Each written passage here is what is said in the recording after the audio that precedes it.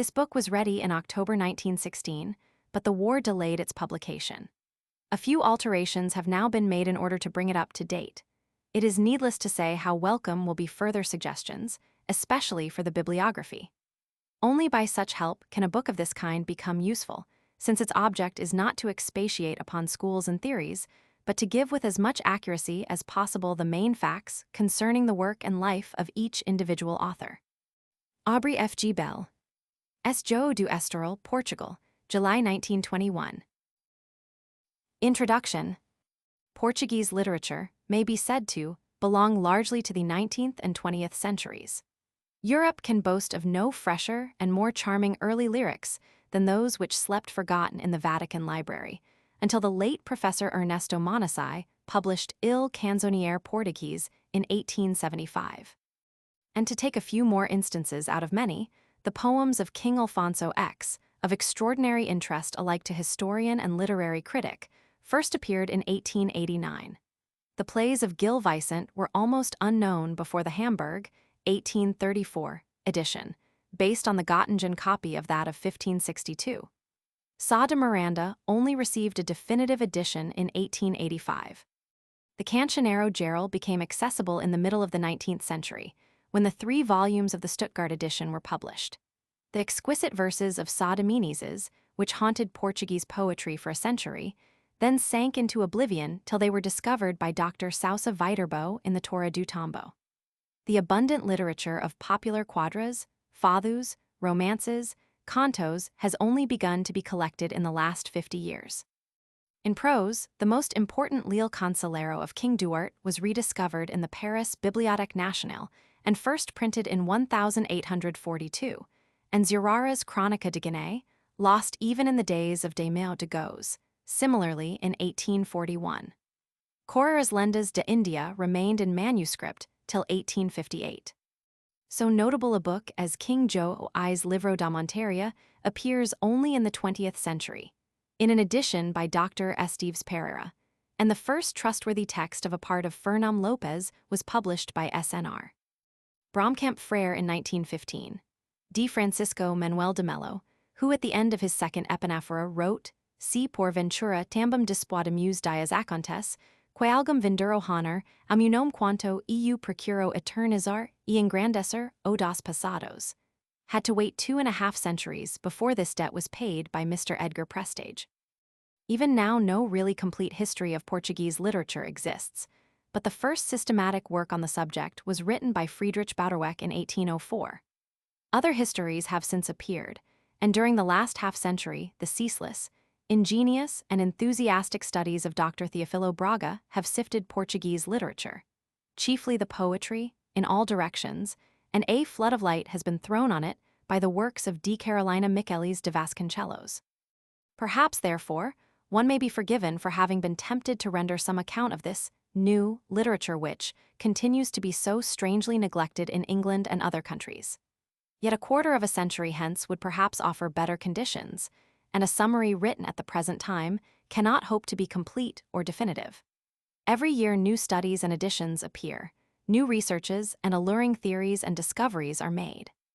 The Lisbon Academy of Sciences during its long and honorable history has rarely, if ever, rendered greater services essential services, as Southey called them in 1803 to Portuguese literature.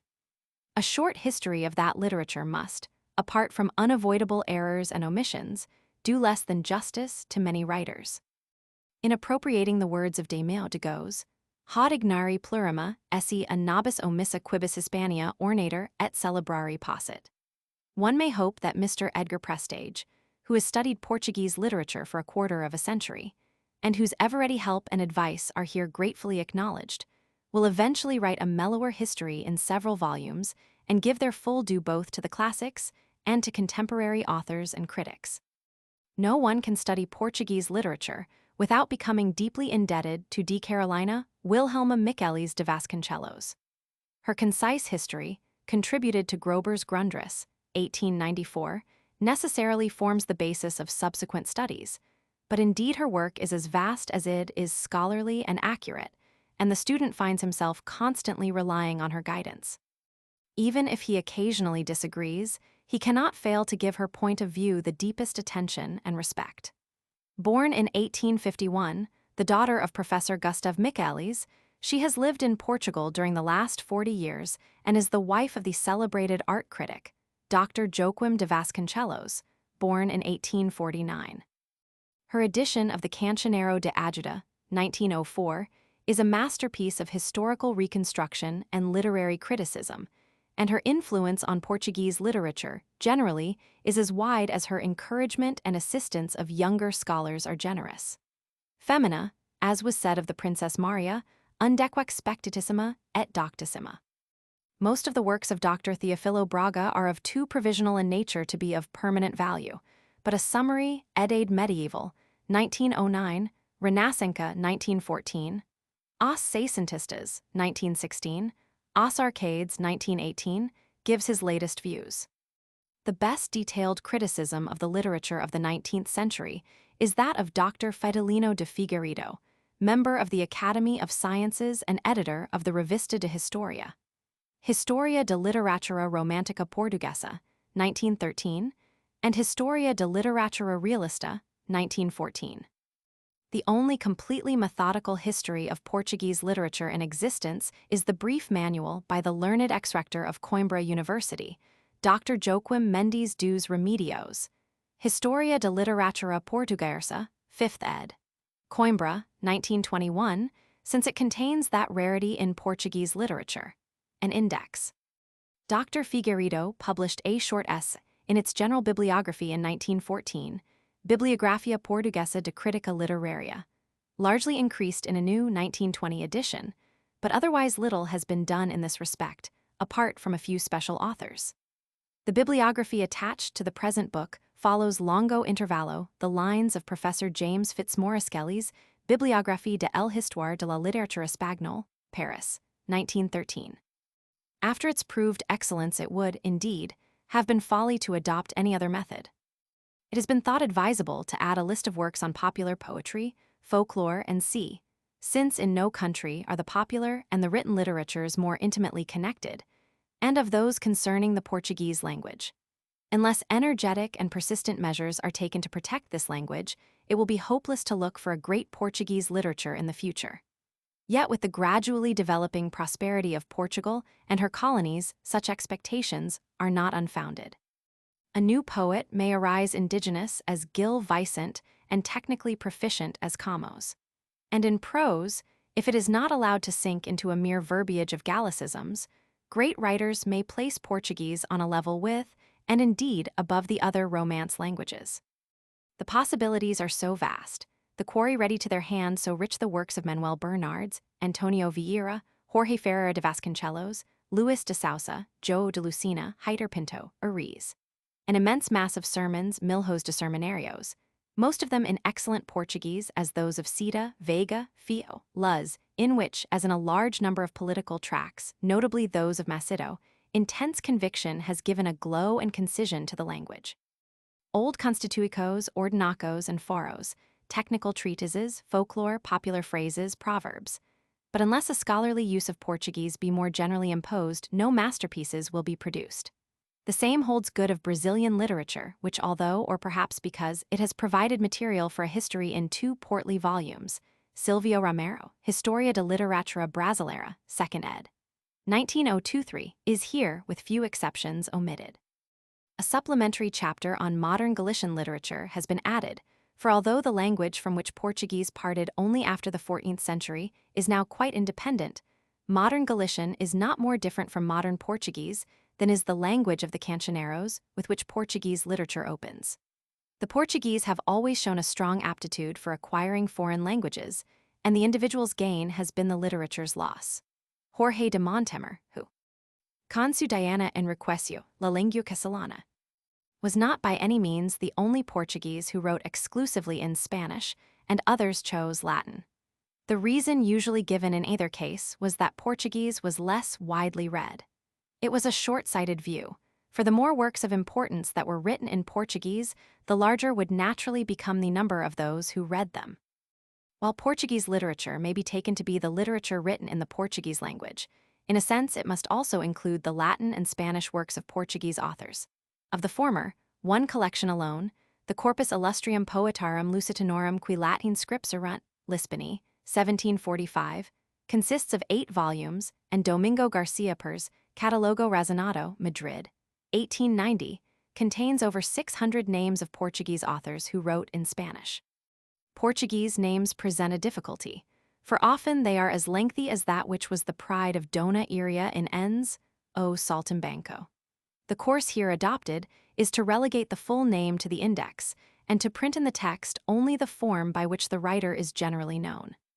The Portuguese, a proud and passionate people with a certain love of magnificence and adventure, an Athenian receptivity, an extensive seaboard and vague land frontiers, naturally came under foreign influences. Many and various causes made their country cosmopolitan from the beginning. It is customary to divide Portuguese literature into the Provençal 13th C, Spanish 14th and 15th C, Italian 16th C, Spanish and Italian 17th C, French and English 18th C, French and German 19th C schools. The question may therefore be asked, especially by those who confuse influence with imitation, as though it precluded originality, what has Portuguese literature of its own? In the first place, the Celtic satire and mystic lyrism of the Galicians is developed and always present in Portuguese literature. Secondly, the genius for storytelling, displayed by Fernão Lopes, grew by reason of the great Portuguese discoveries in Africa and Asia to an epic grandeur both in verse and prose. Thirdly, the absence of great cities, the pleasant climate, and fertile soil produced a peculiarly realistic and natural bucolic poetry. And in prose, besides masterpieces of history and travel, a rich and fascinating literature of the East and of the sea fervent religious faith, as in Spain, with a more constant mysticism than in Spain, led to very high achievement. Had one to choose between the loss of the works of Homer, or Dante, or Shakespeare, and that of the whole of Portuguese literature, the whole of Portuguese literature must go. But that is not to say that the loss would not be very grievous. Indeed, those who despise Portuguese literature despise it in ignorance, affecting to believe with Edgar Quinet that it has but one poet and a single book. Those who are acquainted with it with the early lyrics, with the quaintly alluring eclogues of Ribeiro and Sá de Miranda, with the works of Fernão Lopes, described by Robert Southey as the best chronicler of any age or nation, naif exact, touchant et philosophe. Of Gil Vicente, almost as far above his contemporary Juan del Enzina as Shakespeare is above Vicente. Of Bernardino Ribeiro, whose Menina y Mocha is the earliest and best of those pastoral romances, which led Don Quixote to contemplate a quieter sequel to his first adventures of Camões, not only the greatest lyric poet of his country, but one of the greatest lyric poets of all time. With Fernão Mendes Pinto's Travels, as diverting a book of the kind as ever I read. Or Correas Lendas, Fray Tomé de Jesus, Trabalhos, or the incomparable prose of Manuel Bernardsno that, extraordinary as were Portugal's achievements in discovery and conquest, her literature is not unworthy of those achievements. Unhappily, the Portuguese, with a notorious carelessness, have in the past set the example of neglecting their literature, and even today scarcely seem to realize their great possessions and still greater possibilities in the realm of prose. The excessive number of writers, the excessive production of each individual writer, and the deslaques by which innumerable books and manuscripts of exceptional interest have perished are all traceable to the same source: the lack of criticism. A nation of poets, essentially lyrical, with no dramatic genius, but capable of writing charmingly and naturally without apparent effort, needed and needs a severely classical education and stern critics, to remind them that an epic is not rhymed history nor blank verse mangled prose, that in bucolic poetry the half is greater than the whole, and to bid them abandon abstractions for the concrete and particular and crystallize the vague flow of their talent. But in Portugal, outside the circle of writers themselves, a reading public has hitherto hardly existed, and in the close atmosphere resulting the sense of proportion was inevitably lost, even as a stone and a feather will fall with equal speed in a vacuum.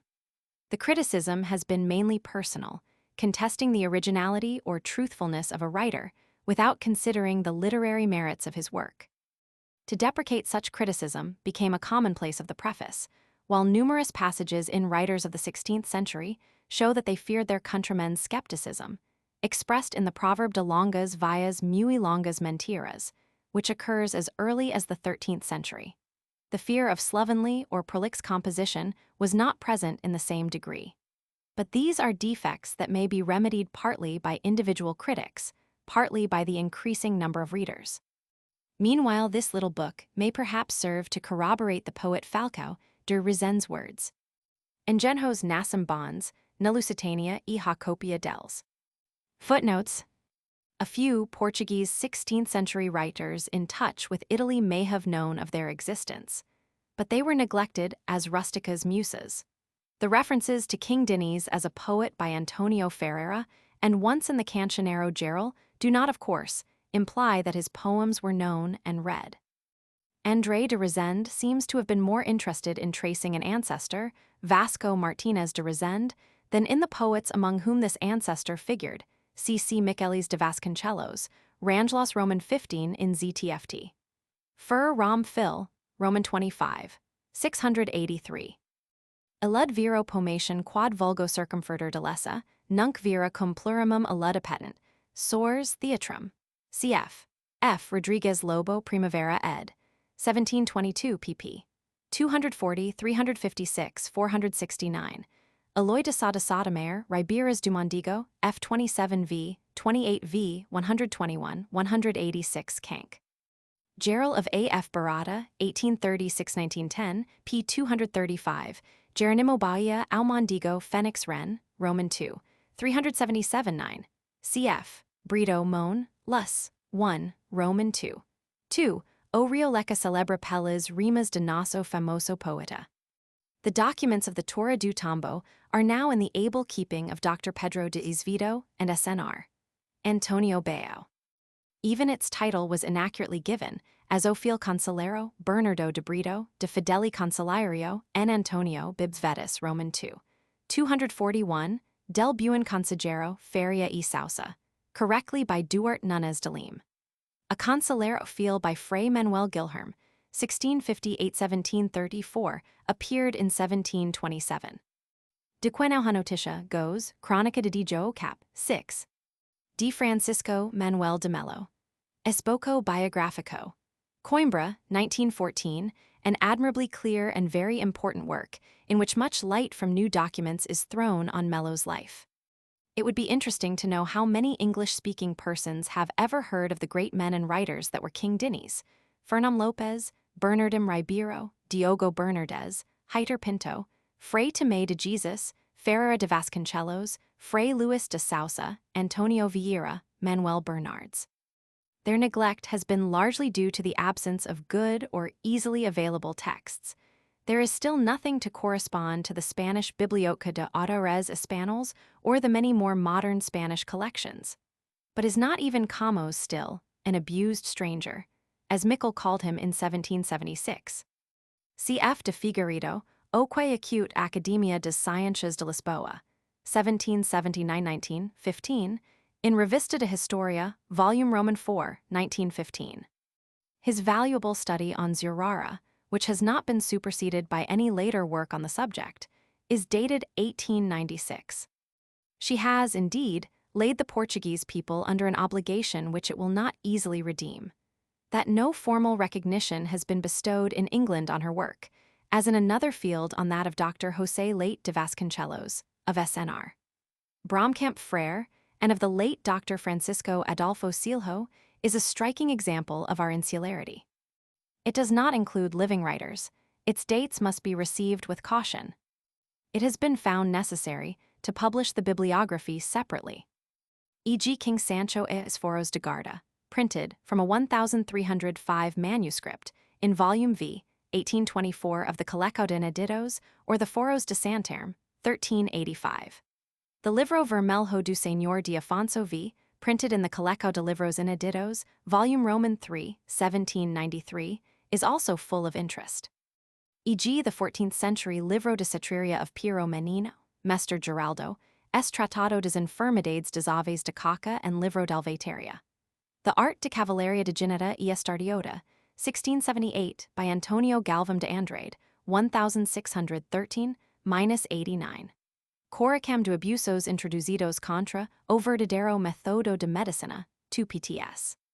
1660-880, by the Carmelite Fray Manuel Duís Vito, 1672. Agricultura das Vinhas, 1711, by Vicente Alart, i.e. Sylvester Gomes de Moraes, 1643-1723. Compendia de Botanica, 2 vols.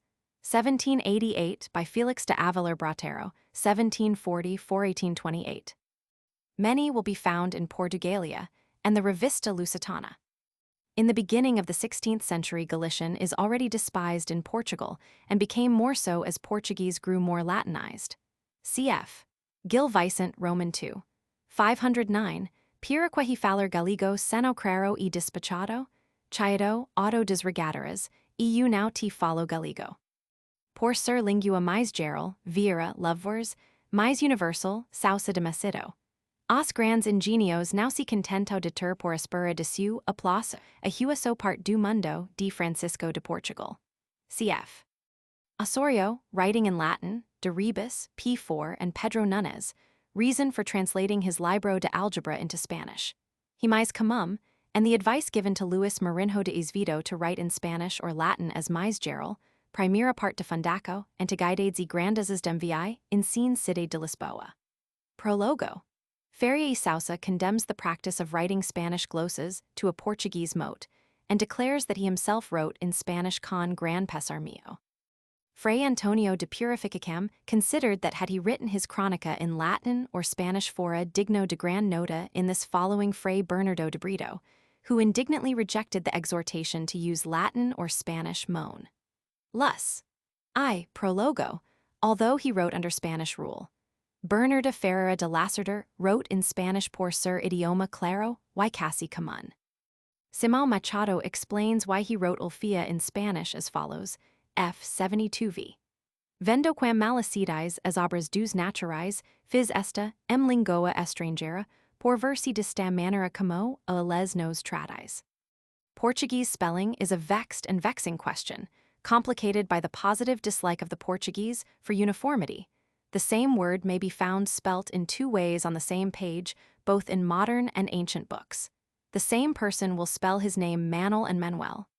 In proper names, their owner's spelling has been retained, although no one now writes Prince Henry the Navigator's name as he wrote it, Enrique. Thus Melo, modern Milo, Nunes, 13th C, Nuns, 19th C, Bernardes, 16th C, Bernards, 17th, 18th C. The late Dr. Goncalves Viana himself adopted the form Goncalves Viana. In quoting ancient Portuguese texts, the only alteration made has been occasionally to replace y and u by I and v. Est decijo de sempre ver e ouvir causas noas, he more quenas outras nacos nugent lusitana. André de Burgos, au prudent later, relacem, Evora, 1557. It is displayed in their fondness for foreign customs, for the Spanish language, for India to the neglect of Portugal, the description of epic deeds rather than of ordinary life, high-flown language as opposed to the common speech, de praca, and c. Antonio Prestes calls the Portuguese estranjo no natural, natural no estrangeiro. In Spain it has had fervent admirers, notably Gracian. More recently Juan Valera spoke of it as riquissima, and Menéndez y Pello explored this wealth. F. Denny's Resume, 1826, p. Roman 20. Wilhelm Storck, Louis de Camões' samplage work B.D. I. 1880. Dorothy Osborne to Sir William Temple. For a good instance of this discuido Portugues see Manuel Pereira de Noves, Anacrasis Historial, A History of the City of Oporto in Spanish, Volume I 1912, Preambulo, p. Roman 17. It is lamented by the editors of the Cancionero Geral, 1516, and Phoenix Renascida, 1716. Portuguese literature begins for most Portuguese with Camões and Barros, and its most charming and original part thus escapes them. Cf. F. Dias Gomes, Obras Poéticas, 1799, p. 143, Camões, without whom there would have been no Portuguese poetry, and Ibid, p. 310, Barros prepared the beautiful style for our epic writers. Ferreira e Sousa's homely phrase as to the effect of Camões on preceding poets, Eccolos to dus a radar, was unfortunately true. Much of their finest prose is of lyrical character, personal, fervent, mystic. As to philosophy proper, the greatest, if not the only Portuguese philosopher, Spinoza, a Portuguese Jew, left Portugal as a child, and Francisco Sanchez, c. 1550 c. 1620, although probably born at Braga, not at a sober bataille, lived in France and wrote in Latin. He tells us that he in 1574 finished his celebrated treatise Quod Nihil Sitter, published at Lyon in 1581, in which, at a time of great intolerance, he revived and gave acute and curious expression to the old theory that nothing can be known. To modern philosophy, Dr. Leonardo Coimbra, born in 1883, has contributed a notable but somewhat abstruse work entitled O Creationismo, Porto, 1912. Or political, or anti-clerical, or anything except literary. The critics seem to have forgotten that an auto-da-fe does not necessarily make its victim a good poet, and that even a priest may have literary talent. A few literary critics, as Dias in the 18th, Guilherme Manes Barreto in the 19th century, are only exceptions to the rule. It has been the weakness of Portuguese criticism, more lenient than the gods and booksellers of ancient Rome, to suffer mediocres gladly. C. de Vat, 979 cf. Jorge Ferreira, Eufrosina v5, Como dizia o Galigo, de longas vias longas mentiras. Poges sat. 2. The remark of Garrett still holds good. Portugal ha mais talento e menos cultiveco quem país nenhum da Europa. I 1325. Section 1. The cossantes. Under the Moorish dominion, we know that poetry was widely cultivated in the Iberian Peninsula, by high and low. At Silves and Algarve, almost every peasant could improvise. But the early Galician Portuguese poetry has no relation with that of the Moors, despite certain characteristics which may seem to point to an Oriental origin. The indigenous poems of Galicia and Portugal, of which 13th century examples have survived, are so remarkable, so unlike those of any other country, that they deserve to be studied apart from the provincial imitations by the side of which they developed. Half buried in the cancioneros, themselves only recently discovered, these exquisite, and in some ways astonishingly modern lyrics are even now not very widely known and escape the attention of many who go far afield in search of true poetry. The earliest poem dated, 1189, by D. Carolina Michelis de Vasconcelos, in which Pais Soares de Tavares, a nobleman of Galicia or North Portugal, addresses Maria Pires Ribeira, the lovely mistress of King Sancho I, Mia Sener Branca Vermelha, does not belong to these lyrics. But the second earliest, 1199, attributed to King Sancho I, 1180-512-11 himself, is one of them, CCB 348. This unique form of lyric requires a distinctive name, and if we adopt that used by the Marquês de Santillana's father, Diego Furtado de Mendoza, 1404, we shall have a word well suited to convey an idea of their striking character. His Spanish poem written in parallel distichs, A Aquel Arbal, is called a cosante. In an age when all that seemed most Spanish, the Poma del Cid, for instance, or the Libro de Buen Amor, has been proved to derive in part from French sources. It is peculiarly pleasant to find a whole series of early poems which have their roots firmly planted in the soil of the peninsula. The indigenous character of the cossantes is now well established, thanks chiefly to the skillful and untiring researches of D. Carolina Michelis de Vasconcelos. They are wild but deliciously scented single flowers, which now reappear in all their freshness as though they had not lain pressed and dead for centuries in the library of the Vatican. One of the earliest is quoted by Aras Nunes, CV 454, and completed in Grundrisse, P 150. Solo ramo verde ferlido vodas fazem a meu amigo, e corin alhos damer. Solo verde ferlido ramo vodas fazem a meu amado, e corin alhos damer. What first strikes one in this is its oriental immobility. The second distich adds nothing to the sense of the first, merely intensifying it by repetition. Neither the poetry of the trouvers of the north of France nor that of the provincial troubadours presents any parallel. The scanty Basque literature contains nothing in this kind, but it is unnecessary to go for a parallel to China. None more remarkable will be found than those contained in the books of that religion, which came from the East and imposed its forms if not its spirit on the pagans of the peninsula. Verses 8, 9 of Psalm 118 are very nearly a cassant, but have no refrain.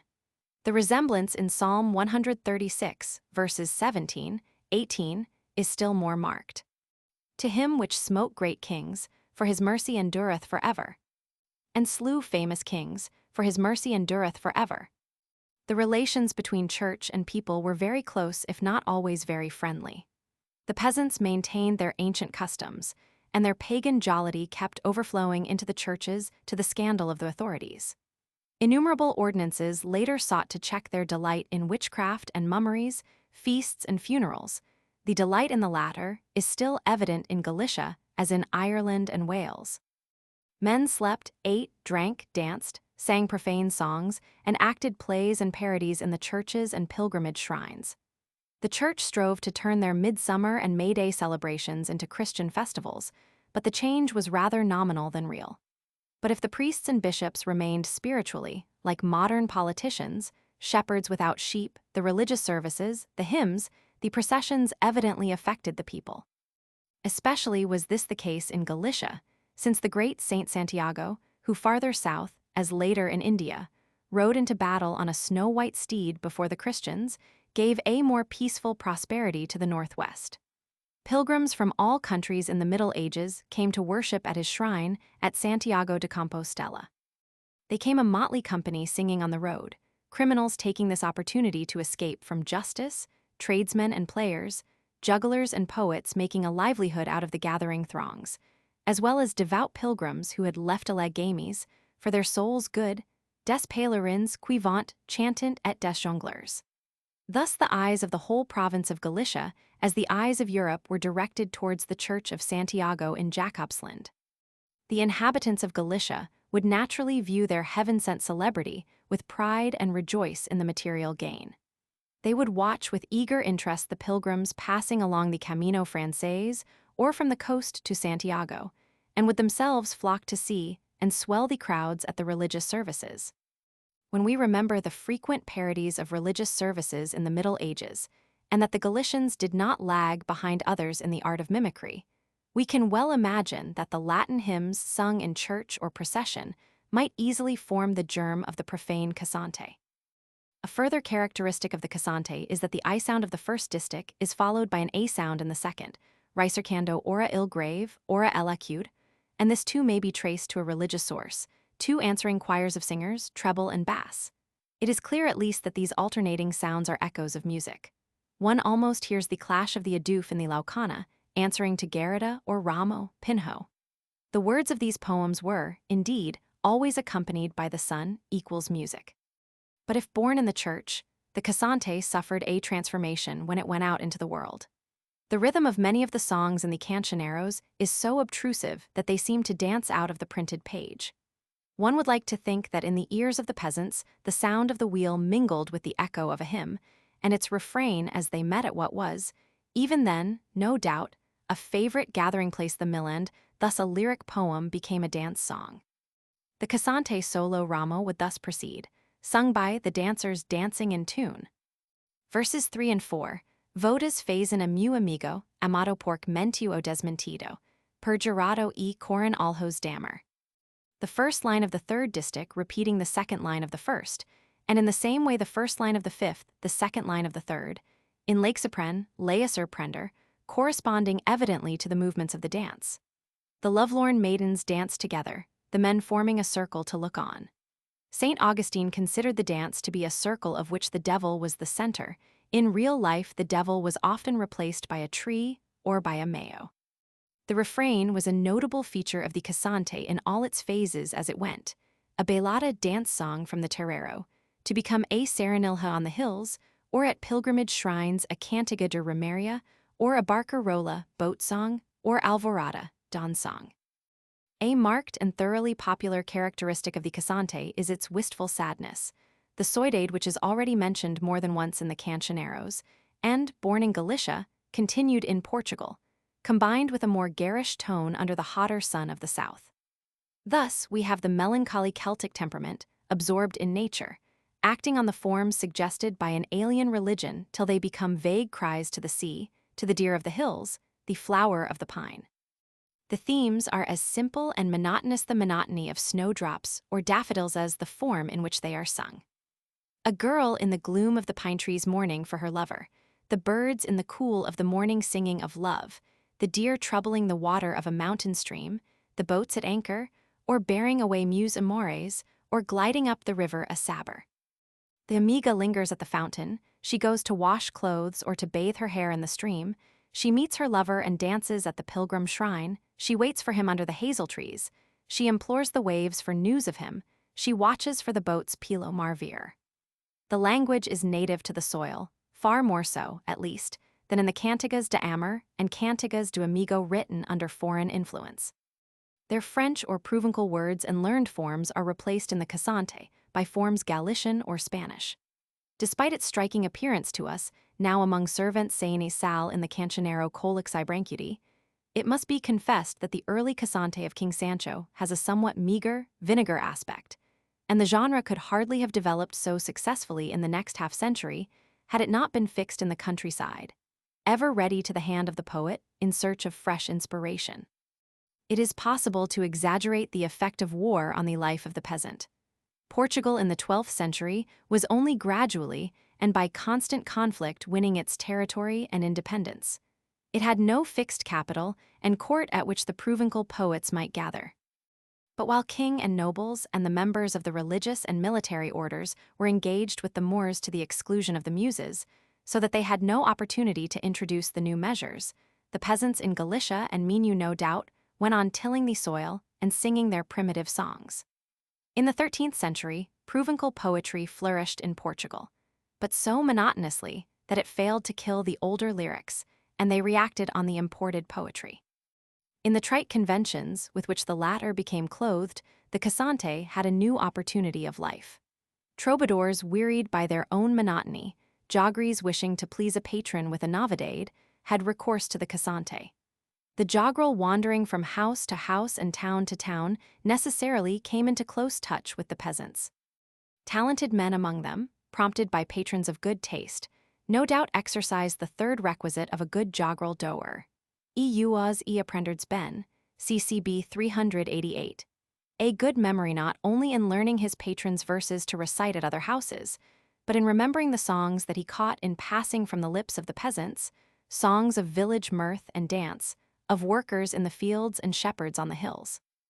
These, developed and adorned according to his talent, he would introduce to the court among his mots recrimens e praisers.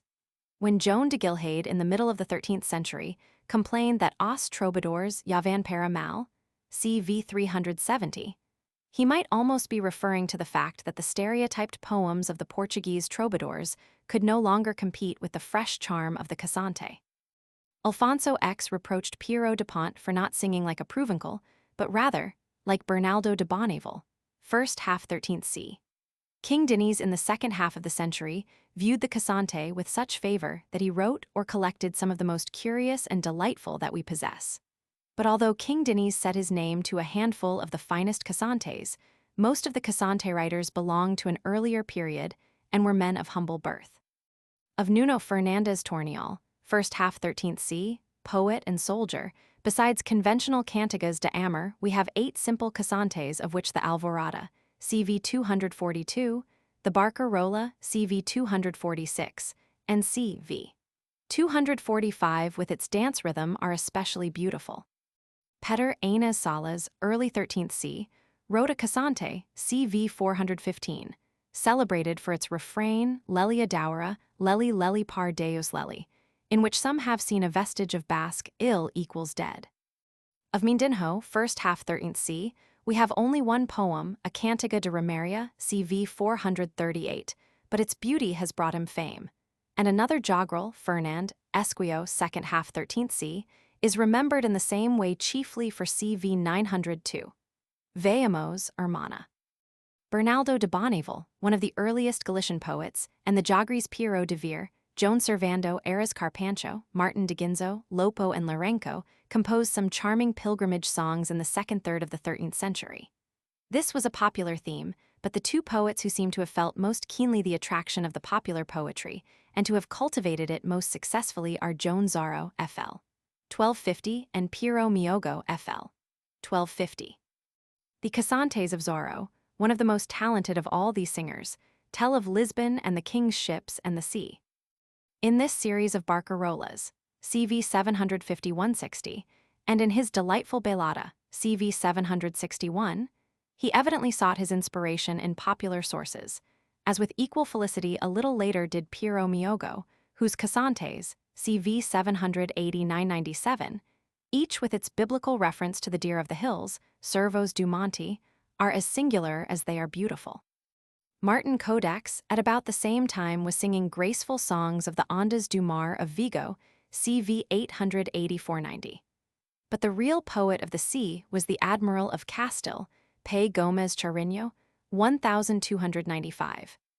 He belonged to an ancient family of Galicia, was prominent at the courts of Alfonso X, between whose character and the sea he draws an elaborate parallel in CA 256, and of his son Sancho Roman IV, played an important part in the troubled history of the time, and fought by land and sea in Andalusia, at Jaén in 1246 and Seville in 1247.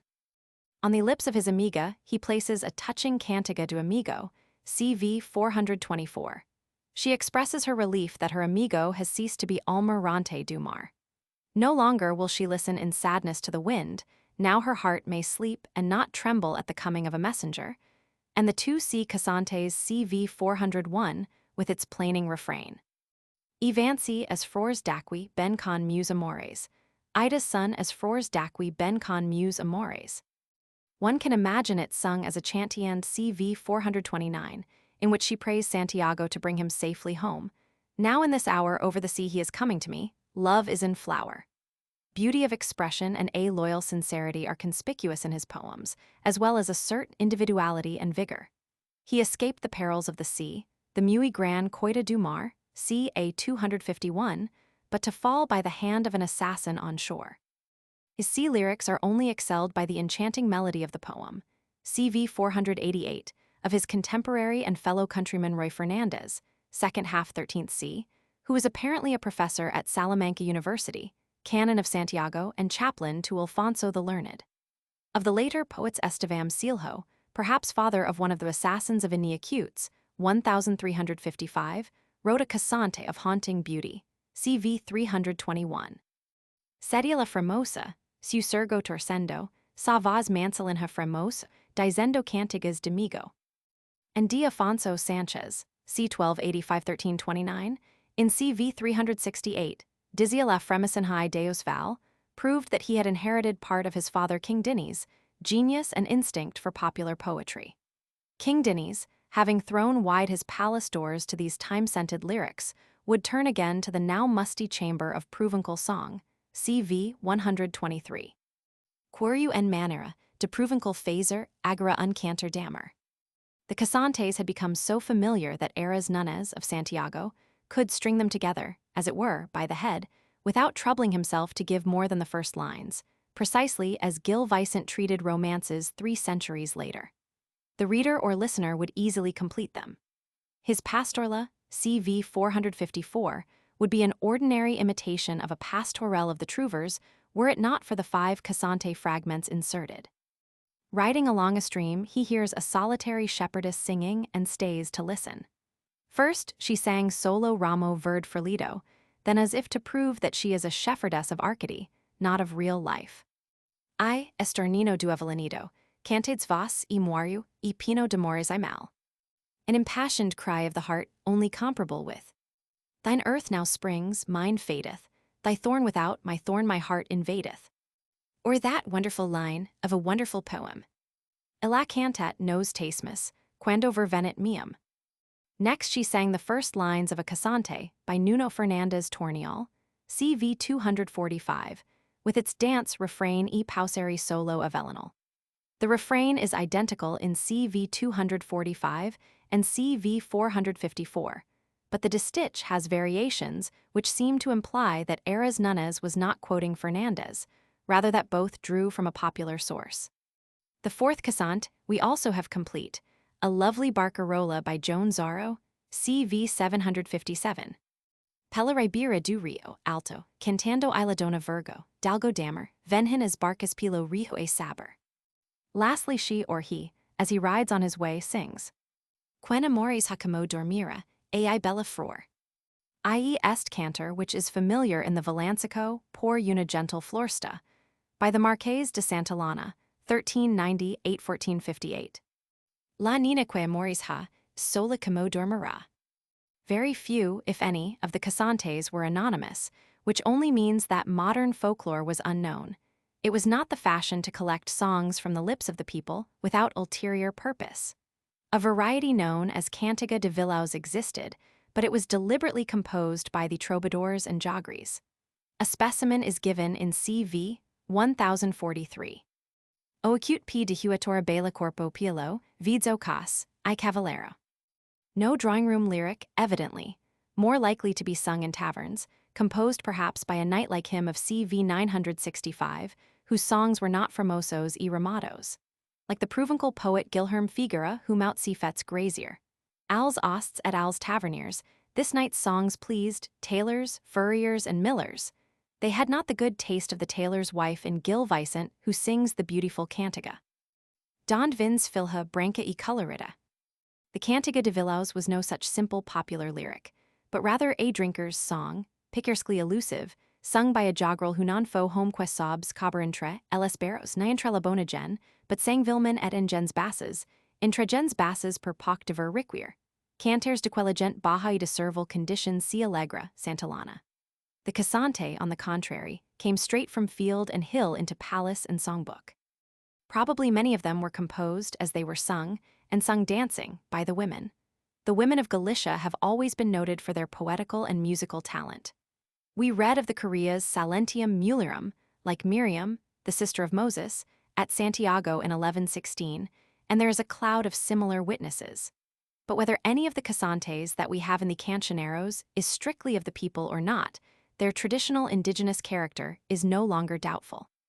It would surely be a most astounding fact had the Galician Portuguese court poets, who in their cantigas de amor reduced Provencal poetry to a colorless insipidity, succeeded so much better with the cossantes that, while the originals from which they copied have vanished, the imitations stand out in the Portuguese cancioneros like crimson poppies among corn.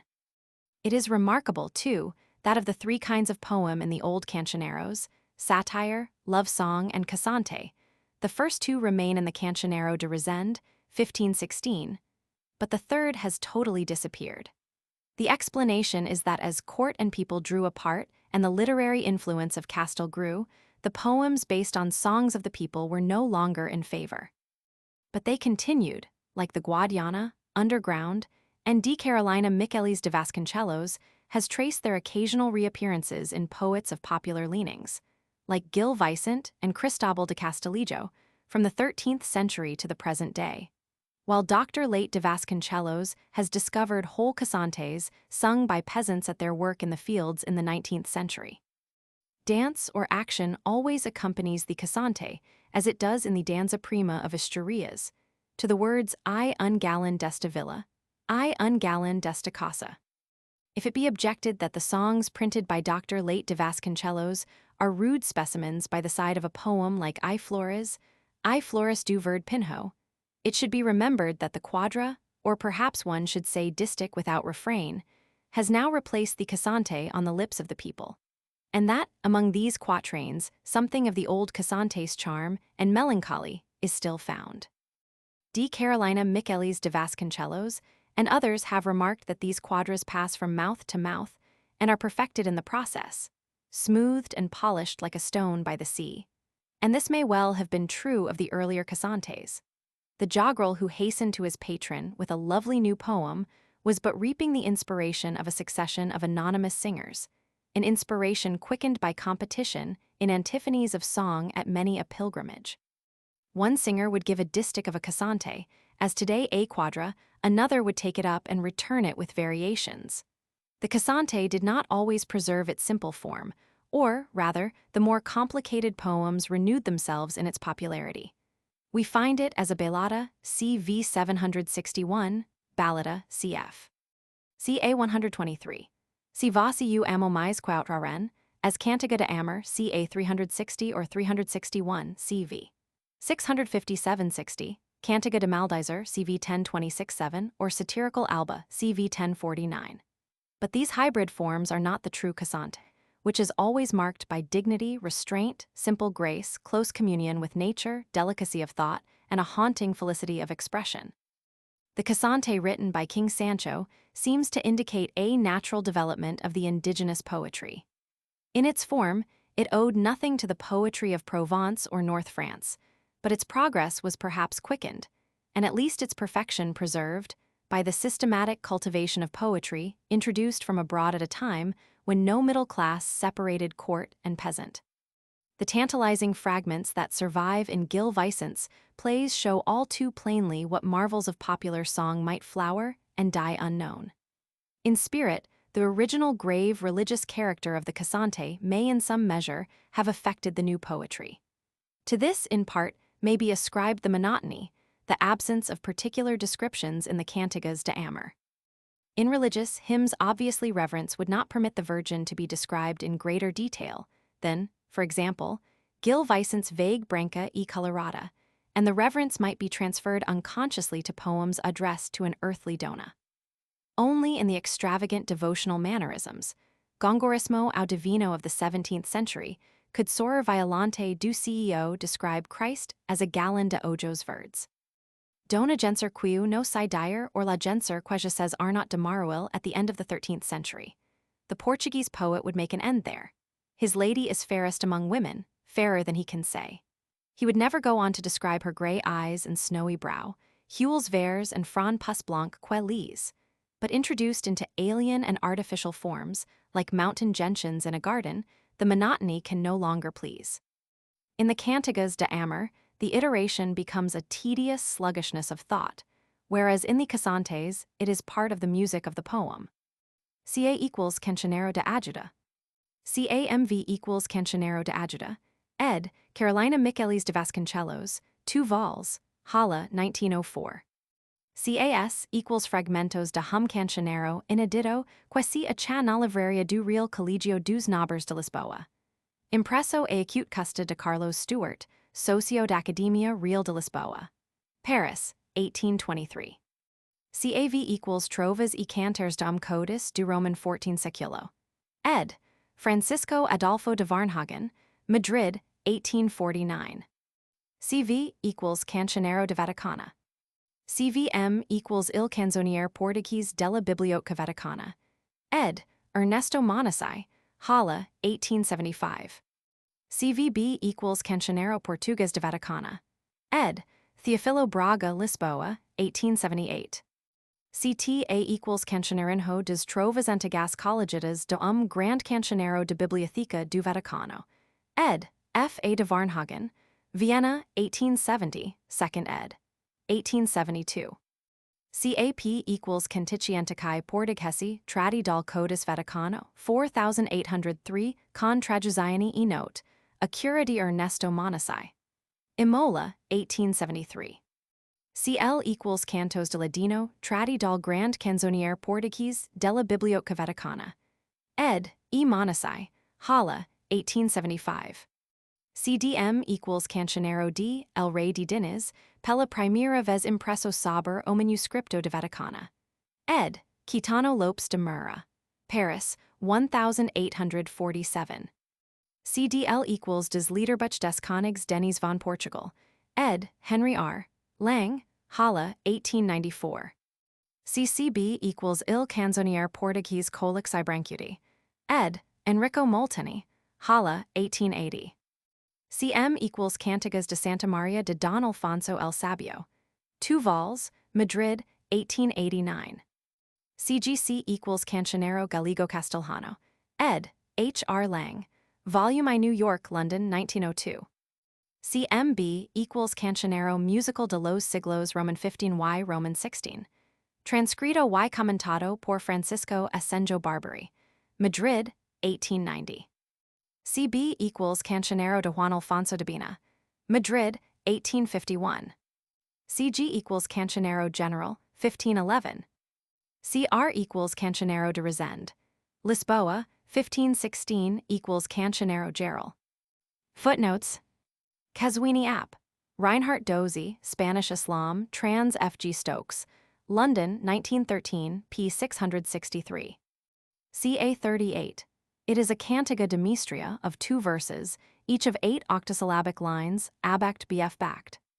Although neither English nor Portuguese, it is a name for these poems, of lines parrot or plangents, less clumsy than parallelistic songs adopted by Professor Henry R. Lang, who also uses the word seranas but see CDL, P6xxvi, note 2. Dr. Theophilo Braga had called them serenilhas and verketungslitter, parallelstrofenlitter, de Carolina Michelis de Vasconcelos, cantigas parallelisticas, de Carolina Michelis de Vasconcelos and SNR. J. Nuns, chansons a repetitions M. Alfred Genere. Cantos dualisticos, cantos de danza prima, and bailadas enquedadas have also been proposed. Perhaps equals rhyme consonant, but more probably it is derived from caso, an enclosed place, which would be used for dancing, cf. Cristóbal de Castillo matter, un caballero que estaba en este caso, Balia. In the Relación de los Fechos del muy magnifico y acute más virtuoso señor el señor Don Miguel Lucas muy digno condestable de Castilla, p. 446, AD 1470, occurs the following passage. Why disputes de danzar cantaran un gran rado de casante, Memorial Historico Español, Tom. Roman 8, Madrid, 1855. Rodrigo Coda in the Dialogo entre el amor y en viejo, has dancas y corsantes, and Antón de Montoro, el rapero, asks un portugués que vido vestido de muchos colors if he is a cantador de corsante, v el casante, cank. General ed. Bibliof. Esp. Roman 2. 270, number 1018. In the Grundrisse, 1894, Rangelausen, 1896-1905, and especially Volume Roman 2 of the Cancionero de Ajuda, 1904. Or Solo Ramo Verde Granado, the green branch in red flower. Translations of Chinese poems resembling the cossantes are given by Dr. Theophilo Braga, CVB in Trod, PCI, and Professor H.R. Lang, CDL in Trod, PCX Lay. A provincial poem with resemblance to a cassante is printed in Barch, p. 62, Li Tense est Belles, les Vines sont Flores. Anyone who has heard peasants at a stabat singing the hymn, Stabat Mater Dolorosa, Jussa Crussa Larimosa, du Penibat Filius, realizes that the words for them have no meaning, but that they will long remember tune and rhythm. Compare, for the form, the Latin hymn to the Virgin by the Breton poet Adam de Saint Victor, 1177. Salve verbi sacra parens, flows de spinis carens, flows spinti gloria. Cf. Luis José Velázquez, Origines de la Poesia Castellana, Malaga, 1754 app. Cm. 1889, I 168. Las cantares y canciones devotas de los peregrinos, que iban en Remiria a visitar la Iglesia de Compostela, mantuvieron en Galicia el gusto de la poesia en tiempos barbaros. A Latin hymn composed in the 12th century by Aymeric Picard is printed in Recuerdos de un viaje a acute Santiago de Galicia por el P. Fidel Fida y de Orellano Fernández Guerra, Madrid, 1880, p. 45. Jacobi Galicia opum raget pm glebe cujus gloria dat insignum viam ut precum frequentia cantet melodium. Hero Santiago. Grat Santiago ultraja essuseja. Deus, adjuva nos. Cf. Simão de Vasconcelos, Crónica de Companhia de Jesu do Estado do Brasil, 1540-962, 2nd ed. 1865, BK. I. Section 22. Chegamos a uma praca on vimos humagentamento de mulheres galegas, com grande risada e galhofa. E querendo o irmão meu companheiro pedir-lhe esmola via que estava todas, uvindo a uma que feita pregador arremedava, como por Zamberia, o sermão que eu tinha pregado. One has but to watch a rogation procession passing through the fields in the Basque country, which until recently preserved customs of immemorial eld and still calls the Feast of Corpus Christi, introduced by Pope Urban Roman IV in 1262, the new feast Festa Beria, to realize the singularly impressive effect of the singing, first the girls, treble Ave Ave Ave Maria, Ave Ave Ave Maria, then the answering bass of the men far behind, Ave Ave Ave Maria. Ave Ave Ave Maria, with the slow ringing of the church bell for a refrain like the Contemplando and Tan Calando in the Coplas de Manrique. Cf. Gil Vicent, Timbre M. Cada Moinho. It is a curious coincidence that the word citola, the jogrel's fiddle, equals mill clapper. Cf. Also Mainante in Galicia equals picaro. Cf. The Lakesapron and refrain of the cantiga danced and sung at the end of Gil Vicent's Ramagem d'Agravados, Por Mayo era, Por Mayo. The parallelism and Lakesapron are present also in religious poems by Alfonso X. cm 160, 250, 260. SNR. J. Nuns has noted that in modern peasant dances, accompanied with song, the dancers sometimes pause while the refrain is sung. CV contains many striking pilgrimage songs, sometimes wrongly called cantigas de ladino. The word probably originated in a printer's error, de ladino for Dili Dino, in a line of Crisful, Canto de ladino. Cf. The wailing refrains of CV 415, 417, and for the form compare I de mi, Laucana, with I de mi, Alfama. In the sense of the two refrains lies all the difference between the poetry of Portugal and Spain. CCB 135 equals CA 389. CV 119, 181, 220, 527, 758, 964. Endurar, Besanha, Gru, Gracier, Cussier, Escarnier Tost, Intendidor, Vero Various, FR. Ver, CM 213 has Egua Vera, Genta Genser. CV 240 251, 979. CCB 15971 equals CA 7081, 402. CV 414 16, 824 5. CA 281. Mean DNHO and the CVM index, thus he is scarcely even a name. Or esquillo, esquillo, squirrel. Or corpancho, broad or campancho, broadecker. But the word carpancho equals basket exists in the region of Santander, La Montana. There is a modern Peruvian poet Manuel Nicolás Corpancho, 1830-63. This is the most probable form of his name, although modern critics have presented him with various others. M. Alfred Genre, Les Origins, 2 ed. 1904, p. 320, compares with this Belada the fragments tuit sil, qui sunt enamorat vignant dankar, li otter non and nn noster compani ni soit news esil nest amens, but even if there was direct imitation here, which is doubtful, that would not affect the indigenous character of the cossantes. Or, according to D.C. Michelis de Vasconcelos, mugo from Monechus.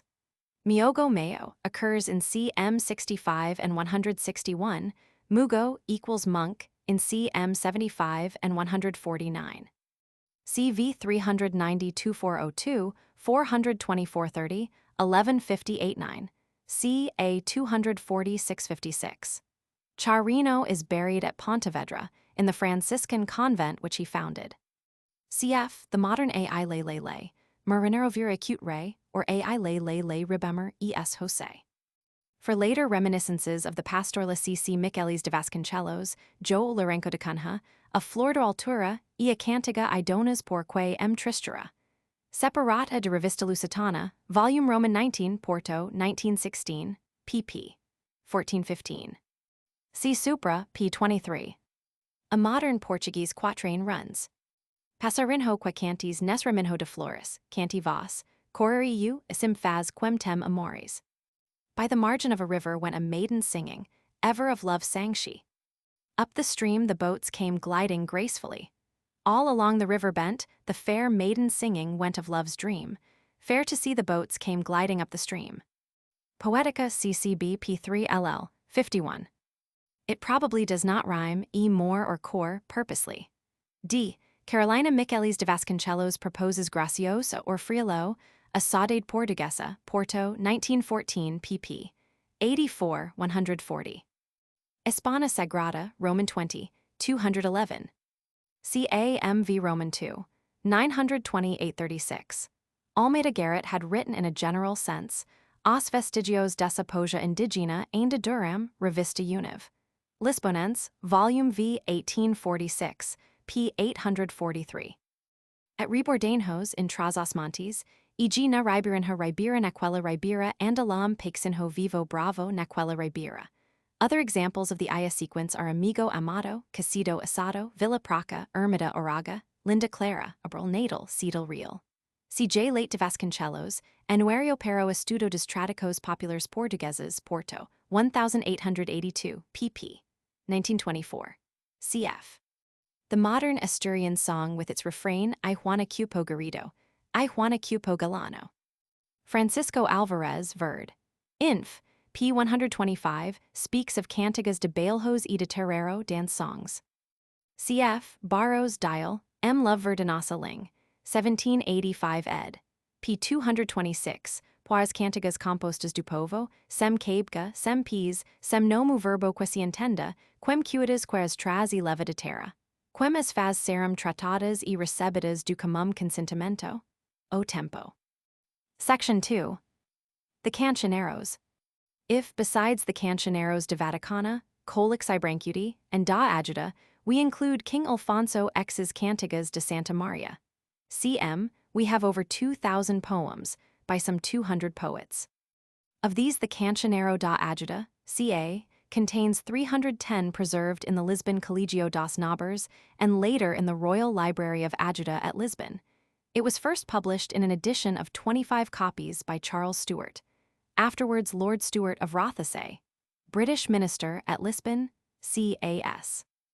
Another edition, by Varnhagen, appeared in 1849, CAV. And the splendid definitive edition by D. Carolina Michelis de Vasconcelos in 1904, CAMV. CAMV contains 467 poems, in part reproduced from CVM and CCB. The third volume of notes is still unpublished. Of the Cancionero preserved as Codex Vaticanus 4803, and now commonly known as Cancionero de Vaticana, CV, fragments were published soon after its rediscovery, viz., that portion attributed to King Dinis, edited by Murra in 1847 CDM. This part received a critical edition at the hands of Professor H. R. Lang in 1892, 2nd ed., with introduction Halle, 1894 CDL. A few more crumbs were given to the world by Varnhagen in 1870, 2nd ed. 1872, CTA, and in 1873, CAP, and 1875, CL by Ernesto Monasai, who printed his diplomatic edition of the complete text, 1,205 poems, in the latter year CVM. And with it an index of a still larger Cancionero. It has 1,675 entries, compiled by Angelo Colixi in the 16th century and discovered by Monasai in the Vatican Library, Codex 3217.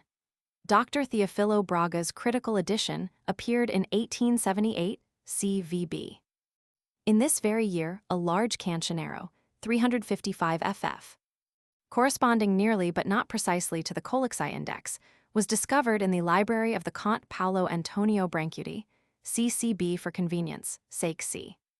CB also equals the fragment published by Enrico Gassi Molteni, and the 442 of its poems, lacking in CV, but nearly half of which are in CA, were published in diplomatic edition by Enrico Molteni in 1880 CCB. All these CA, CV, and CCB were in all probability derived from the Cancionero compiled by the Conde de Barcellos. When his father, King Dinis, died, silence fell upon the poets. The new king, Afonso Roman IV, showed no sign of continuing to collect the smaller Cancioneros kept by nobles and men of humbler position, a custom inaugurated by his grandfather, Afonso Roman III, if the Livro de Trovas del Rei de Afonso in King Duarte's library was his, continued by King Dinis, Livro de Trovas del Rei de Dinis, and perhaps revived by King Duarte a century later, Livro de Trovas del Rei. It was thus a time suitable for a definitive edition, and Count Pedro, who was the last of the Cancionero poets and who was more collector than poet, probably took the existing Cancioneros of Afonso Roman III and Dinis, and added a third part consisting of later poems.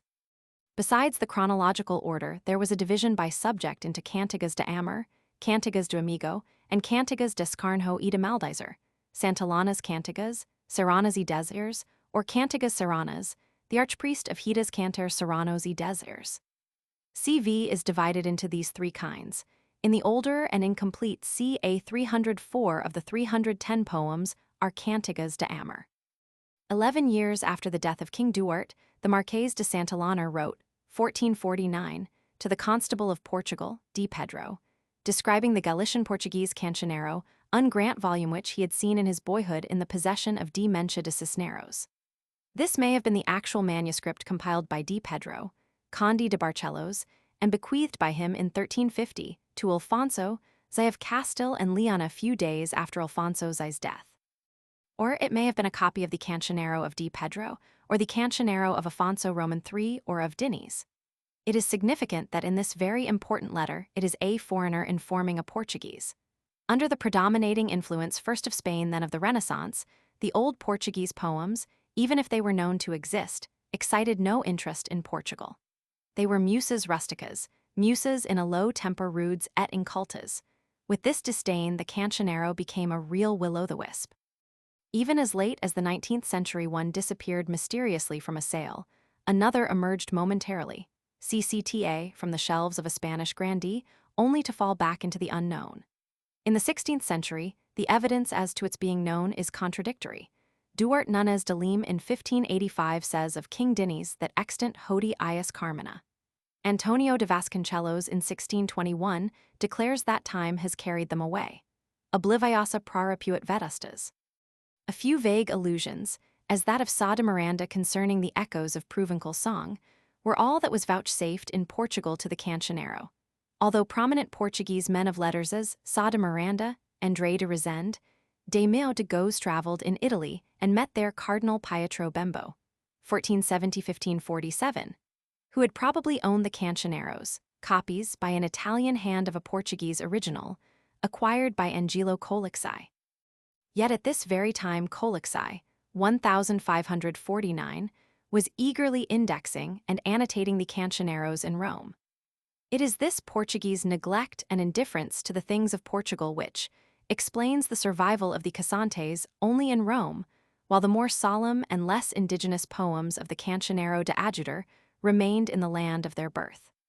A fuller account of the Portuguese cancioneros, with the fascinating and complicated question of their descent and interrelations, will be found in the Grundrisse, pp.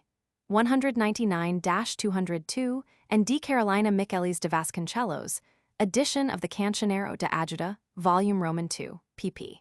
180–88. When the poetry of the troubadours flourished in Provence, Portugal was scarcely a nation. The first Provençal poet, Guillaume, Comte de Poitou, 1087–1127, precedes by nearly a century Sancho I 1150–1211, second king of Portugal, who wrote poems and married the Princess Dulce of Aragon, and the Gascon Marcabrun, the first foreign poet to refer to Portugal, in his poems Al prim commends del Ivernale and Empereur per mi meses, in the middle of the 12th century, spoke not of her poetry but of her warrior deeds. La Valeur de Portugal. Gavaudan similarly refers at the end of the 12th century to the Galicians and Portuguese among other Castile, and see barriers against the black dogs, the Moors. It was in Spain that the Portuguese had opportunity of meeting Provençal poets. The peninsula in the 13th century was, like Greece of old, divided into little states and courts, each harboring exiles and refugees from neighboring states. Civil strife or the death of a king in Portugal would scatter abroad a certain number of noblemen on the losing side, who would thus come into contact with the troubadours as Provençal poetry spread to the courts of Catalonia and Aragon, Navarre, Castile, and Leon.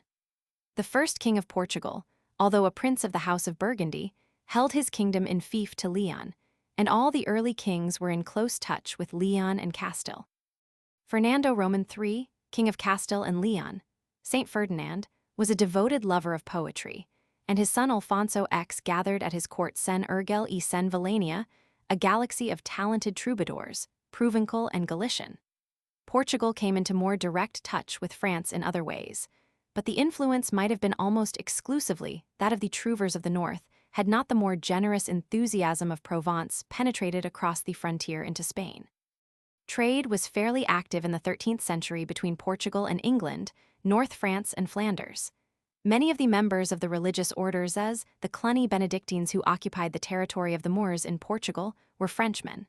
With foreign colonists, the new towns were systematically peopled. The number of French pilgrims was such that the road to Santiago became known as the French Road. The Crusades also brought men of many languages to Portugal. The court by descent and dynastic intermarriage was cosmopolitan, but indeed the life of the whole peninsula was cosmopolitan to an extent which tallies ill with the idea of the Middle Ages as a period of isolation and darkness. The Portuguese had already begun to show their fondness for novedades, yet it was they who imposed the Galician, language. As the Marquês de Santillana observed, and the Cancioneiros prove, lyric poets throughout the peninsula used Galician. Probably the oldest surviving instance of this language in verse by a foreigner is to be found, 10 lines, in a discourse, Discordo. Written by Raimbaud de Vaqueiras, 1150–812–17, at the court of Bonifacio Roman II of Montferrat towards the end of the 12th century. We cannot doubt that the character and conditions of the northwest of the peninsula had permitted a thread of lyric poetry to continue there ever since Silius Italicus had heard the youth of Galicia wailing ululantum, their native songs, and that both language and literature had the opportunity to develop earlier there than in the rest of Spain. The tide of Moorish victory only gradually ebbed southward, and the warriors in the sterner country of Castile, with its fiery sun and battles and epochs, would look back to the green country of Galicia as the idyllic land of song, a refuge where sons of kings and nobles could spend their minority in comparative peace. When from the 9th century Galicia became a second holy land, its attractions and central character were immeasurably increased. Pilgrims thither from every country would return to their native land with some words of the language, and those acquainted with Provencal might note the similarity and the musical softness of Galician. It is not certain that the eldest of the 10 children of San Fernando, Alfonso X, 1221–84, El Sabio, king of Castile and Leon, lord of Galicia, and brother-in-law of our Edward I, passed his boyhood in Galicia. But when he was compiling a volume of poems referring to many parts of the world besides Spain, to Canterbury and Rome, Paris and Alexandria, Lisbon, Cologne, Caesarea, Constantinople, he would naturally choose Galician not only, or indeed chiefly, because it was the more graceful and pliant medium for lyric verse, but because it was the most widely known, and like French, plus commune à tous gens. He had no delicate ear for its music, and made such poor use of its pliancy that it often becomes as hard as the hardest Castilian in his hands. His songs of miracles offer a striking contrast to contemporary Portuguese lyrics in the same language. Their jingles are only possible as a discourse in the Portuguese cancioneiros. At the same time, he would be influenced in his choice of language by his knowledge of Galicia as the traditional home of the lyric, of the encouraging patronage extended to Galician poets by his son-in-law Afonso Roman III, of the Santiago school of poets, and of the promising future before the Galician language in the hands of the conquering Portuguese. Multas et purpulchras composuit cantilinas, says Gil de Zamora, and likens him to David. But when we remember the prodigious services rendered by Alfonso X to Castilian prose, the first question that arises is whether he was indeed the author of the 450 poems in Galician that we possess under his name. Of these poems, 426, or, cancelling repetitions, 420, are of a religious character, written, with one or two exceptions, in honor of the Virgin. Cantigas de Santa Maria. Many of these poems themselves provide an answer to the question. They record his illnesses and enterprises and his trobar in such a way that they could only have been written by himself. He is the intendidor of Santa Maria, cm 130. He exhorts other troubadours to sing her praises, cm 260. He himself is resolved to sing of no other dona, cm 10. Duau demo os otros amores. And his attractive and ingenuous pride in these poems accords ill with an alien authorship. When he lay sick at Vitoria and was like to die, it was only when the Livro dos Cantigas was placed on his body that he recovered, cm 209, and he directed that they should be preserved in the church in which he was buried. There is little reason to doubt that he was the author, in a strictly limited sense, of the majority of the poems, although not of all. Various phrases seem to imply a double method. cm 219 says, I will have that miracle placed among the others. cm 295, I ordered it to be written. The other hand, cm 47 is a fair miracle of which I made my song. cm 84, a great miracle of which I made a song. Of 106, I know well that I will make a goodly song. Of 64, I made verses and tune. For 188, I made a good tune in verses because it caught my fancy. For 307, according to the words, I made the tune. Of 347, I made a new song with a tune that was my own and not another's. The inference seems to be that, the personal poems and the lois apart, if a miracle especially attracted the king, he took it in hand. Otherwise, he might leave it to one of the jogglers, and he would perhaps revise it and be its author to the extent that the Portuguese jogleries were authors of the early cossantes. We know that he had at his court a veritable factory of verse. The vignettes to these cantigas show him surrounded by scribes, pen and parchment in hand, by jogglers and jogglerses. Poets thronged to his court, and he was in communication with others in foreign lands. Some of the miracles might come to him in verse, the work of a friendly poet or of a sacred joggrel such as Pierre's de Sigler, whom CMH shows reciting his poems from church to church. En todas igrejas de Urgen, quenana par unsu lies semper dizia, and this would account for the variety of meter and treatment. Of raw material for his art there was never a scarcity, nor was the idea of turning it into verse original. In France, Gaudier de Coincy, 1177–1236, had already written his Miracles de la Sainte Vierge in verse, and the Spanish poet Gonzalo de Bercio, 1180–1247, had composed the Milagros de Nuestra Senora. But there was no need for direct imitation. If the starry sky were parchment and the ocean ink, the miracles could not all be written down, says King Alfonso, cm 110. Churches and rival shrines preserved an unfailing store for collectors.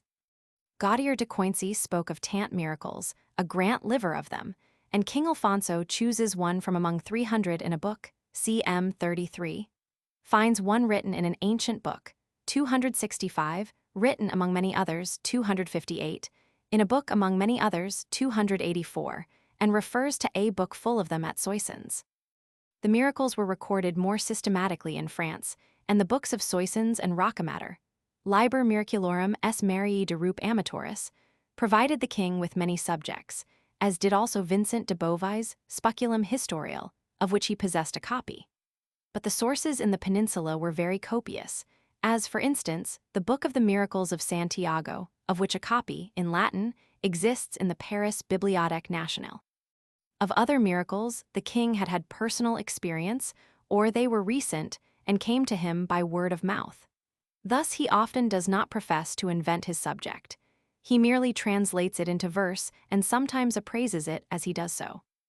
It is a marvelous great miracle, cm. 257, very beautiful, 82, one in which I have great belief, 241, one almost incredible, muy cru de creer, 242, or famous, 195, known throughout Spain, 191. Many of these miracles occurred to the peasants and unlettered. Then as now the humbler the subject, the greater the miracle. Accordingly, we find the king in his poems dealing not with the conventional shepherdesses of the pastorales, but with lowly folk of real life, peasants, gleaners, sailors, fishermen, beggars, pilgrims, nuns.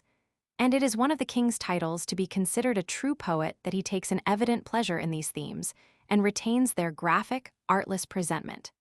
The collection abounds in charming glimpses of the life of the people. Indeed, in many of the poems there is more of the people than of King Alfonso, and he sings diligently of the misdeeds of clerics and usurers, of the incompetence of doctors, and of massacres of Jews. He seems to have followed the originals very closely, and evident traces of their language remain, French, English, and perhaps Provençal. The poems are often of considerable length, sometimes 20 or 30 verses, and as a rule the last line of each verse must rhyme with the refrain. The attention thus necessarily bestowed upon the rhymes sometimes mars the pathos of the subject, and the reader is reminded that he has to do with a skillful, eager, and industrious craftsman, but not with a great original poet. In the remarkable Ben Venez Mayo, and in many of his other poems, materialism and poetical ecstasy go hand in hand. Yet in several of the more beautiful legends, the poet proves himself equal to his theme. Some of these legends are still famous, that of the Virgin taking the place of the nun, cm 55 and 94, of the knight and the pitcher, 155, of the stone miraculously warded from the statue of the Virgin and Child, 136 and 294, of the monk's mystic ecstasy at the lies of the bird in the convent garden, 103. others had probably an equal celebrity in the Middle Ages, as that of the captive miraculously brought from Africa and awaking free in Spain at dawn, 325. Of the painter with whom the devil was wroth for always painting him so ugly, 74. Or of the peasant whose vineyard alone was saved from the hail, 161. Every 10th poem, the collection was intended originally to consist of 100, interrupts the narratives of miracles by a purely lyrical cantiga dolor, and some of these, written with the fervor with which the king always sang as Gracchus my Granadas of the Mater de Deus Manuel, are of great simplicity and beauty. The king had not always written thus, and of his profane poems we possess 30, since no one who has read the lively essay by César de Lollies will doubt that CV 6179 and CCB 35972 equals 46778 were written by Alfonso X. The most important of these are historical, and invoke curses on false or recalcitrant knights, non ven almeo. CV 74 is a battle scene description so swift and impetuous that we must go to the Poma del Cid for a parallel. And indeed, some of the old spirit peeps out from the Cantigas de Santa Maria, as when he prays to be delivered from false friends or praises the Virgin for giving his enemies what they deserved. From the return and enthronement of Afonso, Roman III imitation of French and Provençal poetry was in full swing in Portugal. The long sojourn of the prince in France, accompanied by several noblemen who figure in the Cancioneros, as Rui Gomes de Breiteiros and D. Joan de Aboim, had an important bearing on the development of Portuguese poetry. He came back determined to act the part of an enlightened patron of letters. He encouraged the immigration of men of learning from France and maintained 3 joggeries permanently in his palace.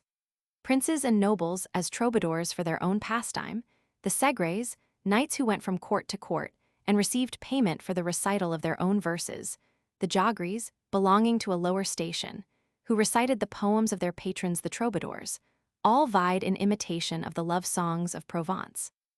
In general, i.e., in the structure of their poems, the resemblance is close and clear enough. The decasyllabic love song in 3 or 4 stanzas with an envoy, the satirical servants, the tension joxbardits, in which 2 poets contended in dialogue, the discord in which the discordant sounds express the poet's distress and grief, the ballader of Provence, the ballet and pastorelle of North France were all faithfully reproduced. If, on the other hand, we look for imitations in detail, it is perhaps natural that we should find them less frequently. The conventional character of the Portuguese poems would sufficiently account for this, and moreover their models were probably more often heard than read, so that reproduction of the actual thought or words would be difficult. When Eras Nunes in a poem of striking beauty, which is almost a sonnet, CV 456, wrote the lines: Quemuito emu pego dest vero por estes ramos, et por estas flores, et polas aves que cantan de mares. He need not have read Pere de Bussenac's lines. Quan lo dus temps de brolfa, ls arbors sex fulhar e, ls ozels muts canter quascan and sun laddie. In order to know that birds sing and trees grow green in spring. And generally, it is not easy to say whether an apparent echo is a direct imitation or merely a stereotyped phrase. The Portuguese troubadours introduced little of the true spirit of the Provençal troubadours that had passed to Palestine and to the Lady of Tripoli. In their cantigas de amor is no sign of action unless it be to die of love, no thought of nature. Joffre Rudel, 1140-70, that prince of lovers, had gone to school to the meadows, and might sing in his maint bonds vers of la flor eglantina or of flores d'albespes. But in the Portuguese cantigas, nothing relieves the conventional dullness and excessive monotony, which likewise marked the Provençal school of poets in Sicily. Composed for the most part in iambic decasyllables, they describe continually the poet's coita d'amor, grave d'endurar, his grief at parting, his loss of sleep, his pleasure in dying for his Formosa senner. She is described merely as beautiful, or, at most, as tan mansa e tan Formosa e de bon sen, CCB 206. Formosa e mansa e doutro ben comprida, CCB 278. Vocabulary and thought are spectre-thin. Indeed, it was part of the convention to sing vaguely. Eu ben fallery de sa fremajura, says one poet, CCB 337, he will sing of her beauty, but not in such a way that the curious who non o podna devanhar should guess his secret. As to allusions to nature, perhaps the climate, with less marked divisions than in Provence, furnished less incentive to sing of spring and the earth's renewal, or to imitate Geraut de Bornel in going to school all the winter a l'hivern estava a escola, a aprender and singing only with the return of spring. King Diniz, perhaps in reference to that troubadour, declares that his love is independent of the seasons and more sincere than that of the singers of Provence. Pronki son muy ben trobar e dizem ales que acute con amor, mais asque trobin no tempo de fral, e non en outro, se eu ben quenon en tan gran coita. CV 127. And even as he wrote the words, he was unconsciously imitating the thought of the Provençal poet Gais Brulé, who had spoken of les faus amourius d'este. The exceeding similarity of the Cantigas de Amor did raise doubts as to the sincerity of all this dying of love, cf. CV 353 and CV 988, and as to whether a poem was a cantor novo or an article at second hand, CV 819. Yet the poets evidently had talent and poetic feeling. Indeed, their skill in versification contrasts remarkably with their entire absence of thought or individuality. They appear to revel in monotony of ideas and pride themselves on the icy smoothness of their verse. All their originality consisted in the introduction of technical devices, such as the repetition at intervals of certain words daber, or of different tenses of the same verb mordaber, as CV 681, to carry on the poem without stop from beginning to end by means of for, but, and c, at the beginning of each verse Cantigas de Adafienda, as CV 130, CA 205, to begin and end each verse with the same line, canca redonda. As CV 685, to repeat the last line of one verse as the first line of the next lake sepron, to use the same word at the end of each line, as Romans 6 in CA 7. The poet who addressed Cantigas de Amor to his lady also provided her with poems for her to sing, Cantigas do Amigo in complicated form, or as the simpler cosante, which the Cantigas do Amigo include. These are poems with more life and action, often in dialogue. Perhaps the Dona herself, wearied by the monotonous Cantigas de Amor, had pointed to the songs of the peasant women, and the form of these Cantigas do Amigo was a compromise between the Provençal Cantiga de Mistria and the popular Cantiga de Refran. The peasant woman composed her own songs, and the poet places his song on the lips of his love. Thus we find her describing herself as beautiful, eu velida, eu fremosa, trist, e fremosa e de muy bon pres, o muy bon semelhar. Poetical shepherdesses sing these Cantigas do Amigo. The fair Dona sings them as she sits spinning, CV 321. The Old Poetica, Roman 2. Tutwelve distinguishes between the Cantigas de Amor, in which the amigo speaks first, and the Cantigas do Amigo, in which the first to speak is the amiga. Both were artificial forms, but the latter are clearly more popular in theme, the amiga waiting and wailing for her lover, and in treatment sometimes convey a real intensity of feeling. The favorite subject of the Cantiga do Amigo is that the cruel mother prevents the lovers from meeting. The daughter is kept in the house, a manda muito guardar, CV 535. She reproaches and entreats her mother, who answers her as choir to choir. She bewails her lot to her friends or to her sister. She is dying of love and begs her mother to tell her lover. Her mother and lover are reconciled. Her lover is false and fails to meet her at the trysted hour. She waits for him in vain, and her mother comforts her in her distress. She pines and dies of love, while her amigo is away serving the king in battle or en cas, del rey. The third section of the Cancionero de Vaticana does not sin by monotony. We may divide Pope's line, since if the Cantigas de Amor are correctly cold, many of the satiric poems are regularly low. In these verses, containing violent invective and abuse, Cantigas de Maldizer, or more covert sarcasm and ridicule, Cantigas d'Escarnjo, the themes are often scandalous, the language ribald and unseemly. They were written with great zest, although without the fiery indignation of the Provençal and Catalan servantesses. They are concerned with persons. The haughty troubadour may take a joggerel to task for writing verses that do not rhyme or scan, but even then it is a personal matter, and he rebukes his insolence for daring to raise his thoughts to altas donas in song. Some of these poems should never have been written or printed, but many of them give a lively idea of the society of that time. They laugh merrily or venomously at the poverty-stricken knight with nothing to eat, at the knight who set his dogs on those who called near dinner time, the joggerel who knows as much of poetry as an ass of reading, the poet who pretended to have gone as a pilgrim to the Holy Land but never went beyond Montpellier, the physician, Mester Nicholas, whose books were more for show than for use, Esab, os caternos ben cantor quen non sab por elslir, CV 1116. The Galician unjustifiably proud of his poetical talent, non o sabia ben, CV 914. The joggerel who gave up poetry shaved off his beard and cut his hair short about his ears in order to take holy orders, in hope of a fat living, but was disappointed. The joggerel who played badly and sang worse. The poet who was the cause of good poetry in others. The gentleman who spent most of his income on clothes and wore gilt shoes winter and summer.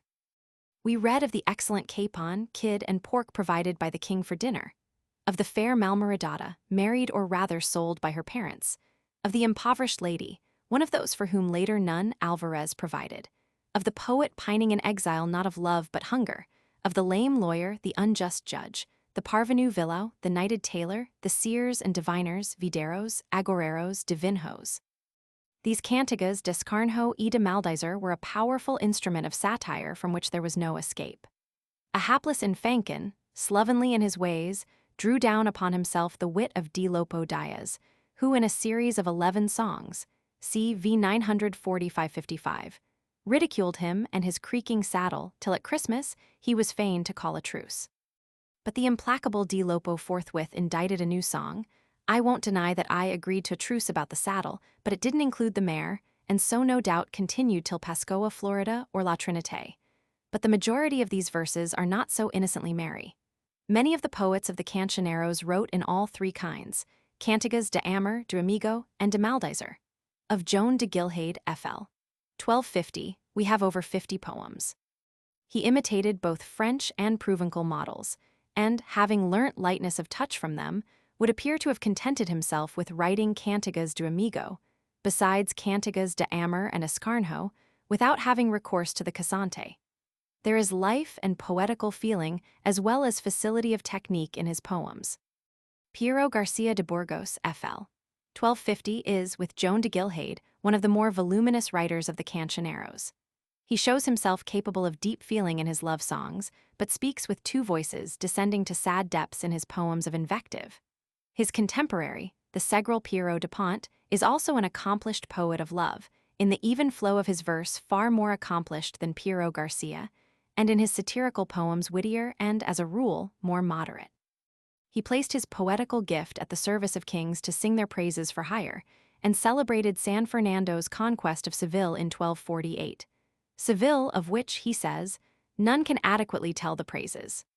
To satire almost exclusively the powerful courtier of King Diniz, Reign, Stevamgarda, devoted his not inconsiderable talent, and the Segral Petter, amigo de Sevilla, F.L. 1250, shown in the same kind with a great variety of meter, as well as in numerous cantigas de amigo. Martin Sarraz, first half 13th c., born at Riba de Lima, and considered the best troubadour of his time, by those who could not appreciate the charm of the indigenous poetry, wrote no cosante nor cantiga de amigo, and in his satirical poems displayed a contemptuous insolence towards those whom he regarded as his inferiors in lineage or talent, which places him in no attractive light. A notable poet at the courts of Spain and Portugal was Joan Aras of Santiago de Compostela, F.L. 1250, of whom we have over 20 cantigas de amor and 50 cantigas de amigo. Contemporary criticism apparently viewed their quantity with disfavor, for he complains that Dyson quemus canters non valen ren porc tan muitos son, CV 533. But if his poems lack the variety of those of King Diniz, which they almost rival in number, they are nevertheless marked not only by harmony but by many a touch of real life. Of most of the other singers we have far fewer poems. Like Mindinho and Estevam Silho, Piero Vivies, first half 13th c., is known chiefly for a single song, his Belada, CV 336. By D. Jones Sarras Silho, c. 121080, there are two cossantes, CV 291, 292, and numerous other poems. He was prominent at the court of Afonso Roman III, 1240–879, and in the conquest of Algarve, as was also D. Joan de Aboim, c. 1215–87, whose poems are less numerous but include a dozen cantigas do amigo and a pastorla, cv 278, Cavalgava Noutro Dia per Hun Caminho Francis, and Fernan Garcia Escaravanha, whose cantigas de amor show characteristic life and vigor and a good command of meter. There is an engaging grace and spirit in the cantigas do amigo written in dancing rhythm by Fernan Rodriguez de Caleros, FL. In or before 1250, who preceded those soldier poets. Deep feeling and melancholy in the cantigas de amor of D. Joan López de Olhoa, their contemporary. Neither of these, however, possess the poetical genius and versatility of the priest of Santiago, Aras Nunes, second half 13th c. The name appears in a marginal note to one of King Alfonso's Cantigas de Santa Maria, cm. 223 in the manuscript JB2, whose poems show a perfect mastery of rhythm and a true instinct for beauty. He wrote a pastorla in the manner of the trouvers and combined it with some of the most exquisite specimens of the indigenous poetry. The fact that one of these was by Jones Zorro makes it probable that Nunes, celebrated Bailada, cv 462, is but a development of Zorro's, cv 761, unless both drew from a common popular source. Another of his poems, cv 468, reads like an anticipatory slice out of Juan Ruiz' Libro de Buen Amor. Great importance has been attached to another cv 466, as a remnant of a cantor de gesta, but D. Carolina Michelis de Vasconcelos has shown that it was written to commemorate a contemporary event, probably in 1289. More than any other poet of the Cancioneros, with the exception, perhaps, of King Dinis, Nunes anticipated that Dos Estilo, the introduction of which cost Sá de Miranda so many perplexities. The Cancioneros contain poems by high and low, prince and, one would fain say, peasant, noble troubadour and humble jogral, soldiers and civilians, priests and laymen, singers of Galicia, Portugal and Spain, but more especially of Galicia and North Portugal. As in the case of cv 466, the interest of many of the poems is historical c. v 1088, for instance, written by a partisan of the dethroned King Sancho Roman II, or cv 1080, a gesta de Maldizer of 56 lines in 3 rhymes with the exclamation ei. At the change of the rhyme, which was written by D. Afonso López de Bayan, c. 122080, clearly in imitation of the Chanson de Roland. Almost equally prominent, though not from any historical associations, is the curiously modern c. A 429 equals CCB 314 among the Cantigas de Amor. It tells of a girl forced against her will to enter a convent and who says to her lover, "My dress may be religious, but God shall not have my heart." For the meter, cf. cv 342. Its author was the Fidalgo D. Rodrigue Inés de Vasconcelos, one of the pre-Dionysian poets. But indeed no further proofs are needed to show that, even had King Dinis never existed, the contents of the early Portuguese cancioneros would have been remarkable for their variety and beauty. When Alfonso X died, his grandson Dinis, 1260–1325, had sat for 5 years on the throne of Portugal. Plentifully educated by a Frenchman, Aymeric de Brard, afterwards Bishop of Coimbra, married to a foreign princess, Isabel of Aragon, the Queen Saint of Portugal. Profoundly impressed, no doubt, by the world fame of Alfonso X, to whom he was sent on a diplomatic mission when not yet in his teens, he became nevertheless one of the most national of kings. If he imitated Alfonso X in his love of literature, he showed himself a far abler and firmer sovereign, being more like a rock than like the sea, to which the poet compared Alfonso. Far-sighted in the conception of his plans and vigorous in their execution, the Rey Lavrador whom Dante mentions, though not by name, Quel di Portogallo, Paradiso Roman 19, fostered agriculture, increased his navy, planted pine forests, fortified his towns, built castles and convents and churches, and legislated for the safety of the roads and for the general welfare and security of his people. Among his great and abiding services to his country was the foundation of the first Portuguese university in the year 1290. And in the same spirit, he ordered the translation of many notable books from the Spanish, Latin, and Arabic into Portuguese prose, including the celebrated works of the learned king.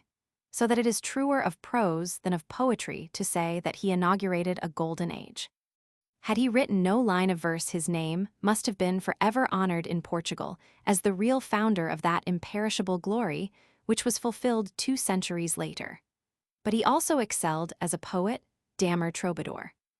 It had no doubt been part of his education to write conventionally in the Provençal manner, but his skill in versification, remarkable even in an age in which Portuguese poetry had attained exceptional proficiency in technique, would have availed him, or at least us, little had he not also possessed an instinct for popular themes.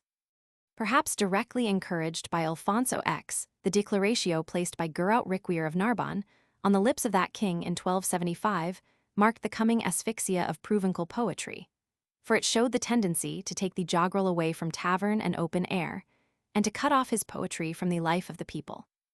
It was owing to the personal encouragement of Diniz that the waning star of both Provençal and indigenous poetry continued to shine in Portugal for another half-century.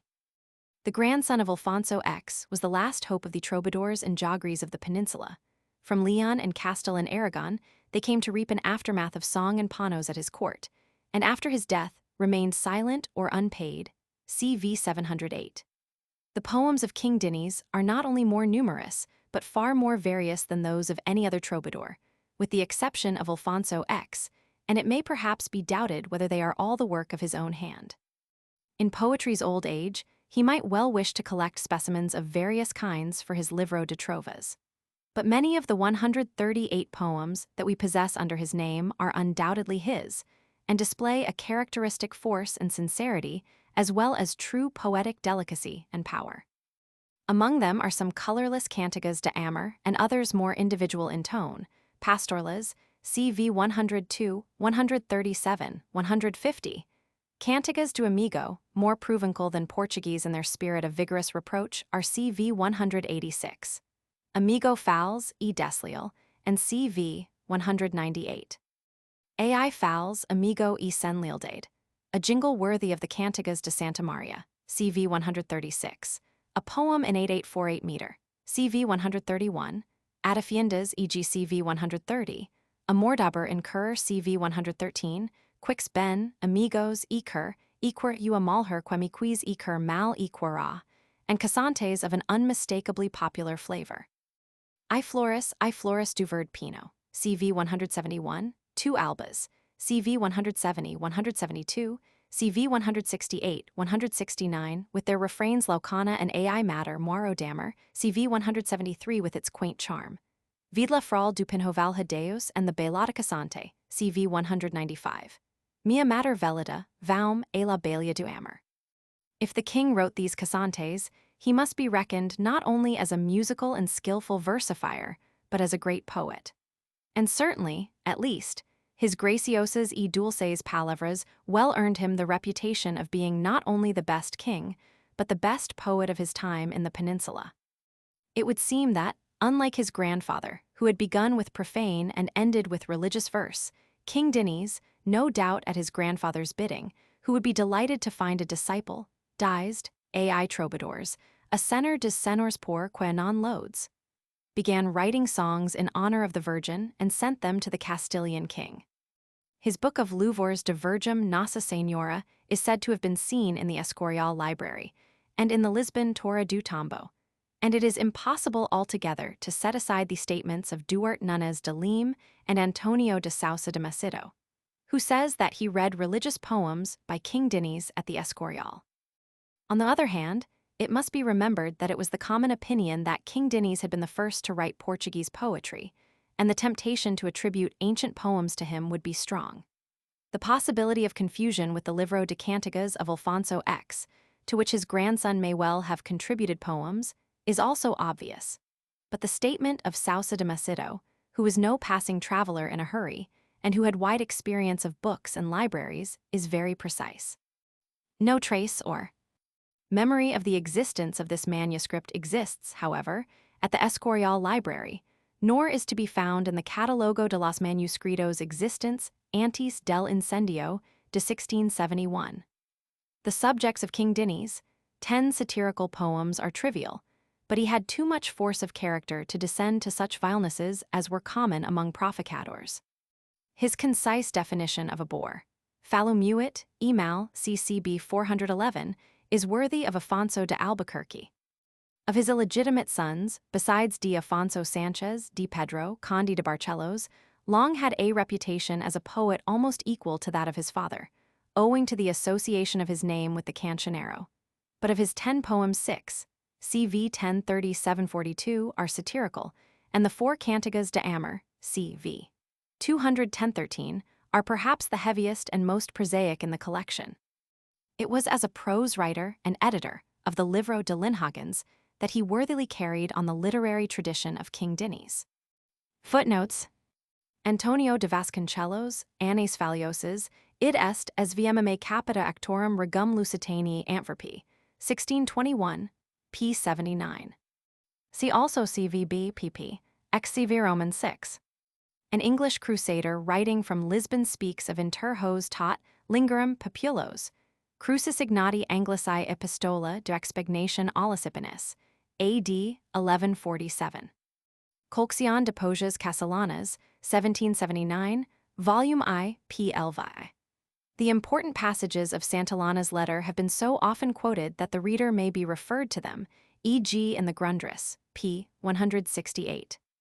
Millau y Fontenelles, de los Troubadours, p. 522, lays much stress on the resemblance between Galician and Provençal. It must be remembered that in the early 13th century, 1213, the range of the Galician Portuguese lyric already extended to Navarre, CV 937. Geraut Riquier and Nat de Mons placed Provençal poems on his lips, which may be taken as an indication that he also wrote in Provençal. As proof that he wrote poems in Castilian, we have a single cantiga of 8 lines, CCB 363, Senora por amor Dios. The other poem of the Cancioneros in Castilian, with traces of Galician, is by the victor of Salado, Alfonso Xi 131250, King of Castile and Leon, en un tiempo cagi flores, CV 209. Their antiquarian interest was recognized over 3 centuries ago. Cf. Argot de Molina, Nobles de Andalvia, Suilla, 1588, f. 151v. Es un libro de mucha curiosidad y por la poja como por las trajes de quella edad, que ven en sus pinturas. Some of King Alfonso's cantigas were recited in the same way. C. M. 172 implies this in the lines. Et desto cantor fizimos, que cantasen os aigreres. And of this, we made a song for the jogglers to sing. Their popular origin is borne out by the music. C.H. Collett et al. Villalba, Contribution à l'étude des Cantigas, 1911. Cf. Also P. Mayer, Types de quelques chansons de Gaudier de Coins, Romania, Volume Roman 17, 1888, pp. 429-37, Paroles piuses a des melodies profanes. Padre Nobrega came upon a crowd of paupers pedants peregrinos at Santiago feasting merrily, and having grands contendas entre si as to which of them was cleverest at taking people in. The trick of one of them was to declare that, being captive in Turkey, encomendandomi muito a acute senora, acimi au outrodia au romper de alva terra de Christos, Simo de Vasconcelos, Chronica, lib. I, section 22. Cf. Geronimo de Mendoca, Jornada de Africa, 1904 ed., Roman 2. 34 and Fray Luis de Sousa, Hist. De Estomingos, II 5. I.e. besides the Spanish Cantiga, CCB 363, CCB 359, which belongs to the Cantigas de Santa Maria, and CCB 372, which consists of a single line. El rey a tres jagres, en sa casa y non mais. Riquier's Segriers per todas courts, King Alfonso X, CM 194 speaks of a jagrar and dando pelas cortes. See also CV 556. The word probably has no connection with Segur, to follow. Possibly it was used originally to differentiate singers of profane songs, cantigas profanas y seculars. Fray João Alvarez in his Crónica do Infante Santo has obras eclesiásticas y segras. King Duarte counted among os pecados de boca, cantor cantigas sagras. The cancioneros show that the segral was far less common than the jogral in the 13th century. For seger seculum, see infra, p93, n2. For instances, see H.R. Lang, The Relations of the Earliest Portuguese Lyric School with the Troubadours and Trouvers, Modern Language Notes, April, 1895, pp. 207-31, and C.D.L. pp. Roman 48 at sec. This poet, Fernam Goncalves de Cibra or Fernand González de Sanabria, CV 338, CCB 337, CA 210-21, 445-7, apparently obtained some fame by his mystification, unless the object of his devotion was as high-placed as the Portuguese princess for love of whom, according to legend, D. Joan Soares de Paiva died in Galicia. The latter wrote in the first years of the 13th century, CV 937, Rangelos Sai. They are the only two Galician Portuguese poets besides King Dinis mentioned in Santillana's letter. Poetica LL 126-130. Much of the information of this Poetica, printed in CCB, may be gleaned from the Cancioneros, but it shows how carefully the different kinds of poem were distinguished. There were apparently special names for poems to trick and deceive, de lager e d'artero, and for festive laughter poems, de risedla or rifistella, de riso e mote. Santillana's Mansaber is, it seems, a misprint for Mordaber. It occurs again in the Requesta deferent Manuel contra Alfonso Alvarez Kenk, de Bina, 1860 ed. I 253. Sin lai, sin deslai, sin cor, sin discourse, sin dauber, mansaber, sin silla o menor sin encadenado, dexar o prender. EGCV 300. Por Deus, si ora chegas con al muy leta Syria. Qkoi CVM, qualcor CVB. D. Carolina Michelis de Vasconcelos proposes Quica, cf. CV 1006, I8. Aquest cantor de igua, quenon andu nutrigoa, CV 956. Or D. Joan Garcia de Gilhade, CCA MV Roman 2, 407-15. CV 2838, 340-361, 1090-71110. CA 235-9. CCB 373-6. A large number of cantigas by the same hand would emphasize the monotony of the kind and provide an unwelcome mirror for contemporary bards. Of Roy Queimado, FL. 1250, other lovelorn poets said that he was always dying of love in verse. Soares de Brito in his Theatrum mentions Ferdinandus Garcia Esperavanha, Optimus Poeta, equals Bomb Trovador. CP 31. See Rangelos Roman 12. An incidental interest belongs to this poem of 18 dodecasyllabic lines from the fact that in CVB it is printed in 36 lines, as a proof of the early predominance of the redondalha. Cf. the Provencal passage in Malawi Fontenelles, de los Troubadours, p. 62.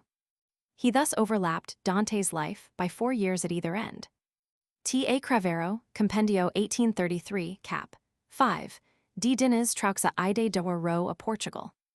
A late echo of the early Alfonso X legislation against the jogrel is to be found in King Duarte's Leal Conselheiro, cap. 70, Dos Pecados de Obra.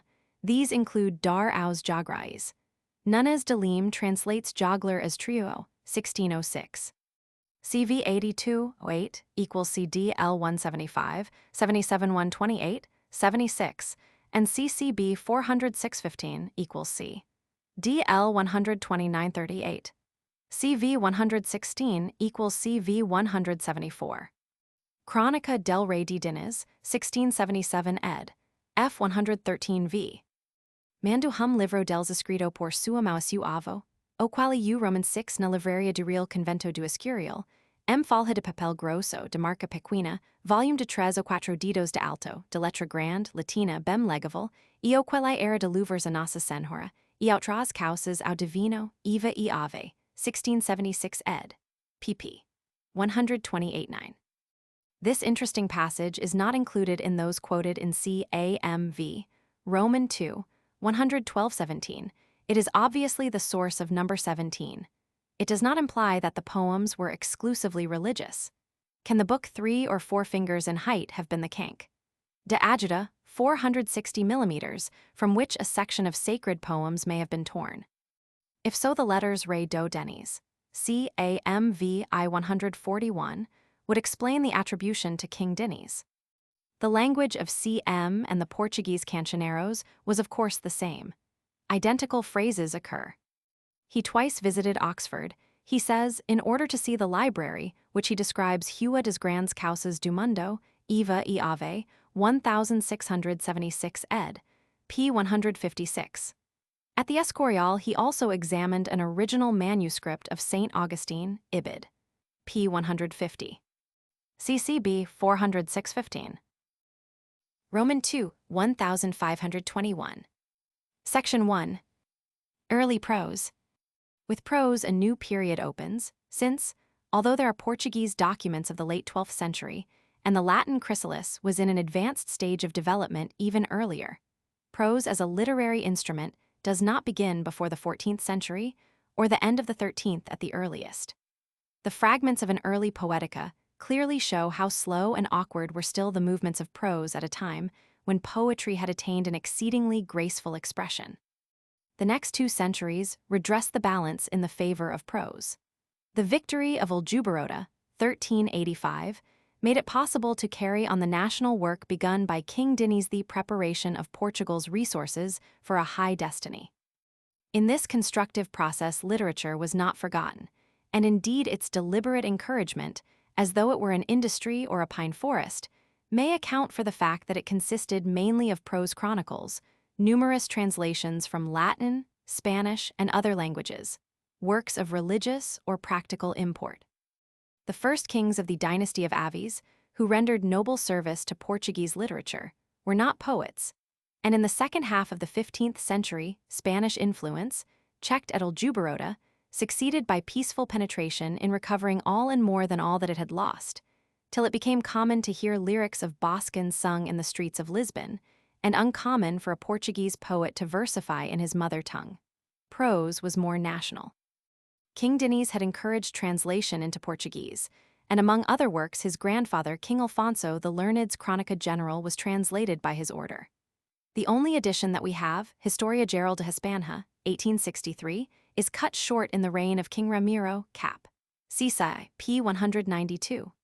The first O of the preface in the manuscript contains the king in purple robe and crown of gold, pen in hand, with a book before him. The style is primitive, often a succession of short sentences beginning with and. In the convent's brief lives of saints, portions of the Bible, prayers, and regulations were written in Portuguese. Thus we have 13th or 14th century fragments of the rules of Esbento, fragmentos de uma versão antiga de regrada Esbento, with its traces of a Latin original, e.g. os desprezents Dios equals contemnens Diem. The Actos dos Apostolos, written in the middle of the 15th century by Fray Bernardo de Alcobaça and Fray Nicolau Vieira, that is, copied by them from an older manuscript. The Eloquent Prayers, Libro de Horas, translated by another Alcobaça monk, Fray João Claro, 1520, the Historias Abreviadas do Testamento Velho, printed from a manuscript of the 14th century, or of the 13th retouched in the 14th. The translation is close. The style foreshadows that of the Lille Cancelero. The importance of these and other fragmentary versions of the Bible, in which there can rarely be a doubt as to the meaning of the words, is obvious. Extracts from the Vita de Eufrosina and the Vita de Maria Aegyptia, published in 1882 by Jules Cornu from the manuscripts formerly in the monastery of Alcobaça, now in the Torre do Tombo, show that they were written in vigorous if primitive prose, 14th c. Alenda dos Santos Barlam e Josaphat is perhaps a little later, end of the 14th or beginning of the 15th century. The Visão de Tundalo, of which the Latin original, Visio Tundali, was written by Fray Marcos not long after the date of the vision, 1140, exists in 2 Portuguese versions, probably both of the 15th century monastery of Alcobaça. The Vida de Santo Aleixo also exists in 2 codices belonging to the middle and beginning of the 15th century, and Dr. Esteves Pereira, who published the latter, considers that the variants point to an earlier manuscript of the beginning of the 14th or end of the 13th century. To about the same period, 14th-15th c, belong the Lenda de Santo Eloy, the Vida de Santo Amaro, the Vida de Santa Pelagia, and many similar short, devout treatises and legends which concern literature less than the development of the Portuguese language.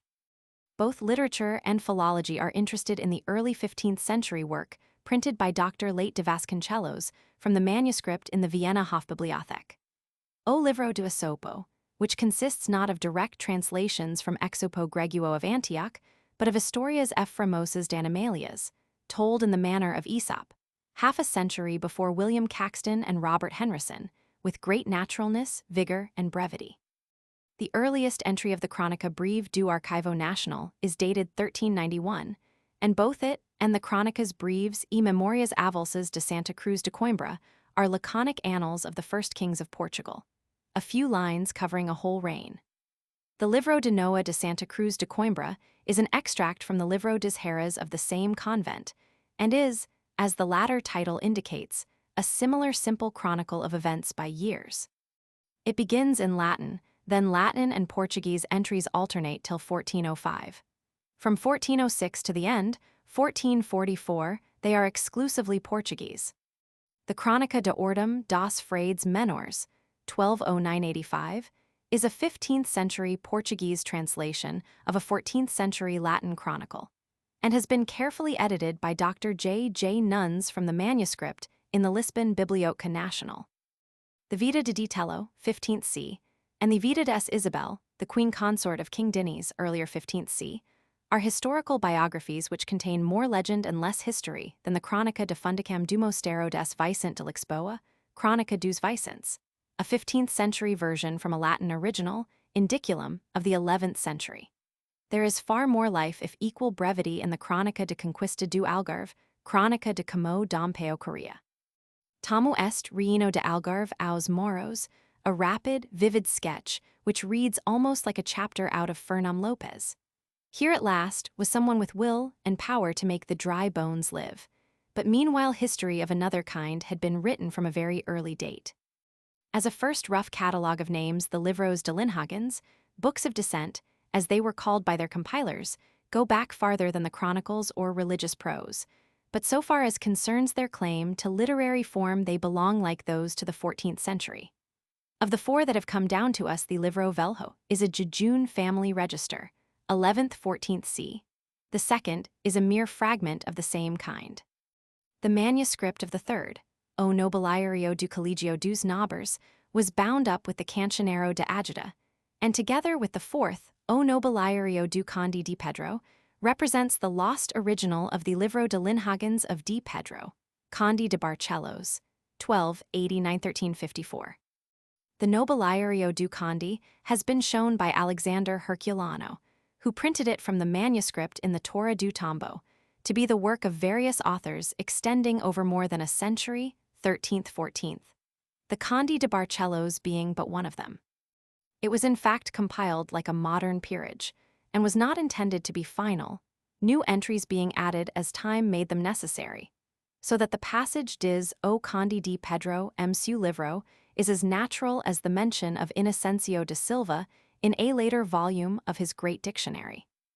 But it was this son of King Dinis who with infinite diligence searched for documents far and wide, had recourse to the writings of King Alfonso X and others, and spared no pains to give the work an historical as well as a genealogical character.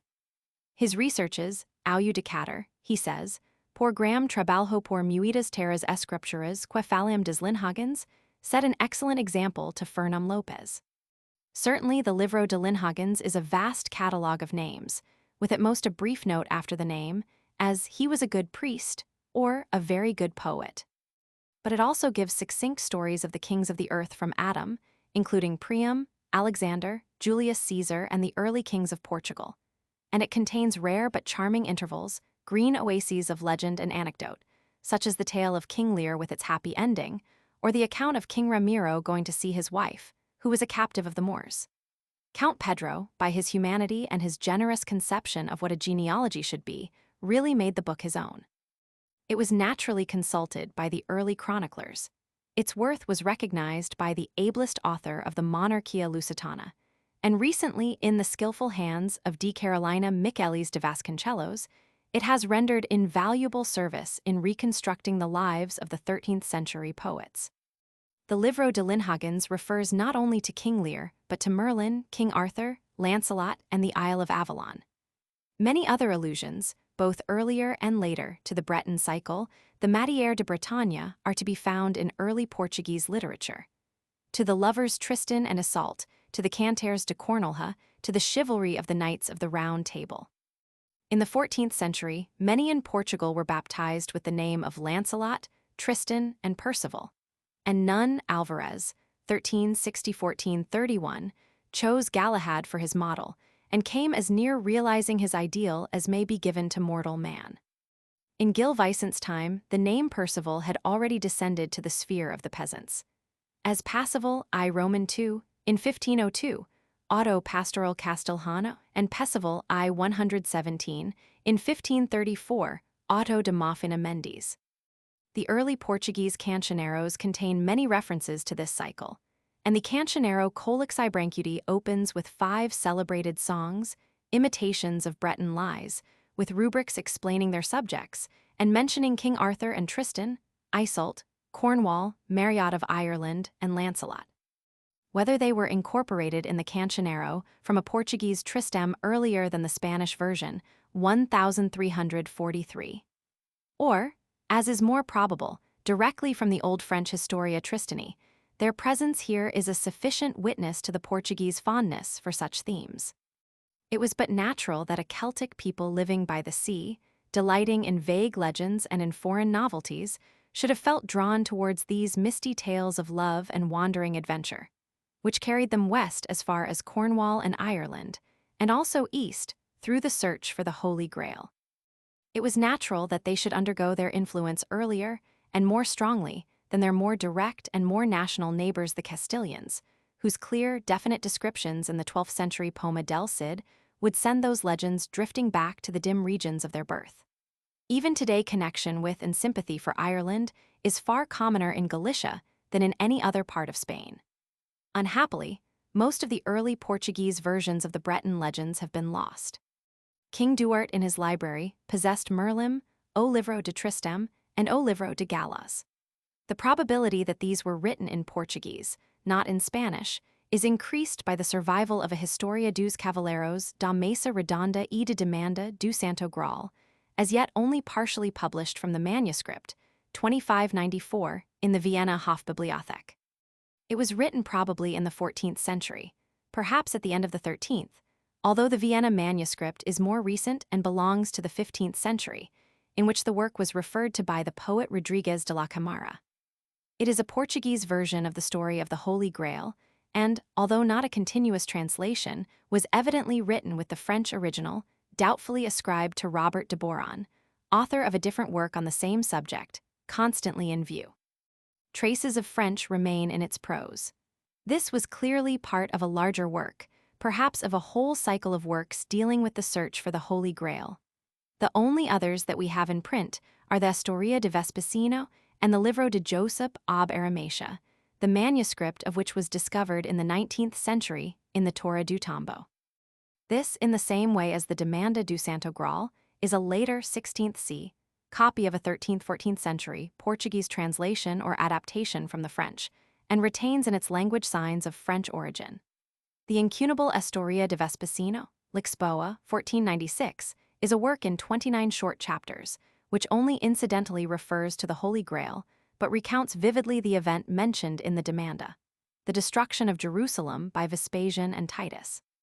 It was also known formerly as Destroicum de Jerusalem.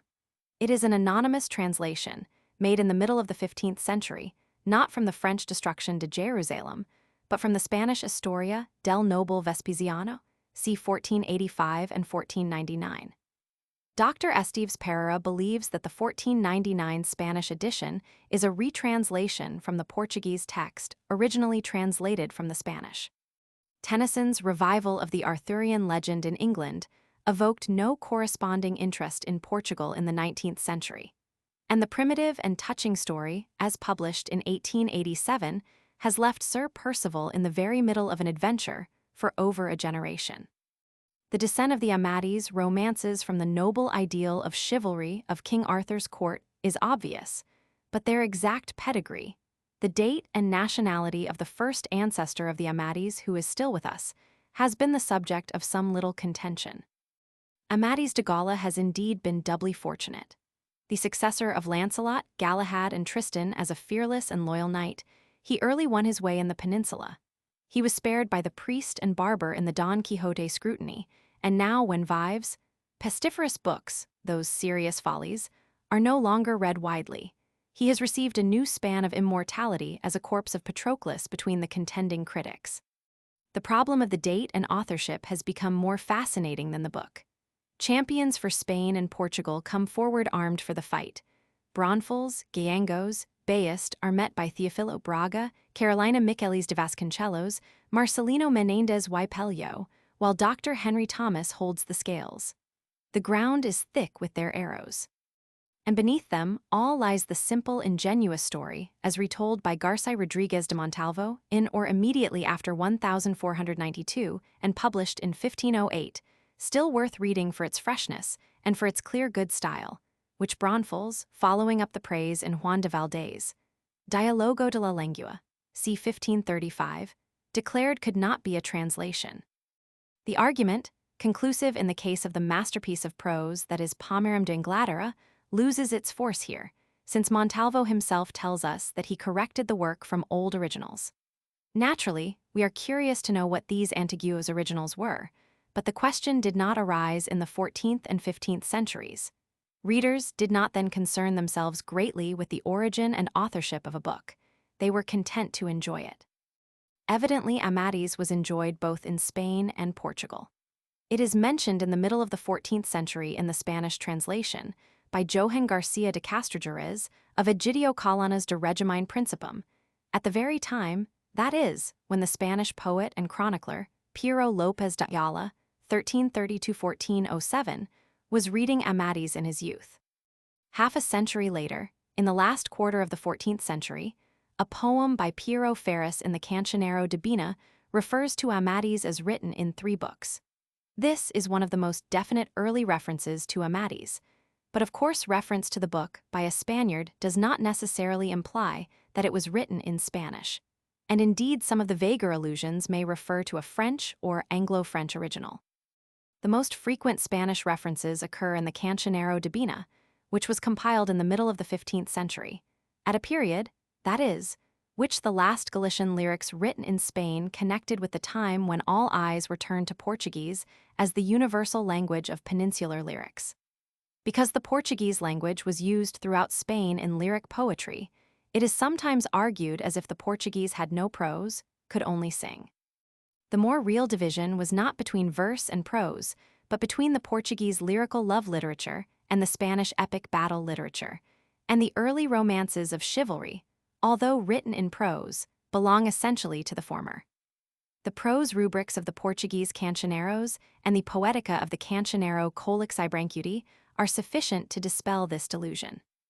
Whether this poetica be contemporary, 13th C of the lyrics, or later, 14th C, it offers a striking contrast between the clumsiness of its prose and the smooth perfection of the poetry for which it theorizes. Miguel Late Ferrera's statement, 1598, that Amadis is contemporary with the lyrics is therefore remarkable. He says that the archaic time of King Dinis, language of the 2 sonnets Bom Vasco de Lobira and Vinha Amor Pelo Campo, Trebelhando written by his father, Antonio Ferreira, 1528–69, is the same as that in which Vasco de Lobira wrote Amadis of Gaul. We know that King Dinis encouraged not only lyric poetry, but also translations into Portuguese prose, but all the early Portuguese prose works are assigned to the 14th, not the 13th century. One of the earliest, the Demanda do Santo Graal, the language of which bears a close relation to that of the Cancioneros, still belongs to the 14th century. Probably the later development of prose misled Late Ferreira into making 14th century prose contemporary with 13th century verse. The Infante whom he here on the strength of the passage in Montalvo's Amadis identifies with the son of King Dinis, not with the earlier Prince Afonso, c. 1265–1312, may as Infante have expressed dislike of a certain incident, the treatment of Briolania, in the already well-known story, and his preference would be borne in mind when the Portuguese version was written in his reign, 1325–57. If the first peninsular version of Amadis was composed in Portuguese in the middle of the 14th century, it may have been eagerly read as a novelty by Lopes de Ayala. In the 14th century, most Spaniards read, a few wrote Portuguese lyrics, and there seems to be no reason why we should rigorously confine them to the reading of verse to the exclusion of Portuguese prose. There is no means of deciding with certainty whether Lopes de Ayala and Ferris read Amadis in Spanish or in Portuguese, but there are inherent probabilities in favor of Portuguese. No one without a thesis to support would deny that, generally, the cycle of the Round Table, to which Amadis is so closely related, was more congenial to the Portuguese than to the Spanish temperament, that the geographical position of Portugal facilitated its introduction, and that, in the particular case of Amadis, the style and subject of the work, certainly of the first 3 books, are Portuguese rather than Spanish. Melancholy incidents, sentimental phrases and tears occur on nearly every page. Some critics even discern traces of Portuguese in the language. But if we admit that Amadis was written c. 1350, who was its author? It is noteworthy that while in Spanish it had been attributed to many persons, in Portugal tradition has persistently hovered round the name of Lobira.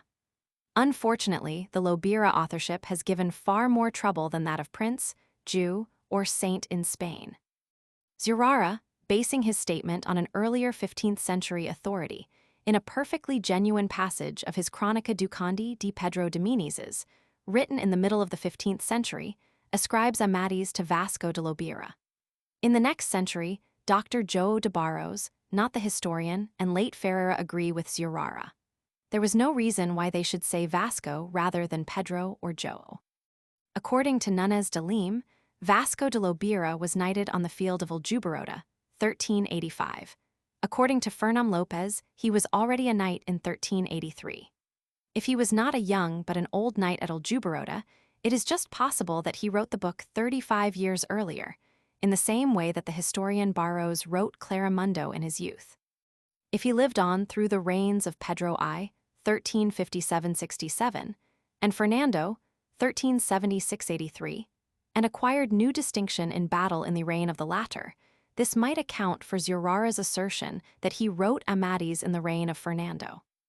But the chief obstacle to the authorship of Vasco is the existence in the Cancioneiro Colics Ibrancuti, nos 230 and 232a of a song by João de Lobira, Leonoretta, Fin Rosta, which reappears with slight variations in Montalvo's Amadis, Lib Roman 2 cap. Xi est Valancico. It would seem then that Joan, not Vasco, wrote Amadis. João de Lobira, or Joan Pires Lobira, flourished in the second half of the 13th century, and so we have Amadis dating not only from the reign of King Diniz, but from the first half of his reign. But does the existence of the poem entail that of a prose romance? The early mention of Tristan, e.g., by Alfonso X, does not necessarily imply the existence of a 13th century peninsular Tristan in prose. May we not accept the poem, written in the stirring meter, Dear to Men of Action, used by Alfonso X, cm 300, as merely a proof of the popularity of the story, fondness for an episode perhaps treated in greater detail in the Anglo-French original than in Montalvo's version? Certainly, it is in the highest degree improbable that a Spaniard, writing at the end of the 15th century, should extract a poem from the Portuguese cancioneiros and insert it in his prose. But the improbability disappears if in the middle of the 14th century, a Portuguese, Vasco de Lobira, perhaps drawn to the story by the poem of his ancestor, incorporated it in his romance.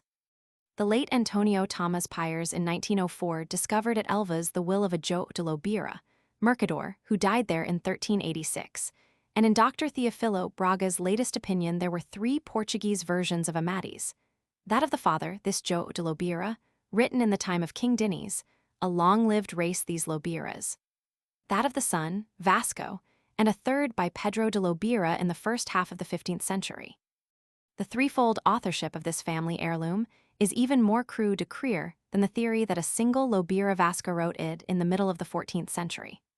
A certain note of disapproval of Amadis as fabulous, shared by Portuguese and Spanish writers, perhaps indicates a fairly late date.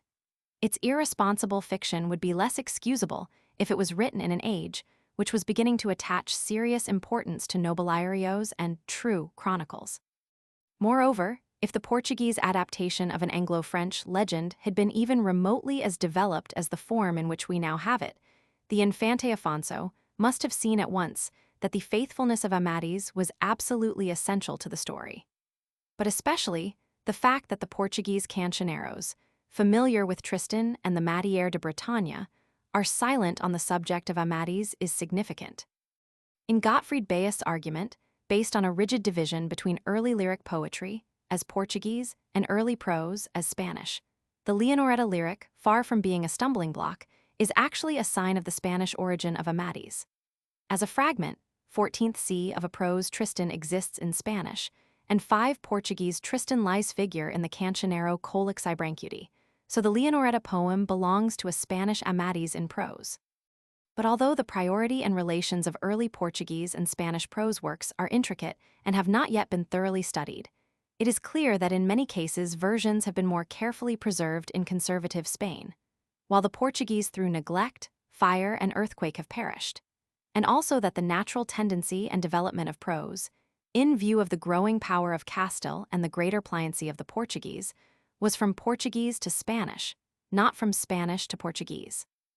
And in one instance at least we have an early Portuguese prose work of the first importance, the Demanda do Santo Graal, which with its Gallicisms can by no stretch of imagination be accounted a version from the Spanish. It is plainly legitimate to hold that the story of Amadis was first reduced to book form in the Peninsula in precisely the same way as was the story of Galahad, i.e., as a 14th century Portuguese adaptation with the French text in view.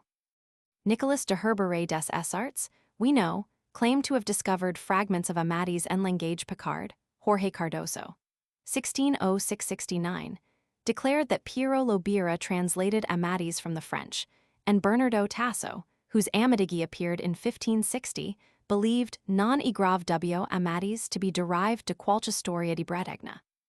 Nor would the Portuguese, for all their familiarity with the story and topography of the Breton cycle, be likely to compose original works dealing with Vindelisaura, Windsor, or Bristoia, Bristol. Unhappily, however deep may be our conviction, a conviction which stands in no need of antedating Hebrew versions of the 1508 Amadis, that the peninsular Amadis was originally Portuguese, it has now ceased to belong to Portuguese literature. Another instance, if we may beg the question, of the gravitation to Spain.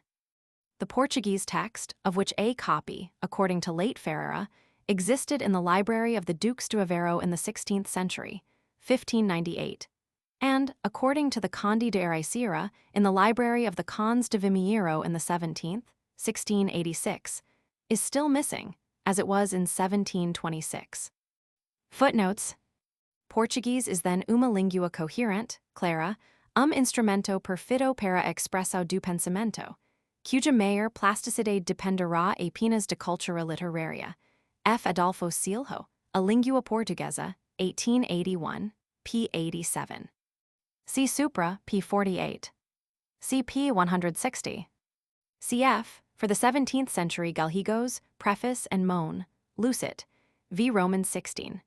3. Achandos nest reino paucos que escrevo versos e não seja na língua estrangeira de Castilla. E.g. e matu a grand serpent da lagoa de Lerne que adjacit cabegas. E perseguitas pias filhas defines que li aja odio e ocuria desherdar. E foi cojasen oqueadus o veloso dourado da ilha de Calcos. E destruiu Troia, and c. Cf. Por est exemplo est dauter nos mostra, or est poeta nos da ensinamento, and see the Fables of Aesop were translated into Portuguese prose by Manuel Mendes, a schoolmaster at Lagos, Algarve, vita e fabulas do ensino fabulator grego Aesopo. Evora, 1603. E.g. of an earthquake. Era de 1418 dias do mês de junho, tremio a terra ao serão mai regiment e foi por espaco, que desceram o pater tres vezes. The Chronica Troiana, edited in 1900 by the Spanish scholar and patient investigator D. Andrés Martínez Salazar, is a 14th century Galician version of Benoit de Saint-Maur's Roman de Troyes. The name nobiliario is one of the erudite words which in the 16th century here as in so many other cases, ousted the indigenous. Its object was por saberum os homens fidalgos de Portugal de qual linhagem, vem e de quas caudos, honras, mosteros e igrejas som naturis. His successful wile is similar to the stratagem in Macbeth. Epochs a knave entru pella faz cabrioe de panos verdes, tal gissa que cudesum que iram ramos, ca intans odoro era cuberto de hua part, e de outra darvors. A escritura de mayor utilidade quatimos emispanha, Fray Francisco Brandão, Mon, Lus, v. Roman 17. 5. I.e. the copy printed in Portug, Mon Hist, from the only existing manuscript, equals the copy by Gaspar Alvarez de Lausada Machado, 1550–1634, in the Lisbon Torre do Tombo. The Songs of Cornwall are mentioned in CV 1007, cf. 1140. C.C. Michelis de Vasconcelos, Cancionero de Ajuda, Roman 2, 479–525. They are called lies lakes, CCB 7, 8. En la Grande Demanda de Santo Grial C. Lee. Graal is still a common Portuguese word, equals almafares, a mortar. Rupert de Borum is mentioned, 1887 ed., p. 44. Not to speak of certas, onta, feber fable, a vosso scient which may be found in other Portuguese works of the 15th century, San p. 136 ad fin. Apparently equals fr. Sn. Cf. Así como o canto ayaduasado, 1887 ed., p. 7. 1905 ed., p. 95. 1887 ed., p. 43, Despoiuspesium os ixerdu e os destruyo. 1905 ed., pp. 17, 23, 106. De Institution Christiani Femini BK, I cap. 5. Tumet de pestiferis libris cuius modi sunt in Hispania, Amadisius, Splandianus, Florisandus, Turantis, Tristanus, quarum inepturum nullus est finis. Quodity produnt novi. Caelestina lina nequiscirum parens carcera morum. In Gallia Lancellatus a Lacu, Paris et Vienna, Ponthus et Sidonia, Petrus provincialis et Magelona Melusina, domina inexorabilis. In hac Belgica Florius et Albus Flos, Leonella et Cana Moris, Curias et Florida, Pyramus et Thisbe, Ionis Ludovis I Vivis Valentini Opera Omnia, 7 vols. Valenci Editanorum, 1782–8, Roman 4. 87. A Portuguese Tristan may have existed. A Portuguese original of Turrent Low Blanche less probably, although Pedro Juan Martorell, who began it in the Valencian or Lemecin, a Roman 2 de Giner Delaney 1460, declares that he had not only translated it from English into Portuguese, but mas encara from Portuguese into Valencian.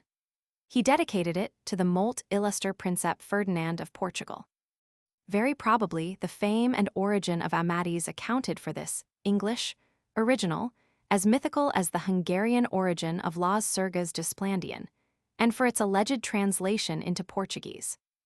Braunfels Versuch, Montalvo hat, einer Übersetzung den Ruhm des Mustergiltigen Styles, des Reinsten Castellanisch zu verschaffen, ein Geist ersten Rangs sein müssen, was nicht war. Montalvo was probably not the real author even of the 4th book. The words in this prologo of his Amadis, Que hesta aqui no is memoria de ninguno ser visto, refer not to the 4th book but to Montalvo's Surgas de Splandian, which is conveniently replaced by dots in T. Braga, Questos, 1881, p. 99 and Hist. Delit. Port. I 1909, p. 313, and which the priest in Don Quixote properly consigned to the flames. His connection with Portugal was not voluntary. It was probably when he was a prisoner after the Battle of Aljubarrota, 1385, that he wrote the Ramado de Palacio, in which Saint 162 Amadis is mentioned. For the later writers of Galician, second half 14th C, see Professor Lang's Cancionero Gallego Castellano, 1902. Lua, glove, cedo, and c, of course, occur in early Spanish prose. Soledad certainly occurs in the first 3 books more frequently than in other Spanish prose.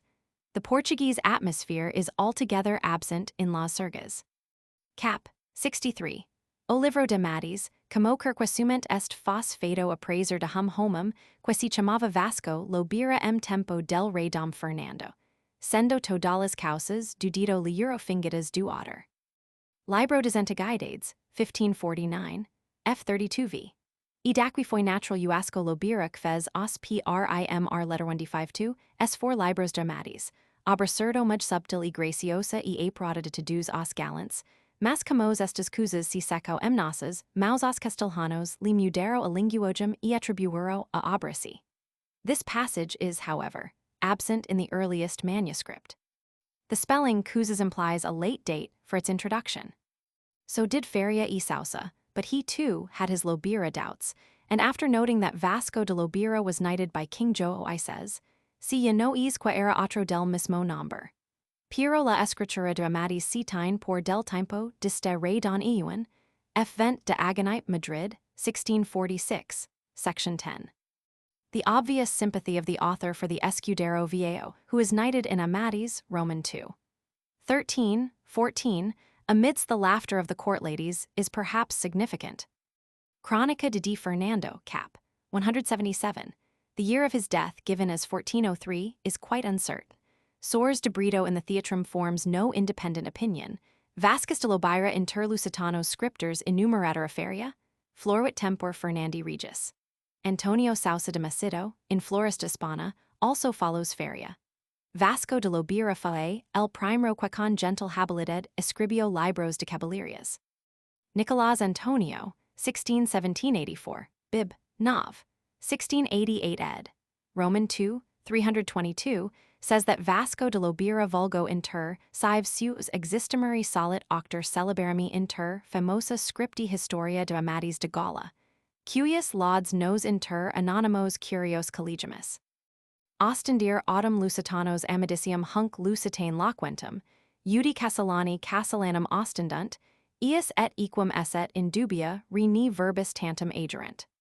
The challenge in the last sentence is of interest, as coming in date between the two statements, by late Ferreira and the Conde de Riceira, asserting the existence of the Portuguese text.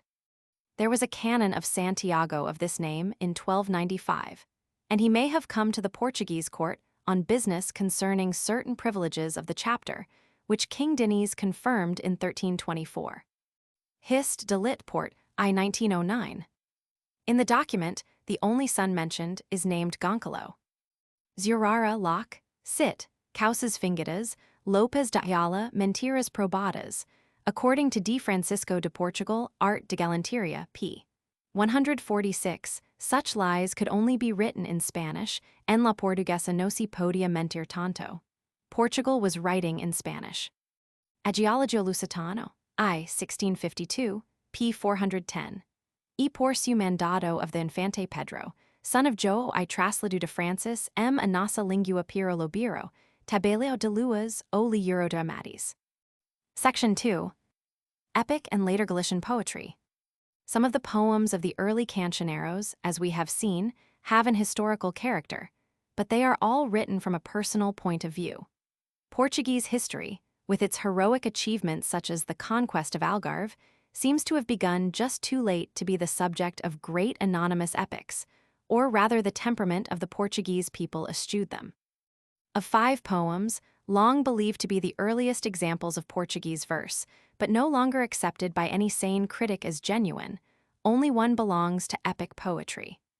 This Poema da Cava, or de Perda de Espanha, was an infant prodigy indeed, since it was supposed to have been written in oitavas in the 8th century. With a discretion passing that of Horace, it kept itself from the world not for 9 but 900 years, and was first published in Leitão de Andrada's Miscellanea, 1629. O Rauco de Cava Imprio de Tal Sanha, and c. Of the 4 other spurious poems, 2 were alleged to be love letters of Egas Manis Silho, a cousin of the celebrated Egas Manis Silho of the 12th century. Another, published by Bernardo de Brito, Tinharabos Nam Tinharabos, has a real charm as gibberish. Fascination, of a different kind, attaches also to the 5th. No figural figurito, no figural entre tres ninas encontrera, tres ninas encontre.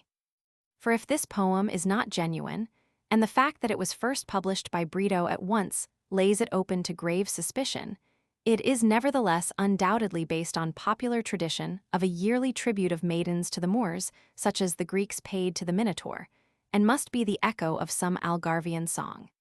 Its simple repetitions have a haunting rhythm, but they are perhaps a little too emphatic. The impression is that its author had been struck by the repetitions in songs heard on the lips of the people, perhaps crooned to him in his infancy, cf. Miscellanea, p. 25. Sendo eu muito menino, and work them up in this poem. One early epic poem Portugal undoubtedly possessed, the Poema de Batalha do Salado, by Afonso Giraldes, who himself probably took part in the battle, 1340. The subject of the poem is the same as that of the Spanish Poema de Alfonso Ancino, but whether its treatment was similar we cannot say, as only 40 lines of the Galician Portuguese poem survive. Since the authorship of the Spanish poem is doubtful and its rhymes run more naturally in Galician than in Spanish, the theory has arisen, among others, that Rodrigo Yanez, whose name perhaps denotes a connection with Galicia, merely translated the poem of Afonso Giraldes. But against this, it is argued that Yanez or Inez was a Galician or wrote Galician lyrics. There are several poets of that name in the Cancionero de Vaticana, and when called upon to compose an epic for Spain, a late epic chose Castilian, the traditional language of such poetry, and in executing his design, found that his enthusiasm had outrun his knowledge of Castilian.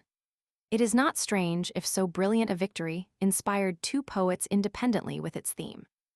It is perhaps more extraordinary that both should have chosen a meter 8+8, which has called for remark as showing the romance through the cantor de gesta. Fray Antonio Brandão, indeed, called the Portuguese poem a romance, a type of poem which did not exist in the 14th century. Since the battle was fought in Spain, it would be considered in Brandão's day a proper subject for a romance, but would be noticeable as being written in Galician. Castilian was throughout the peninsula regarded as the fitting medium for the romance. As for its father, the epic, just as, a century earlier, Galician was the universal language of the lyric. Portuguese poets, if they wrote a romance, would usually do so in Spanish. The best-known instance is Gil Vicent's fine poem, Mi Sentido y Galán, as the 1720 editor says, of D. Duardo's e Florida, which only belongs to Portuguese literature through the excellent translation of the Cavaleiro de Oliveira, among whose papers Garrett professed to have found it. Portugal possessed no epic cantares de gesta of her own, had not therefore the stuff out of which the romances were formed, and the birth of the romance coincided with the predominance of Spanish influence in Spain. It is therefore surprising to find in Portugal a large number of romances unconnected with Spain, the explanation being that, having accepted with characteristic enthusiasm the new thing imported from abroad, the Portuguese turned to congenial themes of love, religion, and adventure. Had the romances been elaborated in the same way as in Spain, we might have expected a large number of anonymous Portuguese romances dealing with the Breton cycle, and indeed with early Portuguese history, so rich in heroic incidents. The fact that this is not the case, and the number of romances collected in Trás-os-Montes alike point to their Spanish origin, while their frequency in the Azores denotes how popular they became later in Portugal. In the 16th century, their Spanish character was recognized. The poor escudero in Eufrosina is bidden go to Spain to gloss romances, and in the 17th century, as a passage in Mello's Fidalgo Aprendiz well shows, they were better liked if written in Spanish. The partiality for Spanish applied to poetry of other kinds, and Manuel de Gallegos says, 1635, that it is a bold venture to publish poetry in Portuguese, but it did not as a rule extend to popular poetry. It is therefore noteworthy that the nurse in Gil Vicent sings romances in Spanish. Dr. Theofilo Braga, who considers Spanish influence on the romances in Portugal to have been late and insignificant, is obliged, in order to support his argument, to quote not Portuguese but Spanish romances. Nor is it a happy contention that Portuguese romances were not printed owing to desleixo, since the publication of Spanish romances at Lisbon cannot be attributed merely to a craze for things foreign. More persuasive is the theory, developed by D. Carolina Michaelis de Vasconcelos, that many romances in Spanish were the work of Portuguese poets, especially those related to the Breton cycle, such as Ferido está Don Tristan, those concerned with the sea, and those of a soft lyrical character, as Font Frida and La Bella Malmeradata. However that may be, the fact that romances appear on the lips of the people in Gil Vicente, that is, before the publication of the Romanceros, indicates how rapidly their popularity spread and accounts for their numerous progeny in Portugal, collected in the 19th century. True historical romances the Portuguese did not possess, unless we are to consider that certain lines which occur in Vicente's parody of Yo me estaba a la en Coimbra, in Garcia de Rezen's Trovas, and elsewhere, are echoes of a Portuguese romance on the death of Iniacutes de Castro. But that is not to say that they did not possess romances, and many of these might be almost as old as their Spanish models, although not derived directly from Cantares de Gesta. These Portuguese romances, or zacaras, in the Azores, Asturias, and Aravias, often differ from the Spanish in a certain vagueness of outline and sentimental tone. They are frequently of considerable length. Many of them are undoubtedly of popular origin and have a large number of variants in different parts of the country. If there are none to compare with Font Frida or Conde Arnaldo's, which belong to Castilian literature, whatever the nationality of their authors, they nevertheless, with a total lack of concentration, present many natural scenes and incidents of affecting pathos and an attractive simplicity. One of the best and most characteristically Portuguese is a Now Catharina, and others almost equally famous are Santa Iria, Conde Nilo, and Brancafleur e Flores.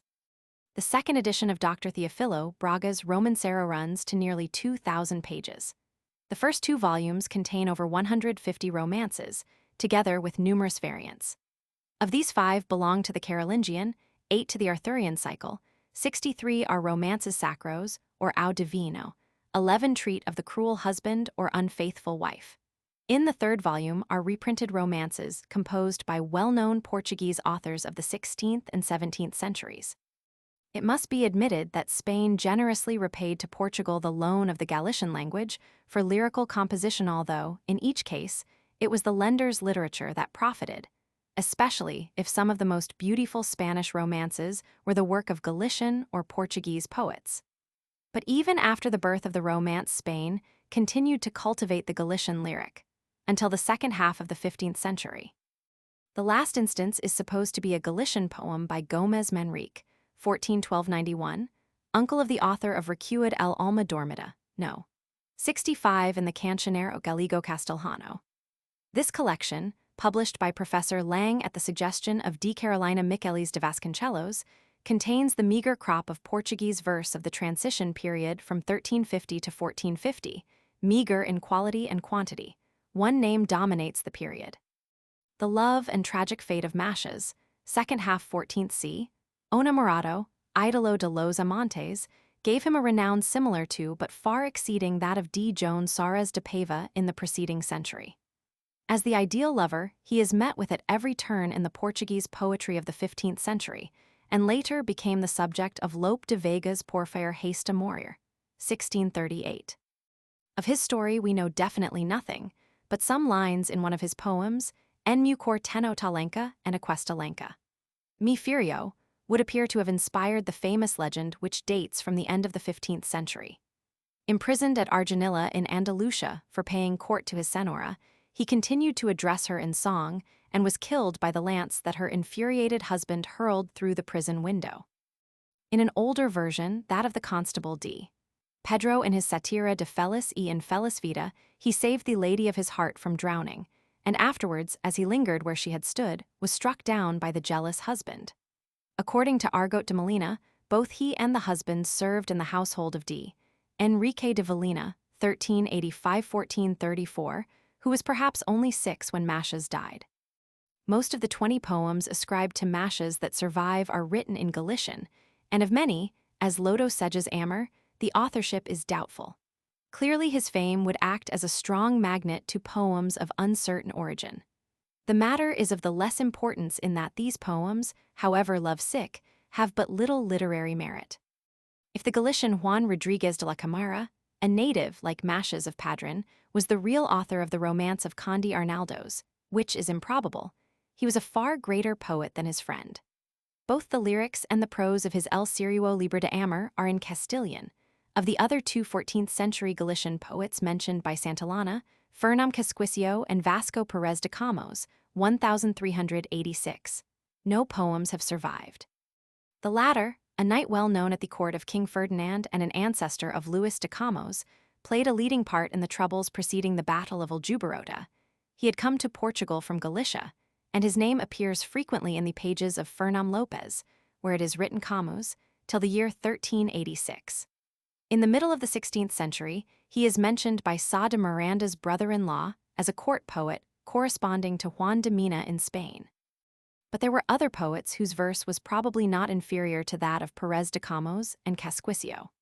Besides Mashes, the Cancionero Gallego-Castellano contains the names of 16 writers whose poems may not attain high distinction, but prove that the Galician lyric continued to be cultivated by poets in the 14th and first half of the 15th century in Castile and Leon, Aragon, and Catalonia.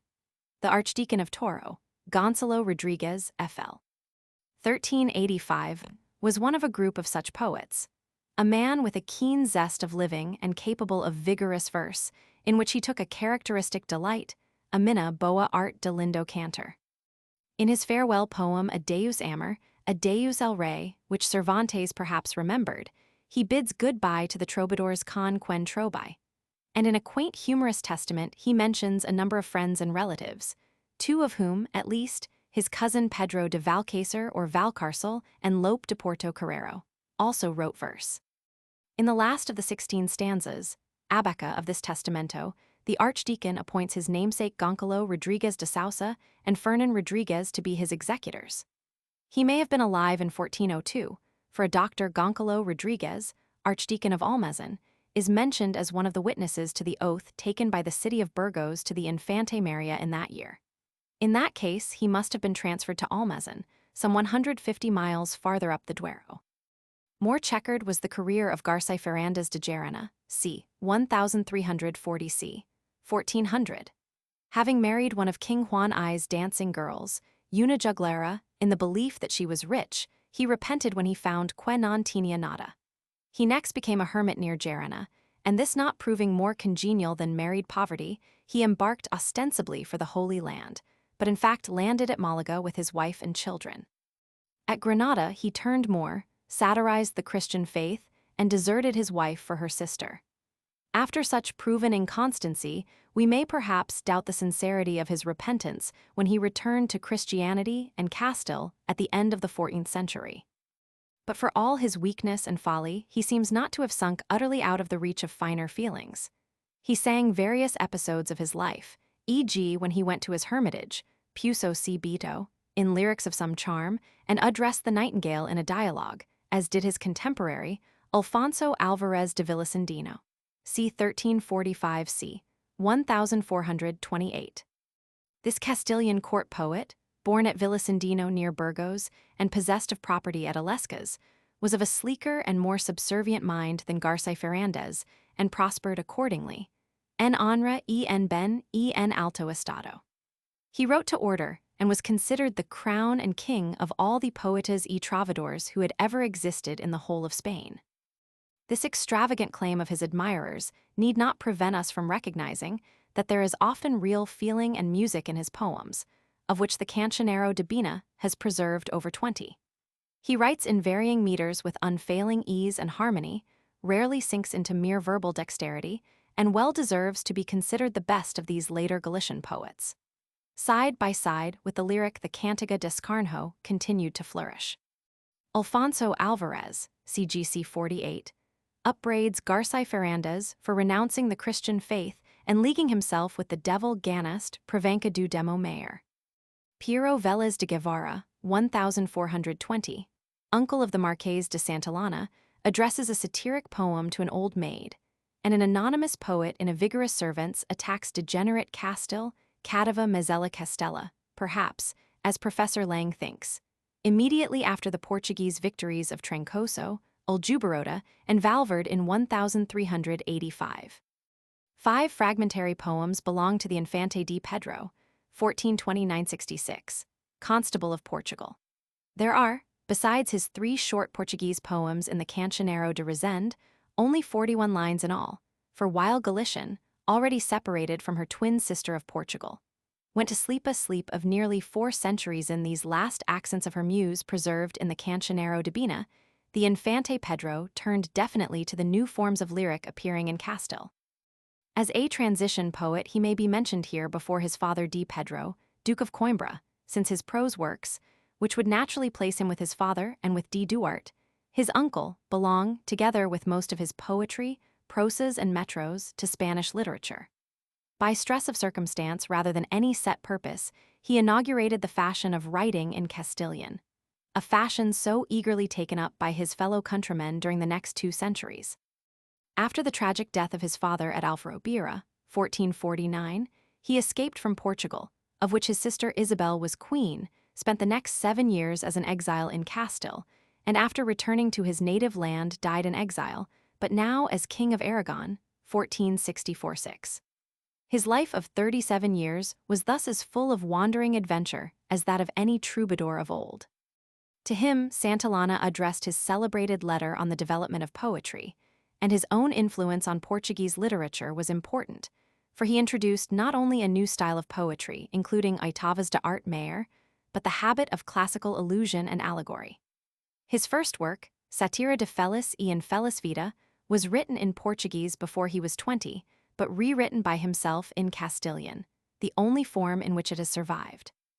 This first fruit of his studies was dedicated to his sister, Queen Isabel, whose death, 1455, he mourned in his Tragedia de la Insine Reina Dona Isabel, 1457, a work of deep feeling and some literary merit, first published by D. Carolina Michelis de Vasconcelos 444 years after Queen Isabel's death. His longest and most important poem, in 125 octaves, Coplas del Menosprecio y Contempto de las Cosas Fermosas del Mundo, 1455, reflects the misfortunes of his life and the high philosophy they had brought him. Under a false attribution to his father, the Duke of Coimbra, his Portuguese poems were also wrongly ascribed to King Peter I of Portugal. Through confusion with the later King Peter of Aragon, it was incorporated in the Cancionero de Resende, which appeared half a century after the constable's death. Footnotes: 1867 ed., p. 333. Ibid. pp. 347. Chronica de Sister, B.K., Roman 6 cap. 1, 1602 ed., f. 372. It has been several times reprinted. Cf. J. F. Barreto Ortographia, 1671, p. 23, Bellarmine Die Alten Liederbücher, p. 5, Grundrisse, p. 163. Monarchia Lusitana, 1609 ed., Roman 2, 296, also in Miscellanea 1867 ed., pp. 25-6, Bellarmine pp. 3-4. See Grundrisse, p. 205. D. Ramon Menendez Pidal supports the suggestion of Leonese authorship, Revista de Filologia Espanola, II 1914, pp. 92. C. J. Fitzmaurice Skelly, Literatura Espagnole 1913 ed., p. 64. Cf. Rodriguez Lobo, Primavera 1722 ed., p. 369. Tinhau os nossos guardadores por muito dificultoso fazeremos uma língua portuguesa, porque tem por menos engracada para os romances. Sousa de Macedo says that romance he poja propria de Hispania, but Hispania here means Spain and Portugal, and he instances Góngora and Rodriguez Lobo, Eva e Ave, 1676 ed., p. 130. See Infra, p. 258. Obras 1834 ed., Roman 2, 27. Hist. de Lit. Port, Roman 2, 1914, pp. 267-87. Ibid. pp. 285. Estudos sobre o Romancero Peninsular. Romances Velhos de Portugal, Madrid, 1907-9. Lucina, Vida, B.K., Roman 3 cap. 3 speaks of romances velhos emqueles como nos, por ser o ordinario cantor de gente, guardam o sucesso das memorias e causas antigas. The expression romance velho in the 16th century may mean a romance that has gone out of fashion. Cf. Vicent os Almacreves, Hi os de todos grossar ainda que sejam velhos. Antigo may similarly mean antiquated rather than ancient. Barros, Grammatica, 1785 ed., p. 163, mentions Rimences Antigas. D. Carolina Michelis de Vasconcelos considers that the romances came from Spain to Portugal at the latest in the third quarter and perhaps in the first half of the 15th century. Si estudos saber o ram penins. The lines are Polos Campos, do Mondigo Cavaleiros Roman 6 Sommer. In later Portuguese, his name was often written Mancias, so Mores transforms Emil de Macy's name into Mancy. Nobles ad Andalvsia, 1588, Roman 2, f. 272 v. This and two other Masha's poems, Aique Malac Ensalado and Crueldad y Tracamento, are in CGC Nos. 33, 38, 41, ascribed to Alfonso Alvarez de Villasandino. The Cancionero de Bina contains poems addressed to Vasco Lopes de Camões, Un Cavaleiro de Galicia, and an answering poem by him. For the name of this hitherto anonymous poet, see the Modern Language Review, July 1917, pp. 357-8. Gil González de Villa, Historia de la Vida y Hechos del Rey Don Henrique III, and C. Madrid, 1638, p. 173. The name was a common one. The Spanish translator of Piero Menino's Libro de Cetreria, Goncalo Rodriguez de Escobar, may have been a relation. There was also a 14th-century poet called Ruiz de Toro. Another sister, D. Philippa de Lancaster, 1430–797, lived in retirement in the convent of Odivelas near Lisbon, and as a dedicatory poem to her translation of the Gospels wrote the simple, impressive lines beginning, Non vos servo, non vos amo, mas decido vos amer. Cf. Ribeiro dos Santos, Obras Ms., Volume Roman 19, f. 205. Afrenta to dos os poetas deste século aparece como hum dies da poesia o infante de Pedro, filho do SNR. Rey de Jo I. In reality, he was not gifted with greater poetical talent than his brothers. Section 3. The chroniclers. The father of Portuguese history, Fernão Lopes, c. 1380 c. 1460, had grown up with the generation that succeeded Aljubarrota, and from his earliest years imbibed the national enthusiasm of the time. He had himself seen Nun Alvarez as a young man and the heroes who had fought in 100 fights to free their country from a foreign yoke, and he had listened to many a tale of Lisbon's sufferings during the Great Siege. Since 1418, at latest, he was employed in the Lisbon Torre do Tombo, the state archives, for in that year he was appointed keeper of the documents escrituras there. 16 years later, King Duarte, who as prince encouraged him to collect materials for the work, entrusted him with the task of writing the chronicles of the kings of Portugal, Poer M. Caranicas as Historias dos Reis, and at the same time, March 19, 1434, assigned him a salary of 14,000 reis. His work at the Torre do Tombo covered a period of over 30 years. He won and kept the confidence of 3 kings, was secretary to Jo I. Escrivão dos Livros, and to the Infante Fernando, Escrivão da Puridade, whose will exists in Lopes' handwriting. His son Martinho accompanied the Infante to Africa as doctor, and died, 1443, in prison soon after the prince. The last document signed by Lopes as official is dated 1451. In July 1452, he seems to have resigned his position at least temporarily, and on June 6, 1454, he was definitely superseded by Zurara as being so old and weak that he cannot well fulfill the duties of his post. That he lived for at least 5 years more we know from the existence of a document, July 3, 1459, referring to the pretensions of an illegitimate son of Martinho, which Fernão Lopes rejected. Of the chronicles of the first 10 kings of Portugal written by Lopes, only 3 survive. The Crónica del Rei Dom João de Boa Memória, Crónica del Rei Dom Fernando, and Crónica del Rei Dom Pedro. The latter is but a brief sketch, and lacks the unity which the subject matter gives to the other 2. His chronicles of the 7 earlier kings disappeared in the revised versions of subsequent historians. Although they no doubt incorporated large slices of his work with little alteration, the freshness and the style are gone, the good oak hidden beneath coats of paint. It was a proceeding the more deplorable in that Lopes had been at great pains to discover and record the truth, the naked truth. His successor Zurara represents him as a notable person, a man of some learning and great authority. He traveled through the whole of Portugal to collect information and spent much time in visiting churches and convents in search of papers and inscriptions, while King Duarte had documents brought from Spain for his use. Whatever sources he utilized, Latin, Spanish, or Portuguese, he stamped his work with his own individuality. He himself frequently refers to previous historians and often expresses his disapproval of their methods. He seems to have drawn largely from a Latin work of a certain Dr. Christophorus. Keenly alive to the dignity and responsibilities of history, he was anxious that his work should be well-ordered and philosophical. He has been called the Portuguese Froissart, but he combines with Froissart's picturesqueness moral philosophy, enthusiasm, and high principles, is in fact a Froissart with something of Montaigne added, and easily excels Giovanni Villani or Piero Lopez de Ayala.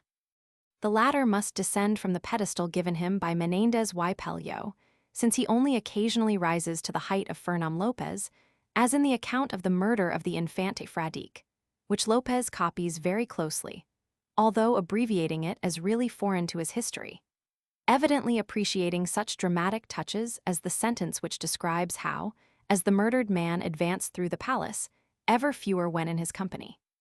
By the side of the laborious prose and precocious wisdom of King Duarte, this child of genius seems to give free rein to his pen. But it is his greatness and his title to rank above all contemporary chroniclers, not only of Portugal but of Europe, that he could combine this spontaneity with the scruples of an accurate historian, and be at once careful and impetuous, or, as Goes calls him, copious and discreet. He assigns speeches of considerable length to the principal actors, but they contain not mere rhetoric but arguments such as might well have been used, and the frequent shorter sayings of humbler persons, often anonymous and as illuminating as graffiti, have the stamp of truth and bring the scenes most clearly before us. Indeed, every sentence is living.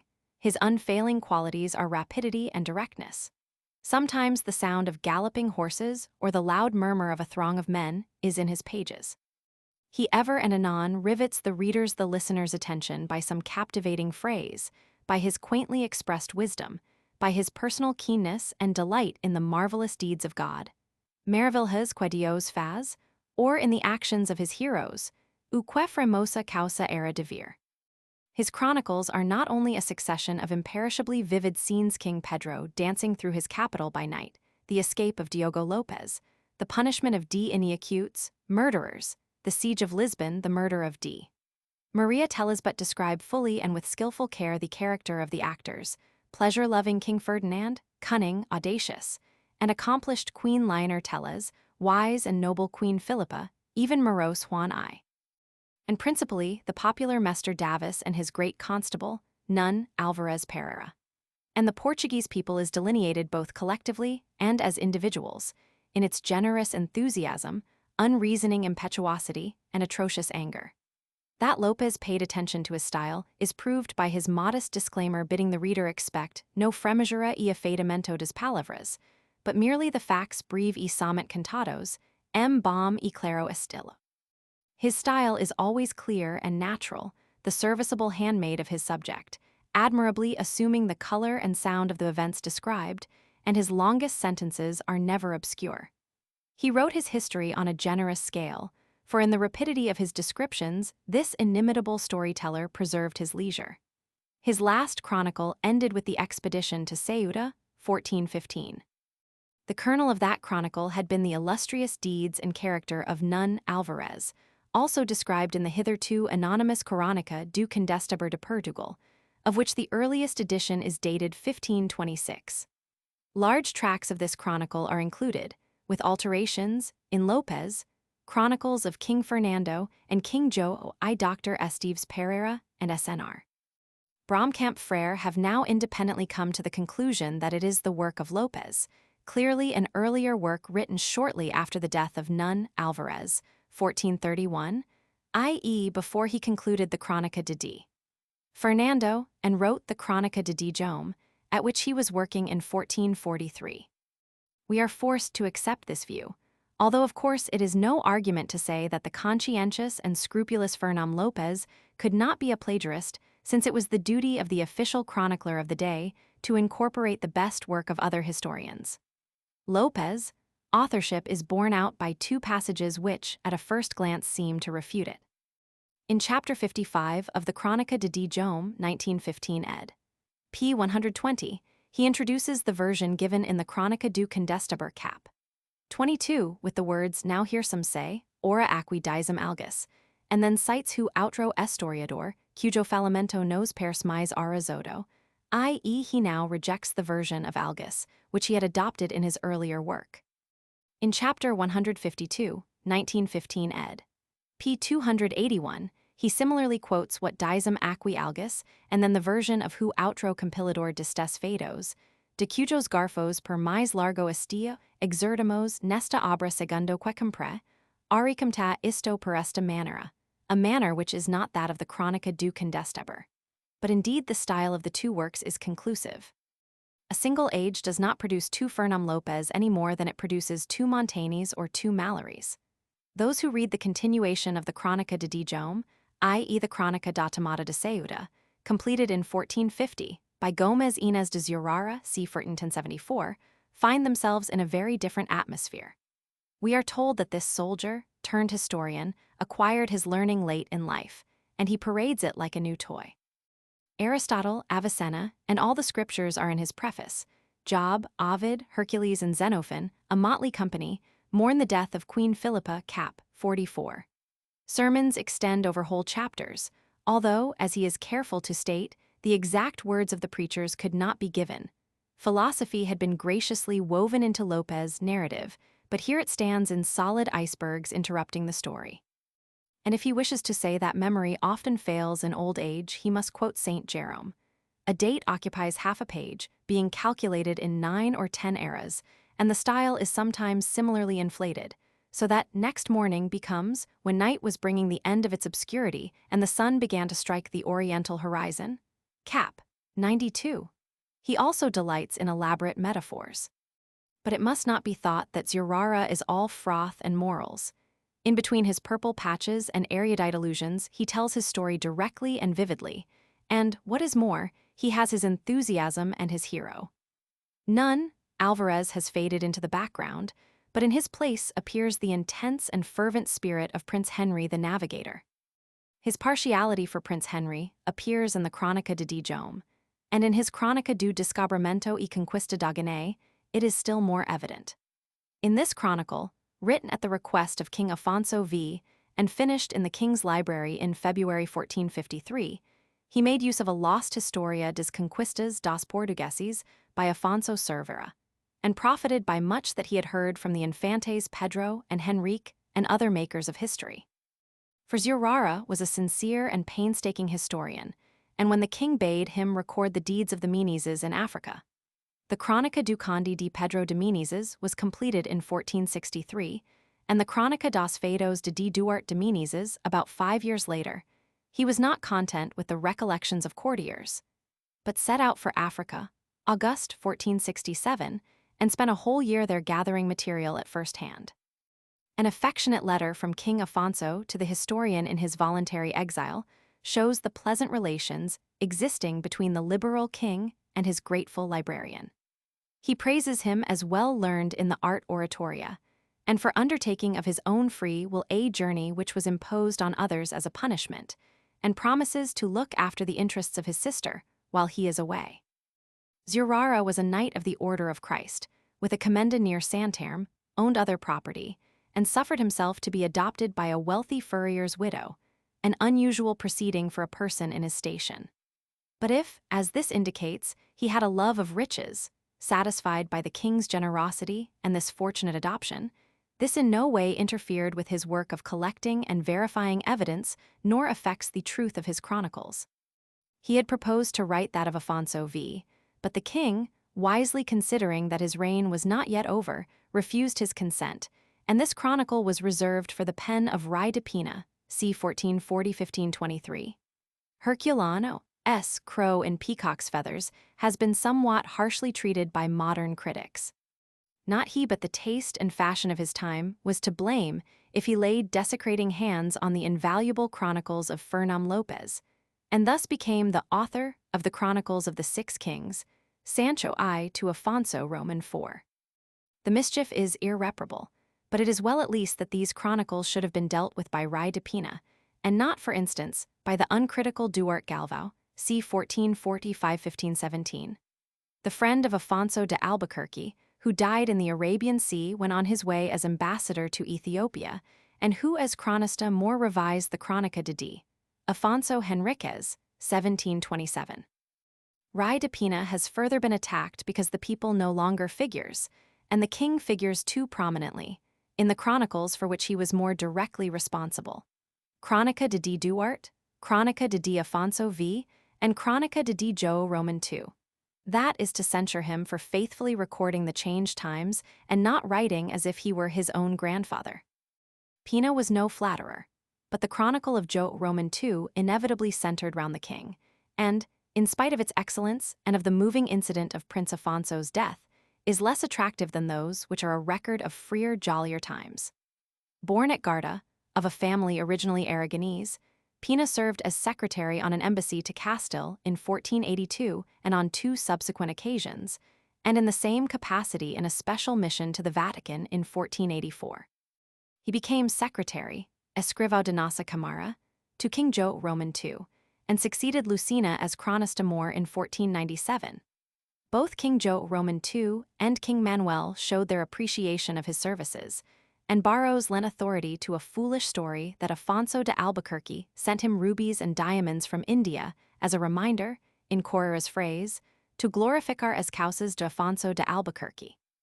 Rai de Pina in his chronicles of King Duarte and Afonso used material collected by Fernão Lopes and Zurara, and he in turn left material for the reign of King Manuel, of which de Meo de Goes availed himself, while his Crónica de D. João Roman II was laid under contribution by Garcia de Rezende. It may be doubted whether the Crónica de D. Afonso V contains much that is not Rai de Pina's own. It was poetical justice that the interest of the story should be transferred from the Infant Henrique to the Infante Pedro.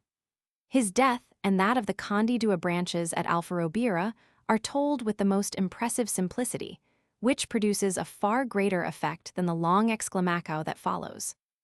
Lacking Lopez' genius, but possessed of an excellent plain style, which only becomes flowery on occasion, and on his guard against what he calls the vicio y aborrecimiento de prolixidade, Pina relates his story straightforwardly, almost in the form of annals. He does not attempt to eke out his matter with rhetoric and has chapters of under 50 words. The Crónica de D. Afonso V effectively contrasts the characters of the weak and chivalrous Afonso, who is praised as man but not as king, and the vigorous practical João Roman II, and has an inimitable scene of the meeting of the former and Louis Zayat Tour in 1476. The glow of Fernão Lopes is absent, but Pina none the less deserves to be accounted an able and impartial historian. To the 15th century belongs the Crónica do Infante Santo. It is impossible to read unmoved the clear and unaffected story of the sufferings and death, 1437–43, as a captive of Fez, of this the most saintly of the sons of King João I and Queen Philippa. It was written at the bidding of his brother, Prince Henry the Navigator, with the skill born of a fervent devotion, by Fray João Alvarez, an eyewitness of D. Fernando's misfortunes and one of the few of his companions to survive, till 1470 or later. A curious indication of the writer's accuracy and detail is the correct spelling of a Basque name, of the meaning of which he was probably ignorant. The founder of the dynasty of Avis, King João I, 1365–1433, found time in his busy reign of 48 years to encourage literature, ardently assisted no doubt by English Queen Philippa, and was himself an author. His keen practical spirit turned to Portuguese prose, and while as a poet he confined himself to a few prayers and psalms, in prose he caused to be translated the Hours of the Virgin and the greater part of the New Testament, as well as foreign works such as John Gower's Confessio Amantis, c. 1383, and himself wrote a long treatise on the chase. This Livro de Monteria, which has little but the title in common with Alfonso Zay's Libro de Monteria, lay unpublished for 4 centuries, but is now available in a scholarly edition by Dr. Esteves Pereira from the manuscript in the Lisbon Biblioteca Nacional. Valuable and interesting in itself, this book is of great significance in Portuguese literature by reason of the impulse thus given to Portuguese prose. It is impossible as yet to estimate the full value of the prose works that followed. Many are lost, others remain in manuscript, as the Ordo do Sposo by Fray Hermenegildo de Tancos or the Livro das Aves. But with King João's son and successor Portuguese prose came into its kingdom. Punctilious and affectionate, gifted with many virtues and graces, the half-English King Duarte, 1391–1438. O eloquent, shared the high ideals of all the sons of João I liable to fits of melancholy, and of less active disposition than his brothers Henrique and Pedro. He proved himself not less gallant in action than they at the taking of Ceuta in 1415, and had even earlier been entrusted by his father with affairs of state. His scruples as philosopher or rather student king during his unhappy reign of 5 years may have hampered his decisions, but his love of truth made the saying palavra de rey proverbial. The corroding cares of state prevented him from giving all the time he would have wished to literary studies, but he was a methodical collector of books and papers written by himself and others, and his great work, L'Il Cancelero, c. 1430, consisted of such a collection on moral philosophy and practical conduct, addressed to his wife, Queen Leonor. It contains 102 chapters, often stray papers, sometimes translated from other authors. Besides a detailed consideration of virtues and vices which are treated with an Aristotelian precision, and always with preference for the Portuguese as opposed to the Latinized word, it has chapters on the art of translation, food, chapel services, and other subjects. The book reveals a character of rare charm, combining humility with a clear instinct for what was right, humanity with common sense. His literary genius was akin to that of his father. He scarcely possessed poetical talent, although he translated in verse the Latin hymn Just Judex, and possessed in his library a Livro das Trovas del Rei, in all probability a collection of the poems of others. Wit and originality he also lacked. But as a prose writer, he ranks among the greatest Portuguese authors, and in style was indeed something of an innovator, using words with an exactness and scrupulous nicety hitherto unknown in Portugal. He gave the matter long and serious consideration, and the directness of his style corresponds to his sincerity of thought. His clear, concise sentences and careful choice of words show a true artist of unerring instinct in prose. King Duarte wished to be read, as Saint Beuve recommended that one should read the characters of La Briar. Piu et suvent, pauco, tornando alguas vezes. The first part of the precept has been followed, but unhappily for Portuguese prose, the second has been neglected. In his youth, the king was noted for his horsemanship, and his Livro de Ensinança de Bem Cavalgar toda Sela is a practical treatise based on his personal experience, nam scrivo duque uvi, as he says, begun when he was prince, laid aside after his accession, and left unfinished at his death. It is remarkable, like the L'Il Cancelero, for the excellence of its style and the manly, thoughtful character of its author. But for his premature death, King Duarte might have done for Portuguese prose what Alfonso X and Don Juan Manuel had done for Castilian. An excellent translator himself, he encouraged translations into Portuguese in Portugal and Spain. The Bishop of Burgos, Don Alonso de Cartagena, translated Cicero for him, and the Dean of Santiago Aristotle. More active than King Duarte, more literary than his younger brother Prince Henry the Navigator, 1394–1460, D. Pedro, 1392–1449, created Duke of Coimbra after the capture of Ceuta in 1415, became almost a legendary figure owing to his extensive travels. 1424–8, andu as seat parts do mundo, and his equally exaggerated reputation as a poet. Through confusion with his son the Constable, regent from 1438 to 1448, he resigned when the young king, his nephew and son-in-law, Afonso V, came of age. His enemies succeeded in effecting his banishment from court. Civil strife followed, and D. Pedro fell in a preliminary skirmish at Alfarrobira in May 1449. Had he been granted a peaceful old age, he would probably occupy a more important place in Portuguese literature. Apart from the historical value of his letters, his chief claim to be remembered literarily consists in the translations from the Latin, principally from Cicero, undertaken under his supervision or by himself personally, as the De Officiis, which was dedicated to King Duarte and is still unpublished. The Tractado de Virtuosa Beneficaria was originally a translation by the Prince of Seneca's De Beneficiis. Except the dedication to King Duarte, between 1430 and 1433, the work as it stands in 6 books is properly not de Pedro's, since he had not leisure for the corrections and additions which he wished to make, and accordingly handed over his translation and the original to his confessor, Fray João Verba, who made the necessary alterations and expanded the book from a literal translation to a paraphrase of the De Beneficiis. The reader who does not bear this in mind might be startled to find references in a work of Seneca, to St. Thomas, Nun Alvarez, the noble knight Abraham, or the virtuous knight Cid Rai Diaz. The work lacks King Duarte's gift of style, which set the Leal Cancelero high above contemporary prose. Lopo de Almeida, created first Count of Abrantes in 1472, accompanied de Lionner, daughter of King Duarte, on her marriage to the Emperor Frederick Roman III in 1451.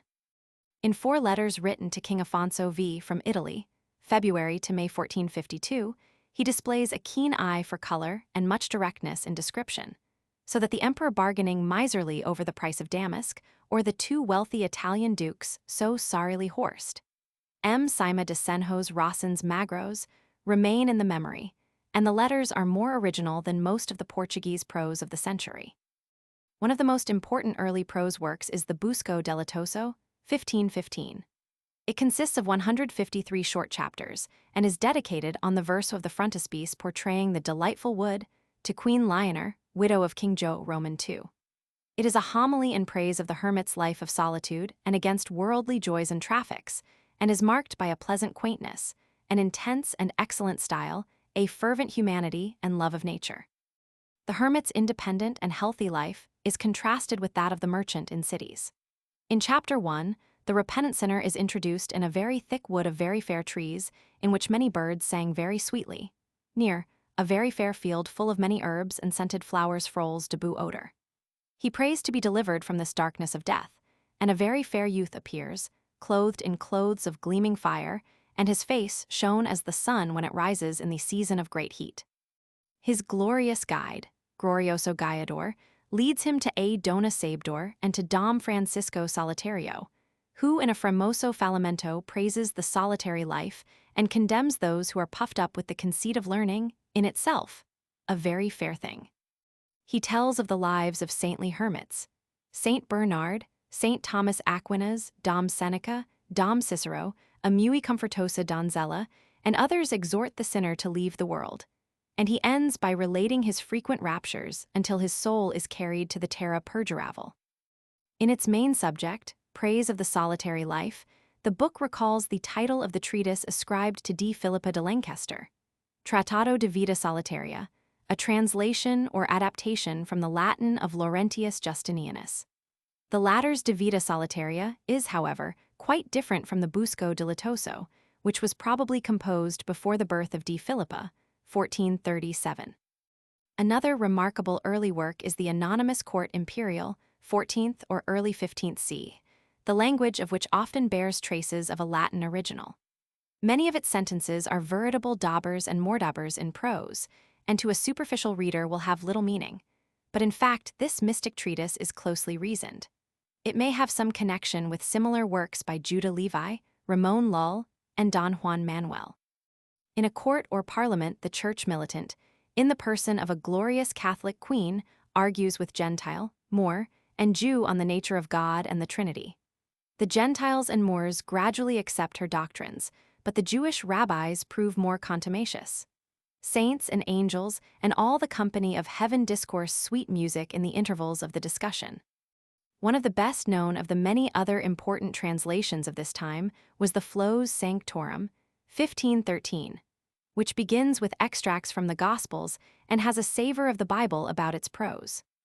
There were many later versions of the Gospel story, as Apaxa de Jesu Cristo Nosso Dios y Señor, and c. 1551.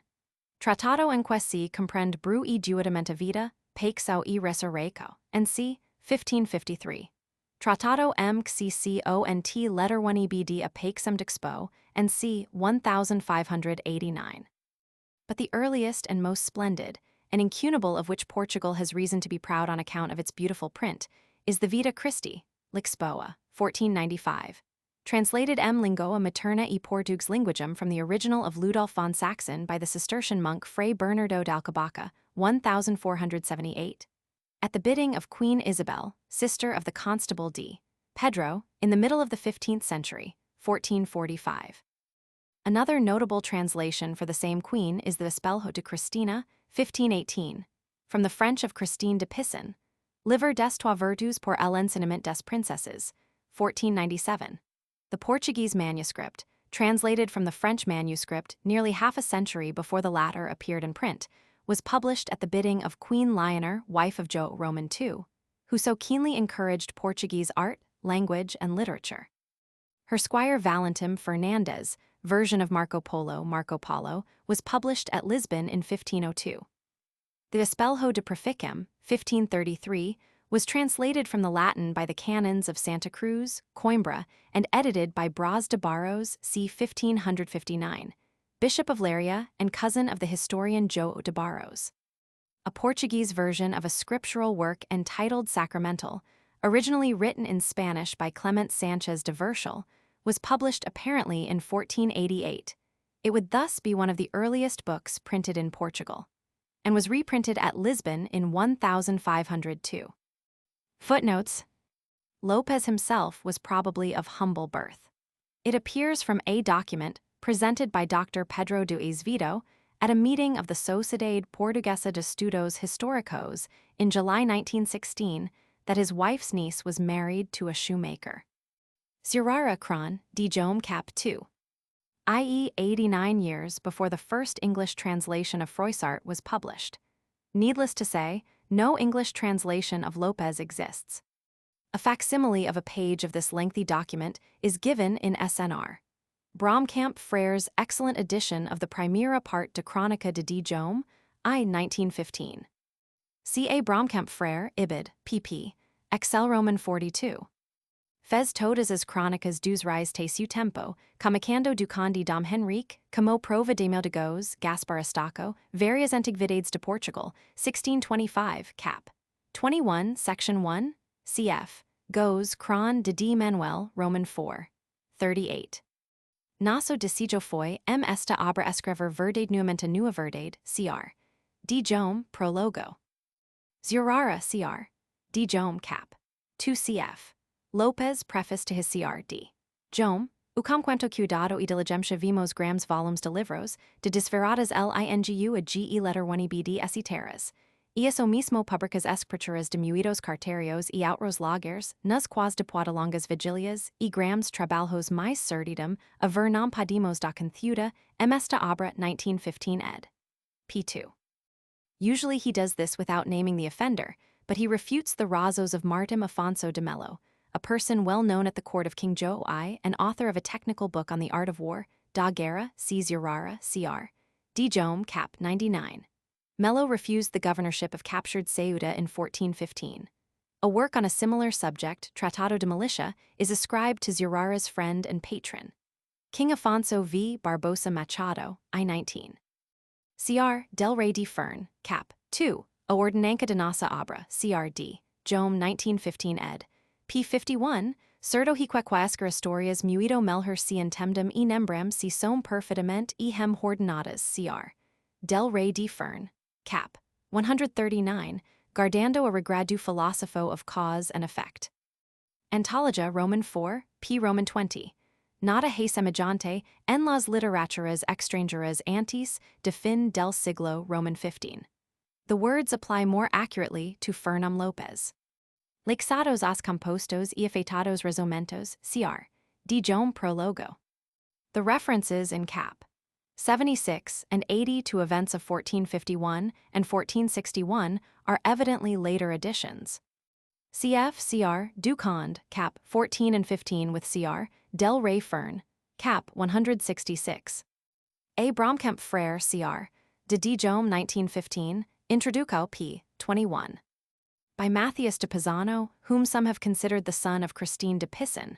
He wrote in Latin, De Bello Septensi ined de Hist, Port, Volume I 1790, Portuguese tr. Roberto Coria Pinto, Livro de Guerra de Ceuta, 1916. Now sejaporum algum de tam, simples, conhecimento que presuma que este acute otior propria, and c. cap. 95. But he can also be picturesque in expressing time, like Lopez, who for early morning says, at the time when people were coming from Mass, e.g. cr. D. Jome, cap. 102 ad fin. Ceuta had been captured so swiftly that many had left the corn of their fields stored in their granaries and returned in time for the vintage. The whole description of the expedition against Ceuta and the attack and sack of the city are extremely clear. Cf. goes cr. D. Manuel, escrivia comrazomentos prolixos ichios de metaphoricas figuras, queno estilo historico nautem lugar cr. Duprink. D. Jome, cap. 17. Comma superflua abundantia e copia de palavras poéticas e metaphóricas, que usuem todas causas que escrevio. His style is less involved than is often said. Some of his sentences may contain as many as 500 words, and yet be perfectly plain and straightforward, whereas Mallarmé could be obscure in 5 words. Cf. cap. 2. Utu principe pauco menos que divinal, and tua gloria tuus luvors, tua fama in chem esias minhas orlhas e occupame minha vista quenam sea qual part acuta primero. This chronicle has the same plethora of learned quotations. Chapter 1 quotes St. Thomas, Solomon, Tully, the Book of Esther, and introduces Afonso V. King Duarte, the French Duke Jean de Lankin, the Cid, Nun Alvarez Moses, Fabricius, Joshua, and King Ramiro. He rewrote the Chronica du Conde de Pedro de Menezes twice. João de Barros, who was inclined to slight earlier and contemporary historians, acknowledges his great debt to Zurara. Daimao de Goes regards him less favorably. November 22, 1467 call. Live, in ed. Roman 3, 3-5. There is also an affectionate letter from King Pedro of Aragon to Zurara, dated June 11, 1466 or 1460. Zurara, on the other hand, with feigned diffidence represents himself as a poor scholar, a man almost entirely ignorant and without any knowledge, and if he has any learning it is but the crumbs from King Afonso's table, cr. D. Pedro, cap. 2. He can rise to real eloquence, as in the beginning of cap. 25 of the cr. De Guinea, u tu celestial padre, quecam tua podrosa ma, sem movimento de tu divinal essentia, governas toda in fienda campania de tua sancticidade, and see or sober down into a Tacitian phrase such as that of cap. 26 describing the fate of natives of Africa brought to Portugal. Morium, impero ex raos, they died, but Christians. He has a misleading trick of saying, the author says dizo otter, meaning himself. Nunca me elo quis lexar abrar segundo mu decijo cr. D. Pedro, cap. 1. His son Fernam de Pina became Chronis Moor in 1523. The immediate successor of Zurara as Chronis Moor was Vasco Fernandes de Lucena, whose life must have coincided almost exactly with the 16th century. He represented King Duarte at the Council of Basel in 1435, and according to Barbosa Machado, who calls him dos veros mais famosos de sua idade assim, na profundidade de literatura como na eloquência de phrase, he was still living in 1499. Unfortunately, none of his works have survived. His manuscript translation of Cicero's De Senectute and other works were destroyed in the Lisbon earthquake, 1755. Much later, in the first third of the 17th century, Caspar Dias de Landim wrote a copiosa relacao from a point of view unfavorable to D. Pedro and dedicated it to the Duke of Braganza. O Infant D. Pedro, Chronica Inedita, 3 vols. 1893-4. Tudo o consudo no seguinte tratado eu o ieu, 1911 ed. p. 2. 1911 ed. p. 117. Ecoa equals blind. The fact that no other name is given shows that then as now Basques were known by their nicknames. The same name figures in Pierre Lodi, S. Ramuncho, 1897, Ichwa.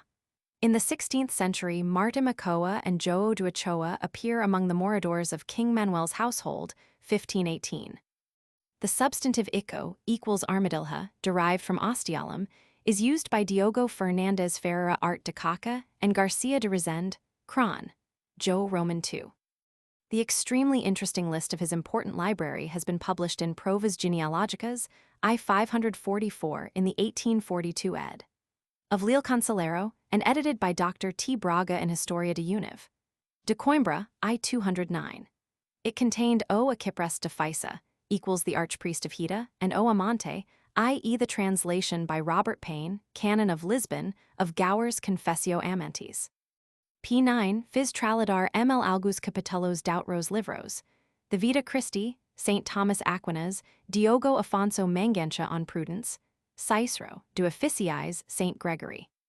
It contains papers written at various times, between 1428 and 1438. The date 1435 occurs p. 474. Cf.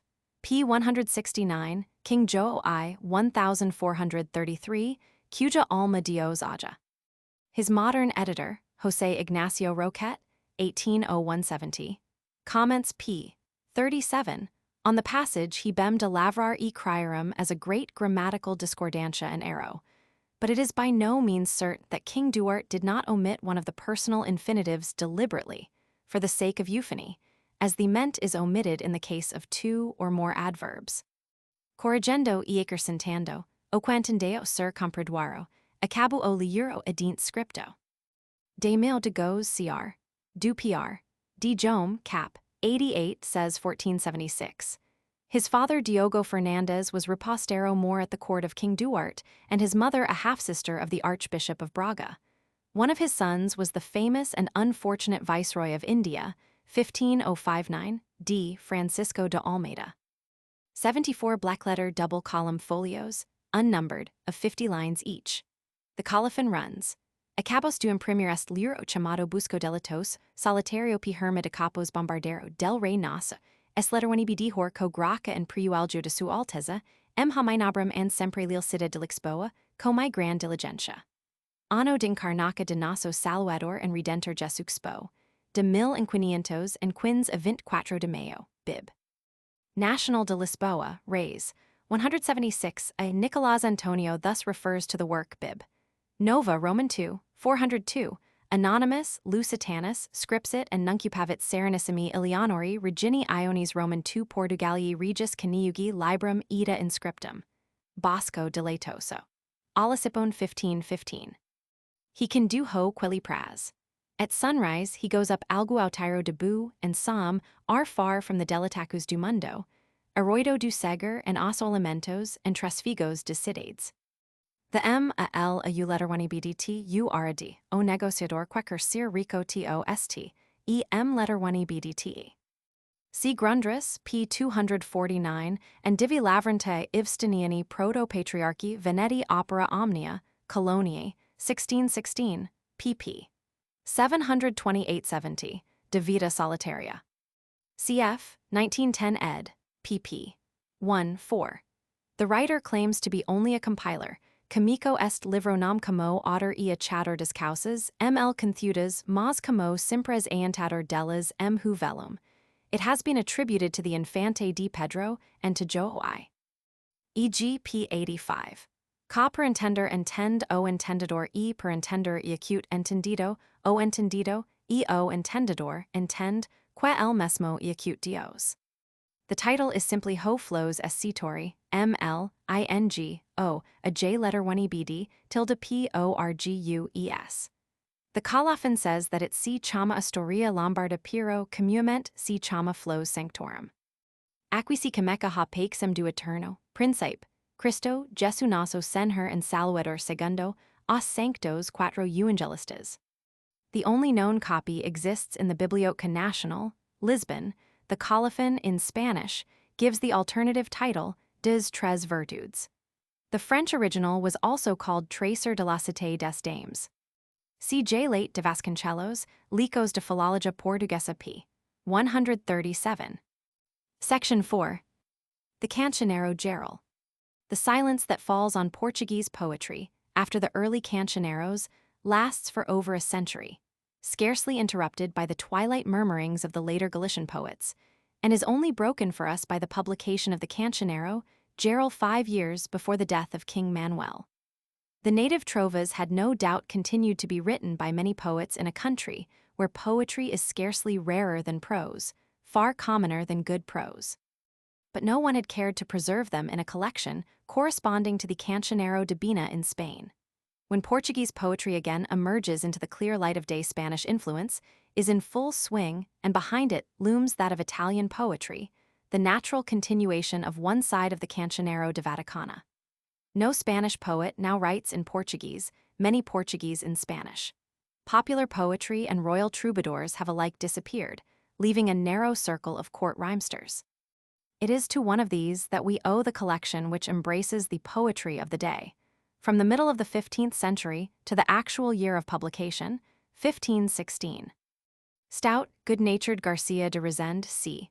1470–1536, a favorite alike with king and courtiers, often the butt of the court poets. Wit he is a tunny, a barrel, a wineskin, a melon in August belonged to an old family which in the 16th century distinguished itself in literature. Born at Evora and brought up in the palace as page, and then as secretary of King João Roman II, he had every opportunity of observing the events which he so graphically describes in his Vida de Dom João Roman II, 1545. Talented and many-sided, Rezende continued in high favor during the succeeding reigns. In 1498, as secretary, he accompanied King Manuel to Castile and Aragon, and in 1514 was chosen for the much-coveted post of secretary to Tristão de Cunha's mission to Rome with wonderful presents for Pope Leo X. Rezende not only drew and wrote verses, but was a musician and an accomplished singer. De tudo intend laughed his friend Gil Vicente. Perhaps it only required the stress of adversity to inspire to greatness this blunted, prosperous courtier Fidalgo de Casa del Rey. He was not a great poet, although he excelled the court poets of the 15th century. As historian, he has been unjustly condemned. If in his Chronicle of João Roman II, he made use of Rai de Pena's manuscript chronicle, first published in 1792, it must be remembered that it was customary for the official historians to regard their predecessors as existing mainly for purposes of plagiarism. Herculano called Rezende's chronicle a poor bundle of anecdotes, and no doubt Rezende was not a Herculano nor a Fernam Lopez, but a more limited court chronicler. He is none the less delightful because he deals not in tendencies and abstractions, but in concrete details and persons, court persons. With an artist's eye for the picturesque, he makes his readers see the event described, and his chronicle is throughout singularly vivid and dramatic. He is certainly an attractive writer, and perhaps he is also instructive. The incident, for instance, of the Duke of Braganza being kept waiting, while a scaffold of the latest Paris pattern is being erected for his execution, 1483, which a grander historian might have omitted, is possibly not without its significance and shows Francisismo in action 4 centuries before Eca de Queiroz. Besides various minor works in prose Rezende composed, not without misgiving, a long survey of the events of his day in some 300 decimas. Miscellanea e Veride de Historias, which throws curious and valuable light on the times. His literary work was prompted by a real desire to serve his country.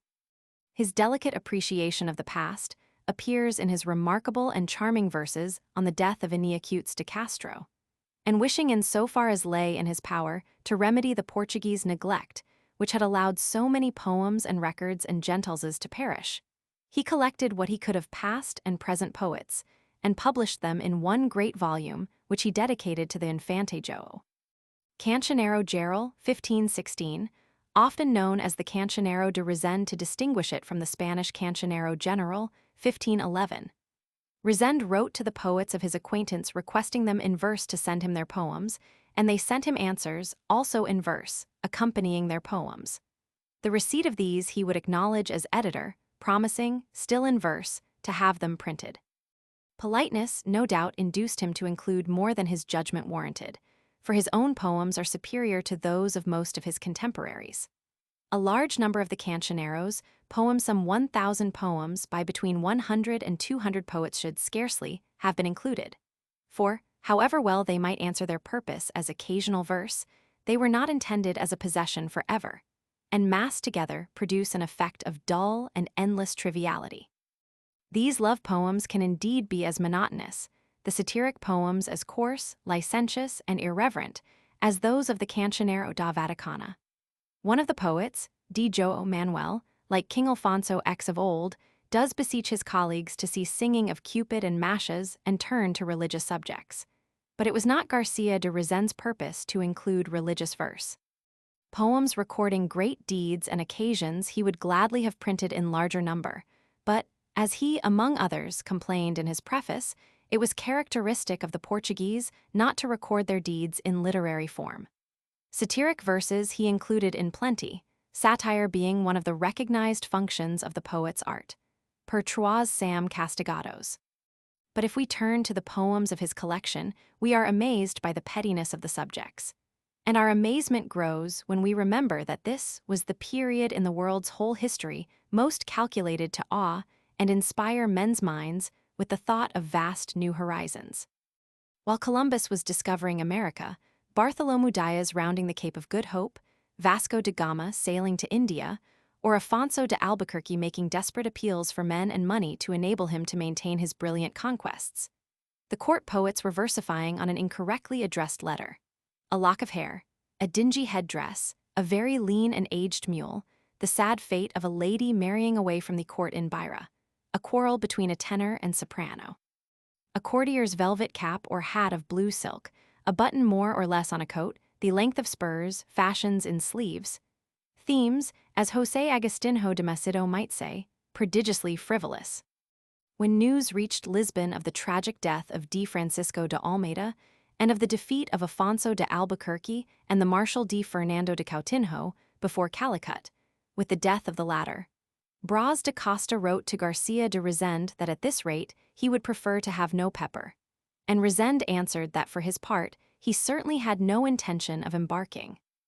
But as a rule, such events received not even so trivial a comment, and no doubt the poets felt that the verse which served to pass the time at the Ciros was inadequate to any great occasion. But the trovador segundo, as trovas de aquel tempo, had little idea of what subjects were suitable or unsuitable to poetry. A typical instance of the themes in which they delighted is an event which seems to have produced a greater impression than the discovery of new worlds, the return from Castile of a gentleman of the Portuguese court wearing a large velvet cap. For over 300 lines of verse, this cap is bandied to and fro by the witty poets. It must weigh 400 weight, says one. Another advises him to lock it up arcas until he can turn it into a doublet. Another bids him sell it in the Jews' quarter. Small wonder, chimes in a fourth, that no galleys come now with velvet from Venice. I would not wear it at a sarrow, not for 1,000,000, says another. A Samson could not wear it all one summer, is the comment of a sixth. Another remarks that he would rather read Lucan or Lucian, antis lyria por Lucem, in the heat of the day than wear it. He will need a cart to bring it to the sarrow, says yet another. The wit, it will be seen, is not brilliant, although it may have effectively nipped this budding Castilian fashion and enlivened an evening. But there were duller contests. For score on score of pages, the rival merits of sighing and of loving in silence are discussed by poet after poet o cuidar e sospirar. Such a subject once started tended to accumulate verses like a snowball. But the Cancionero also contains poems on serious topics, although they are rarer, as well as delicate, airy nothings, pseudals nadas like Vimioso's villainceits. There are 2 poems on the death of King João Roman II. There is Luis Enrique's lamentation on the death of the Infante Afonso, 1491, that of Luis de Izvido on the death of the Infante Pedro, Duke of Coimbra, at Alfarobira, and a few poets like Rezende himself stand out from the rest. Besides the elaborate Spanish poem by that noble prince the Constable D. Pedro, we have several long poems dealing with high matters of the soul or the state. The 61 interesting stanzas by the querulous, satirical, intolerant Alvaro de Brito Pestana treat of the condition of the city of Lisbon and the decay of morals. The correspondent of Gomez Manrique and contemporary of his nephew Jorge, in the meter of whose famous coplas he wrote, he was present at the Battle of Alfarobira. His trovas on the death of Prince Afonso, with the recurrent cormos perda tamanha, are wooden and artificial, and his 16 alliterative verses scarcely belong to literature. But at least he chose themes which were not concerned with passing court fashions. The few simple lines written as he lay dying show him at his best. His friend and distant relative Fernam de Silveira, O Caudal Moor, is concerned with more mundane matters. A man of noble birth and high character, he was held in great honor by Afonso V and João Roman II. The latter, a keen judge of men, had implicit confidence in the justice of this upright magistrate, who was also a soldier, a poet, and a finished courtier. He deals with affairs of state, writes an account in trovas of 6 syllables of the Cortes held by the king at Montemor in 1477, and a short poem on the appointment of various bishops in 1485. Or he sends a poem to his nephew Garcia de Mello with detailed instructions as to how he should dress and behave at court. His trovas are thoroughly Portuguese, vigorous, concise, and picturesque. He is less at home in the trovas de poesia, i.e. de art maior, written on a journey from Evora to Tamar, but he could skillfully turn a short love poem, and for a wager of capons for Easter, with Álvaro de Brito, wrote a stanza containing as many rhymes as it has words. In fine, he belonged to his age, but his poetry bears the impress of his strong character and his love of Portuguese ways. On the other hand, the younger brother of the Conde de Cantonhead, D. João de Menezes, 1514, wrote indifferently in Portuguese or Spanish. He fought for many years in Africa, although his slight love poems, fluent and harmonious, give no sign of a life of action, and died in the expedition against Azamar. Another soldier, courtier, and poet marked out by birth and ability was D. João Manuel, c. 1499, son of the Bishop of Garda. Legitimized in 1475 and brought up at court with the Prince Manuel, he continued to be a favorite after the latter's accession, became Lord High Chamberlain, and was sent to the court of Castile in 1499 to arrange the marriage of the king with the daughter of Ferdinand and Isabella. In Spanish octaves, he had written a lament on the death of Prince Afonso, which both in feeling and technique excels the verses of Álvaro de Brito on the same subject. Towards the end of his poem, he introduces the saying of St. Augustine that our soul exists not where it lives, but where it loves, which in the following century was quoted by 2 writers so different as Ferrer de Vasconcelos and Frei Heider Pinto, and soon became a commonplace. In other works he shows a high seriousness, sometimes a sententious strain, combined with a very real poetical talent. His death during his mission to Castile was a loss for the court and for Portuguese poetry.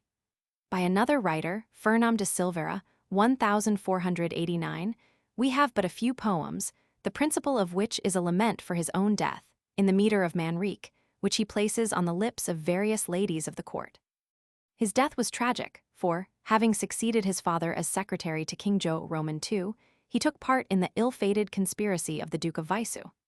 After lying hidden in the house of a friend, he fled in disguise to Castile and thence to France, but although he thus succeeded in prolonging his life for 5 years, the king's justice relentlessly pursued and he was stabbed to death at Avignon. A favorite of João Roman II, especially before his accession, was Nuno Pereira, FL. 1485, Homem Galante, Cortesão e Bom Trovador, who married the daughter of the caudal Moor and valiantly sustained the part of Cuidar against his relative Jorge de Silveira's Sospirar in the great literary tournament of the courtiers. Later, after serving as governor alcalde of the town of Portal, he retired to live in the country and presents a happy picture of himself in the midst of harvesters and pruners. He finds, he says, more pleasure in his vines, in the chase, in digging and watering his garden, than in being a favorite at court. He had not always thought thus, for when the lady he was courting married a rival, he could devise no worse fate for her than to bid her go and die among the chestnut groves of Beira. He had, indeed, made a name for himself by his courtly satire, which he turned to good use in ridiculing those who came back from Castile with a supercilious disdain for everything Portuguese. It is pleasant to find him bidding them not speak their insipid Castilian in his presence. Diogo Brandão, 1530, of Oporto, wrote an elaborate poem in octaves on the death of King João Roman II.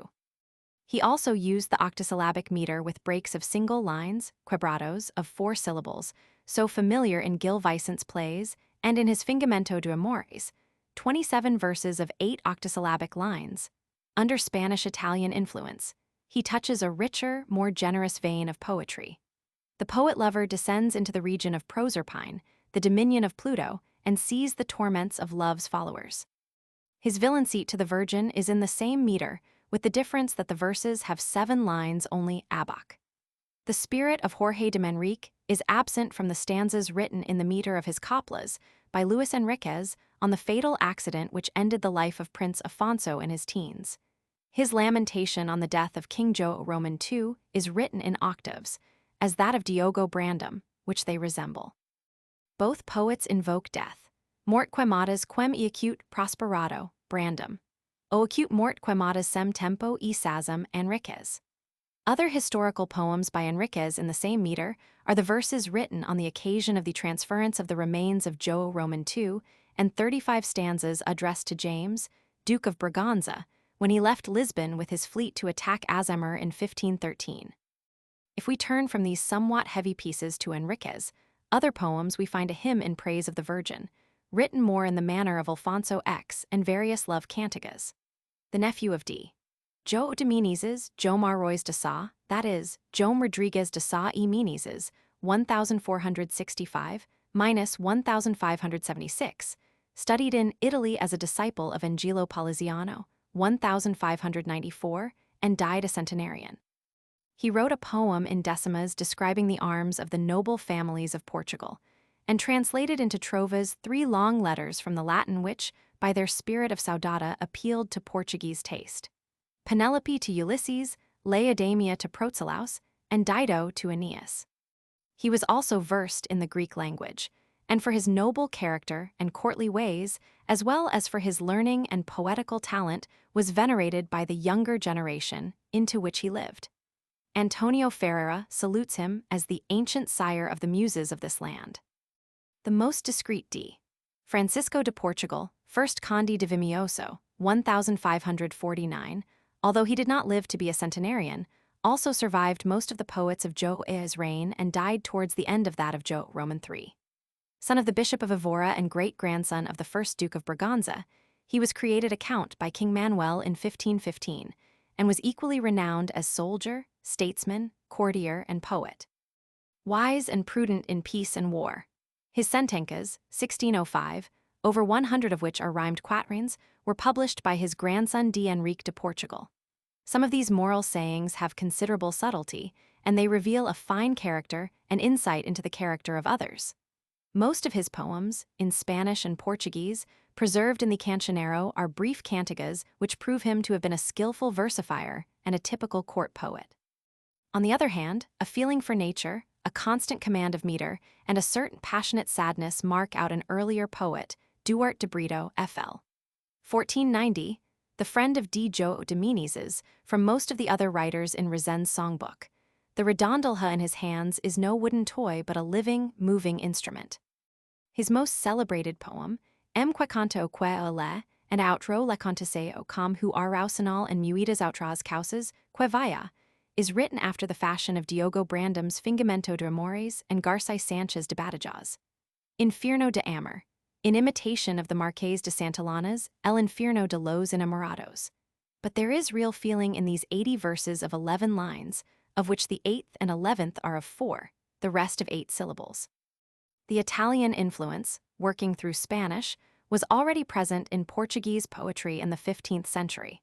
Although Brito writes exclusively in redondilhas, as indeed does the introducer of the new style, Sá de Miranda, in the few and short poems which he contributed to the Cancionero immediately before its publication. Duarte de Brito did not condescend to those artificial devices, which give us in this Cancionero a poem of 60 lines all ending in do's, alliterative stanzas, and other verbal tricks. The real business of the Cieros, so far as poetry was concerned, was ouvir e glossar motes. These glosses and the similar cantigas and esparsas, short poems of fixed form, often written with skill and spontaneous charm, were merely one of the necessary accomplishments of a courtier. Such a view of poetry could scarcely give rise to great poets, and these versifiers indeed styled themselves trovadores, reserving the name of poet for those who wrote, often but clumsily, in versos de art maior de muita poesia. But worse still, the poets of the Cancionero were often scarcely Portuguese. Many wrote in Spanish, and Spanish influence is to be found at every turn. That of Juan de Mina, Gomez, and Jorge Manrique, Rodrigues de la Camara, Machas, Santillana. Unlike Machas, who is but a name, Santillana is not mentioned, but his influence is constantly felt. On the other hand, King Diniz, unexpectedly introduced once as a poet by Pedro Homem, FL. 1490, Invoco el rey dom Denis da licenca deratusa is nowhere imitated. By method, subject, and foreign imitation, this court poetry was thus inevitably artificial and uninspired. Perhaps in the whole Cancionero, the only poem marked by authentic fire is that of the obscure Francisco de Sousa. The few lines beginning O acute Montes or Guidos, Dake vos care. The contributions of Sá de Miranda, as those of three other famous poets, give no sign of the coming greatness of the contributor. The names of the other three are Bernardino Ribeiro, Cristovam Falcão, and the prince of all these poets. Here the humblest of Cinderellas, Gil Vicente. Footnotes: Historiadores Portugueses in Opusculos, 1907, Roman II. 27. The author of the Theatrum has a similar verdict. Scripsit chronicam Ionis Roman II ut quidem potuit, sed lunge impar regis et rerum magnitudines. Sem letras e sem saber, he says modestly, mi fui nisto meter. The book has as many titles as editions, that of 1545 being Libro des Obras de Garcia de Res letter 1 ebdd, equatrata de vida e gratissimas virtudes, and c. Or he would seek to obtain them through a friend, as in the case of O Cancionero do Abade Fray Martinho of Alcobaça. It is improbable that Rezende, who valued friendship above good poetry, altered the manuscripts he received, in spite of Francisco de Sousa's permission, as quas podes enmendar. Prologo: Had you forgotten that trovas are still written in Portugal? Asks Nuno Pereira of one of his victims, and of a dress it is said that it would be certo de luar troas de raizo emote. Cf. The phrase dar casa a trovadores. Or Albuquerque would be mentioned in a game of pork, S, common among the preguntos de India. Pork Afonso d'Albuquerque da Perias el rey de Fez. Zurara cr. de Dijome cap. 29. The Cancionero contains many references to Venice. The Pimenta de Veneza, mentioned in one of the poems, must have sounded strange to Portuguese readers in 1516. Eg mubem, sem vos versi vivoam dia, vivernam queria calend, e sofrendo mumal sem medida, mil morts na vida sinto nam vos vendo, e pois que vivendo mor toda via, vivernam queria. La tierra de Satanas, Cristo Jesu a ti chamo, a ti amo, tu sen hermi salvarás. O sinal de cruz espant minha torp tenticam, com de vacam espero dire adient. One of his poems has the heading, Outro villancit su estado, asmer antis xi finas. E.g. a culpa de quem si ama do mais and perdos mais asenha, nampede luver quemo maris, de fi nace a resam de fi, and c. D. Carolina Michelis de Vasconcelos goes so far as to call the Portuguese Cancionero geral a mere supplement or second part of the Spanish Cancionero general, Estudos sobre o Romancero, p. 303. 3. The 16th century. Section 1. Gil Vicente. In Portugal, a splendid dawn ushered in the 16th century.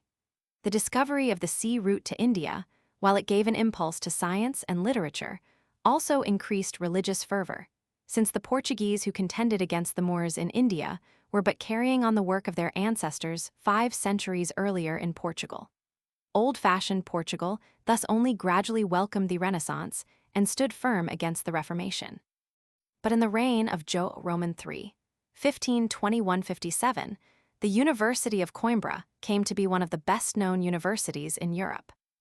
André de Gouvera, 1548, whom Montaigne called sans comparison le plus grand principal de France, and Diogo de Teve returned from the Collège de Saint-Barbe to inaugurate its studies, and many of its chairs were offered to distinguished Portuguese and foreign scholars, such as Ayres Barbosa, 1540, and George Buchanan, 1506–82, as well as to Portuguese humanists such as Antonio de Gouvera and Achilles Estaco, 1581. Nicholas Kleinarts or Nicolaus Clenartus, 1493 or 1494–1542, professor of Greek and Hebrew at Louvain, came to Portugal from Salamanca as tutor to the Infante Henrique in 1533, and from Portugal wrote some of his wittiest letters. He found Coimbra a second Athens, and few great Portuguese writers of the century had not spent some years there or at the university, before it was transferred to Coimbra from Lisbon in 1537. King João Roman III, and especially his son, the young Prince João, 1537–54, Cardinal Henrique, 1512–80, and the many-sided Infante Luis, 1506–55, favorecedor de toda habilidad, himself a poet of no mean order and pupil of Pedro Nunes, eagerly patronized letters. The household of the accomplished Infanta Maria, 1521–77, became the home of the Muses. Learned Luisa Sigia, 1560, of French origin, but born at Toledo and brought up in Portugal, wrote a Latin poem in praise of Sintra. Her sister Angela, Joan Vaz, and Publia Hortensia de Castro were likewise noted for their learning, and D. Leonor de Noronha, 1488–1563, daughter of Fernando, Marques de Villarreal, did good service to Portuguese prose by her encouragement of translations. But Portuguese literature lost something by its Latinization, and it is pleasant to turn back half a century to a time when it was humbler and more national. The very prosperous Manuel I, Lord of the Ocean, Lord of the East, had been 7 years king.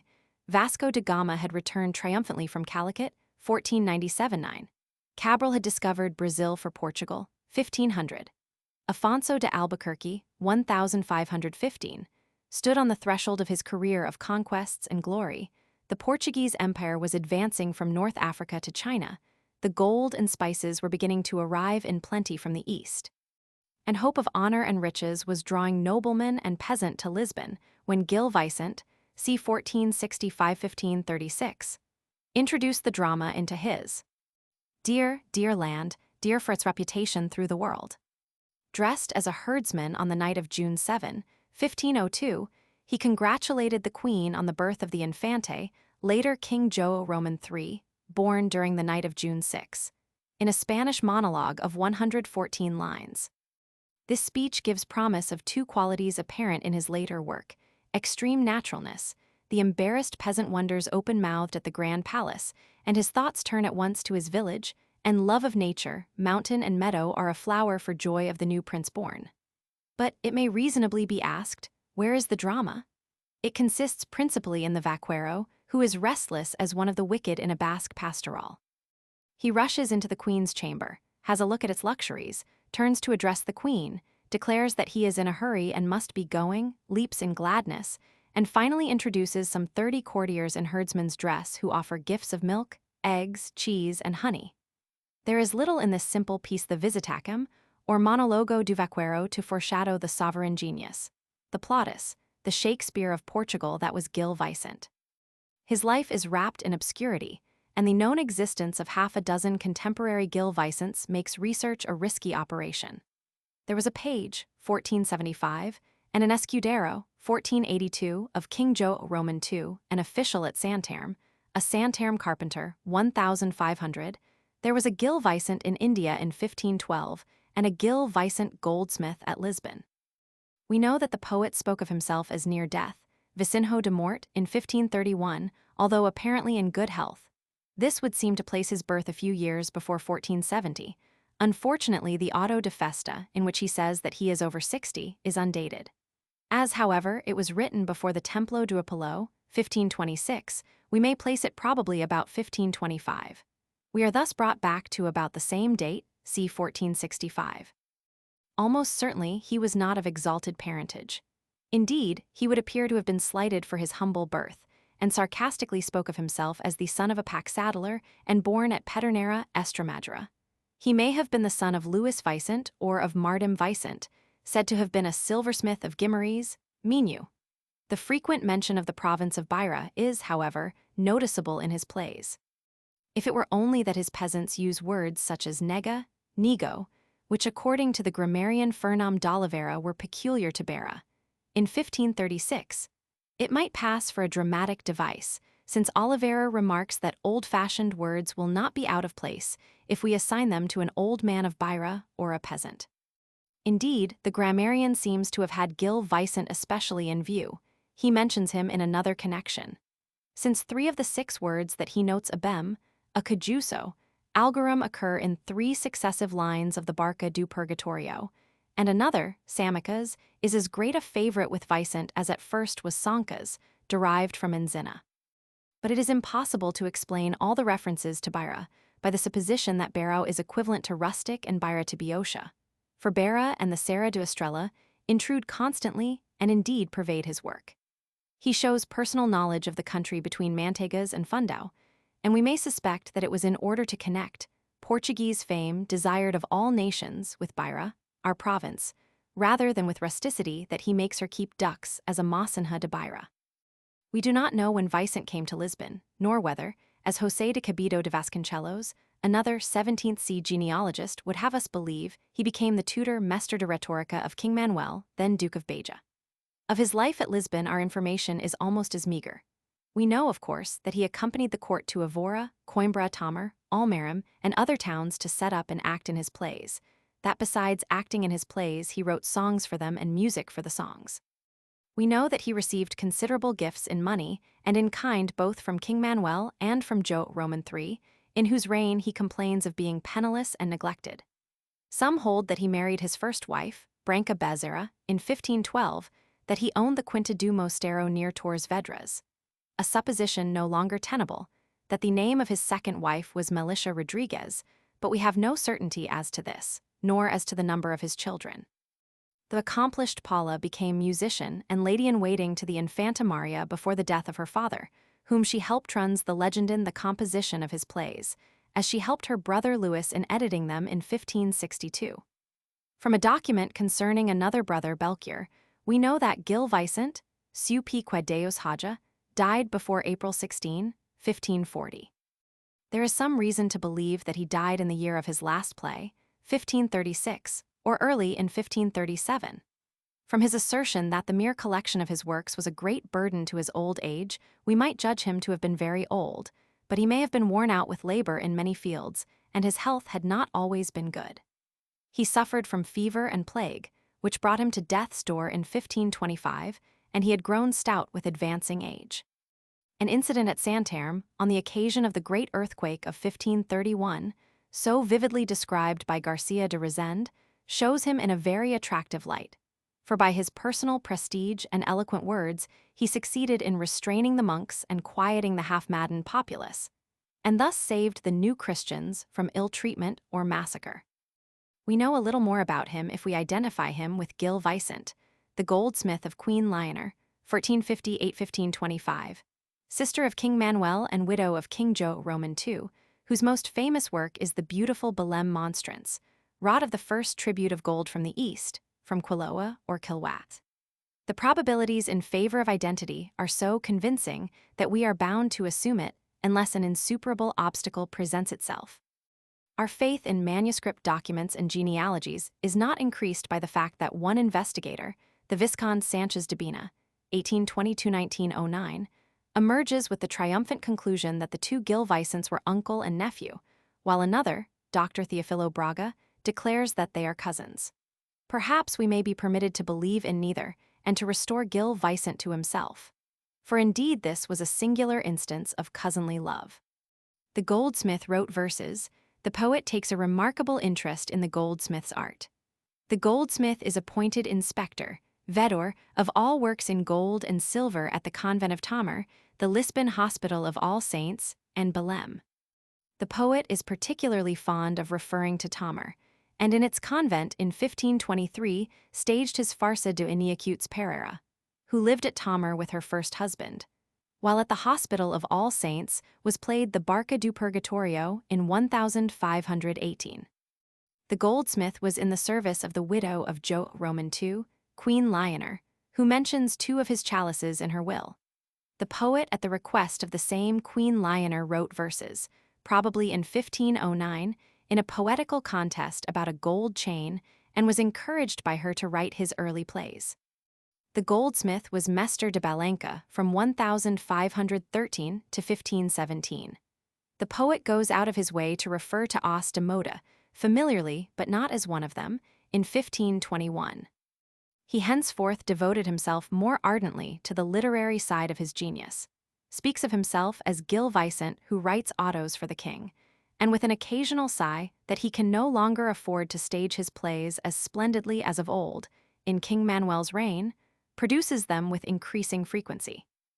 Had Gil Vicent been a goldsmith and a goldsmith of such skill, said the late Marcelino Menendez y Pello, 1850–1912, it would have been impossible for him to leave no trace of it in his dramatic works, and for all the contemporary writers who speak of him to have kept complete silence as to his artistic talent. But his work is essentially that of an artist. Menendez y Pello himself well calls him an alma de artista. Involuntarily, one likens his sketches to some rough terracotta figure of Tanagra or sculpture in early Gothic, and his lyrics are clear-cut gems, a thing very rare in Portuguese literature. Intensely Portuguese in his lyrism and his satire, he is almost un-Portuguese in the extreme plasticity of his genius. Concrete, definite images spring from his brain in contrast to the vaguer effusions of most Portuguese poets. And if Queen Lioner's goldsmith, like the troubadour Arrives Elias Carroll, or, to come to the 15th century, like Diogo Fernandes and Afonso Valente of the Cancioneiro de Resende, set himself to write verses, this would call for no comment. Every one wrote verses. Had a celebrated poet say, the Gil Vicent of 1520 wrought the Custodia, his contemporaries might have recorded the fact. But Gil Vicent was not a famous poet when the Custodia was begun in 1503. Stress was therefore naturally laid on the plays of Gil Vicent the goldsmith, not on the art of Gil Vicent the poet. The historian Barros refers in 1540 to Gil Vicent comico, and since 1517 he had certainly been more comico than our Ribs. But the comico who was dramatist and lyric poet, musician-actor, preacher in prose and verse, may also have been a goldsmith. His versatility was that of Damião de Goes a little later, or of his own contemporary Garcia de Resende, with genius added.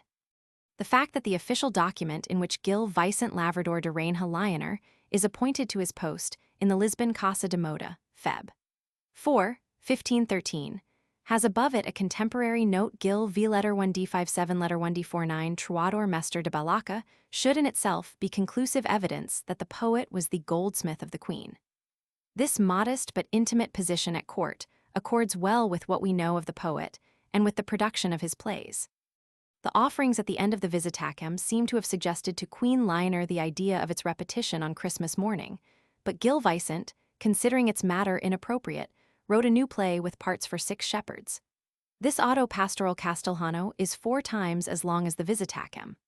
The shepherds pass the time in dance and song, games, riddles, and various conversation. The dowry of the bride of one of them is catalogued in the manner of Enzina and the archpriest of Hida. To them, the angels announce the birth of the Redeemer, and they go to sing and dance before Aquel Garzon. The principal part, that of the mystic shepherd Giltarin, inclined to the life contemplative, well read Letrude in the Bible, with some knowledge of metaphysics and perhaps of the court imperial, devoted to nature and the Sierras Benditas, was evidently played by Gil Vicent himself. A fortnight later, for the Day of Kings, he had ready the Auto dos Reis Magos, 1503, again at the request of Queen Lioner, who had been very pleased with what Vicent himself called a pauper causa. This brief interval of time limited the length of the new play. Its action is as slight.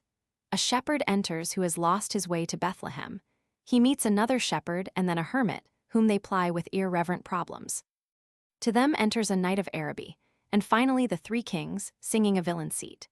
The Auto de Sibylla Cassandra has been assigned to the same year, but is probably a later play, 1513.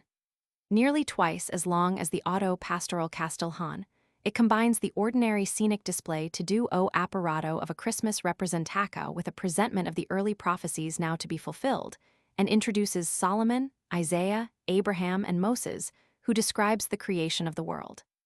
The play includes a profane theme, since Cassandra in her mystic aversion from marriage realistically portrays the sad life of married women in Portugal. Although Cassandra appears as a shepherdess and her Aunt Parisica as a peasant, they speak a purer, more flowing Castilian than the Toscos, rusticos pastors of the preceding autos, and the play is remarkable for the beauty of its lyrics Dicen quemi casio, Sanosa estalanina, my graciosa isla d'Ancella, and a la guerra. For the Corpus Christi procession of 1504 was provided, at short notice from Queen Lioner, the Auto de S. Martinho. The subject of this piece, merely 10 dodecasyllabic oitavas followed by a solemn prosa, is that of El Greco's marvelous picture Saint Martin dividing his cloak with a beggar, whom Vicent treats with characteristic sympathy and insight. Criant Rocio, quaeti heis joquelas hiervisitas florses, por meawai saber mis carnes, no etches unseo.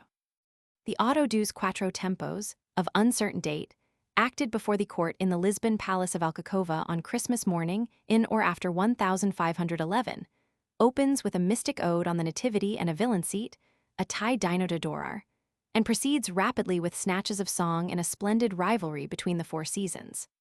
The praises of spring are sung with a delightful freshness, as are winter's rages, while summer in a straw hat appears sallow and fever-stricken. Jupiter comes with countless classical allusions, and David with much Latin, and they all worship together the newborn king. Very different is the Auto da Alma, written for Queen Leonor and acted in King Manuel's Lisbon Palace of Ribeira on the night of Good Friday, 1518 SNR. Bromkamp Frere's plausible suggestion in place of the commonly accepted 1508. It represents the eternal strife between the soul and sin. The soul, slowly journeying in the company of its guardian angel, is alternately tempted by Satan with the delights of the world, with fine dresses and jewels, and exhorted by the angel, till it arrives at the church, the innkeeper of souls, and confesses its guilt, imploring protection at Schnege du Schmerzenreich. Then, while Satan in a restless fury of disappointment makes a last effort to secure his victim, the ransomed soul is fortified with celestial fare served by St. Augustine and other doubters. The whole theme, to which the language rises fully adequate, is treated with great delicacy and with a mystic fervor. In 1505, King Manuel and his court in his Lisbon palace had witnessed the first of those farces, in which Gil Vicent has sketched for all-time Portuguese life in the first third of the 16th century. It rapidly became popular and went from hand to hand as a falha volante, receiving from the people the name of Quem tem ferlos i.e. the first three words of the play. The plots of the 12 farces written from 1505 to 1531 are so slight that only one calls for detailed notice. The Farsa de Iniacutes Pereira, 1523, which, in its carefully defined characters and developed story, more closely resembles a modern comedy. It tells how the hapless Iniacutes, having rejected a plain suitor for a more romantic lover, a poor but deceptive escudero presented to her by two Jewish marriage agents, learns by bitter experience the truth of the old proverb that an ass that carries me is better than a horse that throws me. But the types and persons in all these farces are etched with so much realism and humor that they bite into the memory and rank with the living malicious sketches of Lazarillo de Tormes. Who can forget the famished escudero airs Rosado with his book of songs, cancionero, and guitar, continuing to sing beneath the window of his love while the curses of her mother fall thick as snowflakes on his head, or the lady of his affections, vain and idle Isabel, or his servant, Moco Aperico, who draws so cruel a picture of his master, or that other penniless escudero who considers himself the very palace, and calls up his moco Fernando at midnight to light the lamp and hold the inkstand while he writes down his latest verses.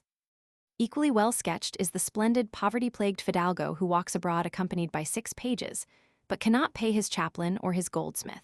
His ill-used, servile, ambitious chaplain, the witch Genebra Pereira mixing the hanged man's ear, the heart of a black cat, and other grim ingredients. Algaidar, Algaidar, que feido fast au luar, the household of the Jewish tailor who delights in songs of battles at a distance and is filled with pride when the regidor salutes him in the street.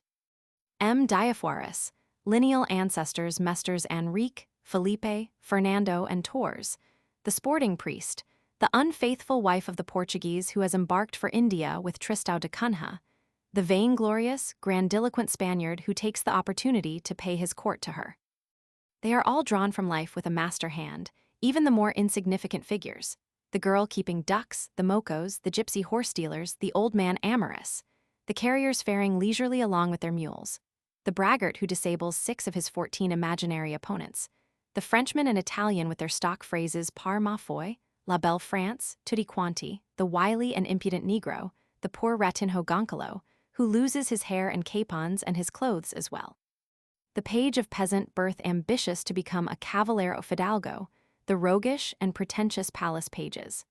Side by side with these farces Vicent continued to write religious autos as well as comedies and tragicomedies.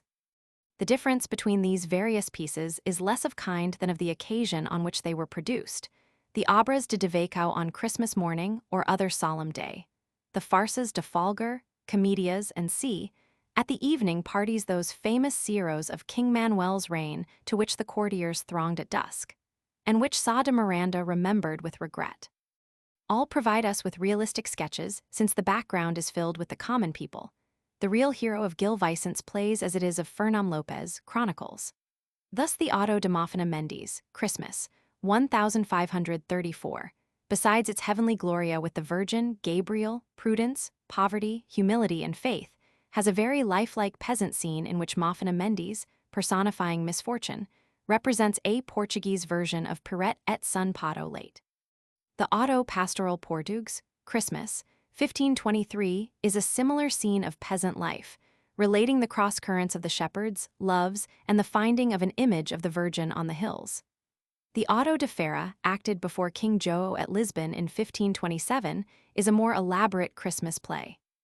Mercury, Time, Rome, and the Devil attend a fair, and this furnishes opportunity for a vigorous attack upon the Church of Rome, with her indulgences for others and her self-indulgence, who has not the kings of the earth but herself to blame if she is rushing on ruin that will be inevitable unless she mends her ways. But to the fair also come the peasants Denis and Amancio, as dissatisfied with their wives as their wives are dissatisfied with them. Their conversation is most voluble and natural, and market girls, basket on head, come down singing from the hills. Another Christmas play, the Auto da Fé, was acted in the Royal Chapel at Almerim in 1510 and consists of a simple conversation between Faith and two shepherds. The Breve Sumario de Historia de Dios, 1527, and the Auto de Canania, written for the Abbess of Odavelas in 1534, are both based on the Bible. The former, which contains the villancete sung by Abel Adori Montanjes, outlines the story of the fall of Job and of the New Testament to the crucifixion, sometimes in passages of great beauty. The latter develops the episode of the woman of Canaan Mat. Roman 15, 21-8. The great trilogy of Barcas, which ranks among Vicent's most important works, is of earlier date. The first part, Auto de Barca do Inferno, was acted before Queen Maria Pira Consolaco as she lay on her deathbed in 1517. The second, Auto de Barca do Purgatorio, at Christmas of the following year in Lisbon, and the Auto de Barca da Gloria at Almerim in 1519. The plot, again, is of the simplest. The devil, combining the parts of Charon and Rhadamanthus, ferryman and judge, invites death's victims to show cause why they should not enter his boat. And the interest is in the light thus thrown upon the earthly behavior of nobleman, judge, advocate, usurer, fool, lovelorn friar, the cheating marketwoman, the cobbler who throve by deceiving the people, the peasant who skimped his tithes, the little shepherdess who had seen God often and often, of count, king, and emperor, bishop, cardinal, and pope.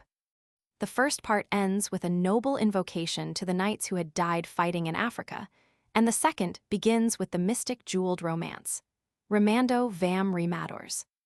The comedies and tragicomedies vary greatly.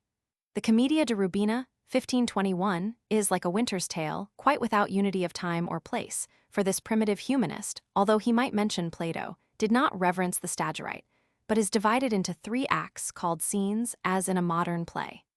Cismina, like Perdita born in the first scene, is conveyed by fairies to Crete, where she is wooed and won by the Prince of Syria.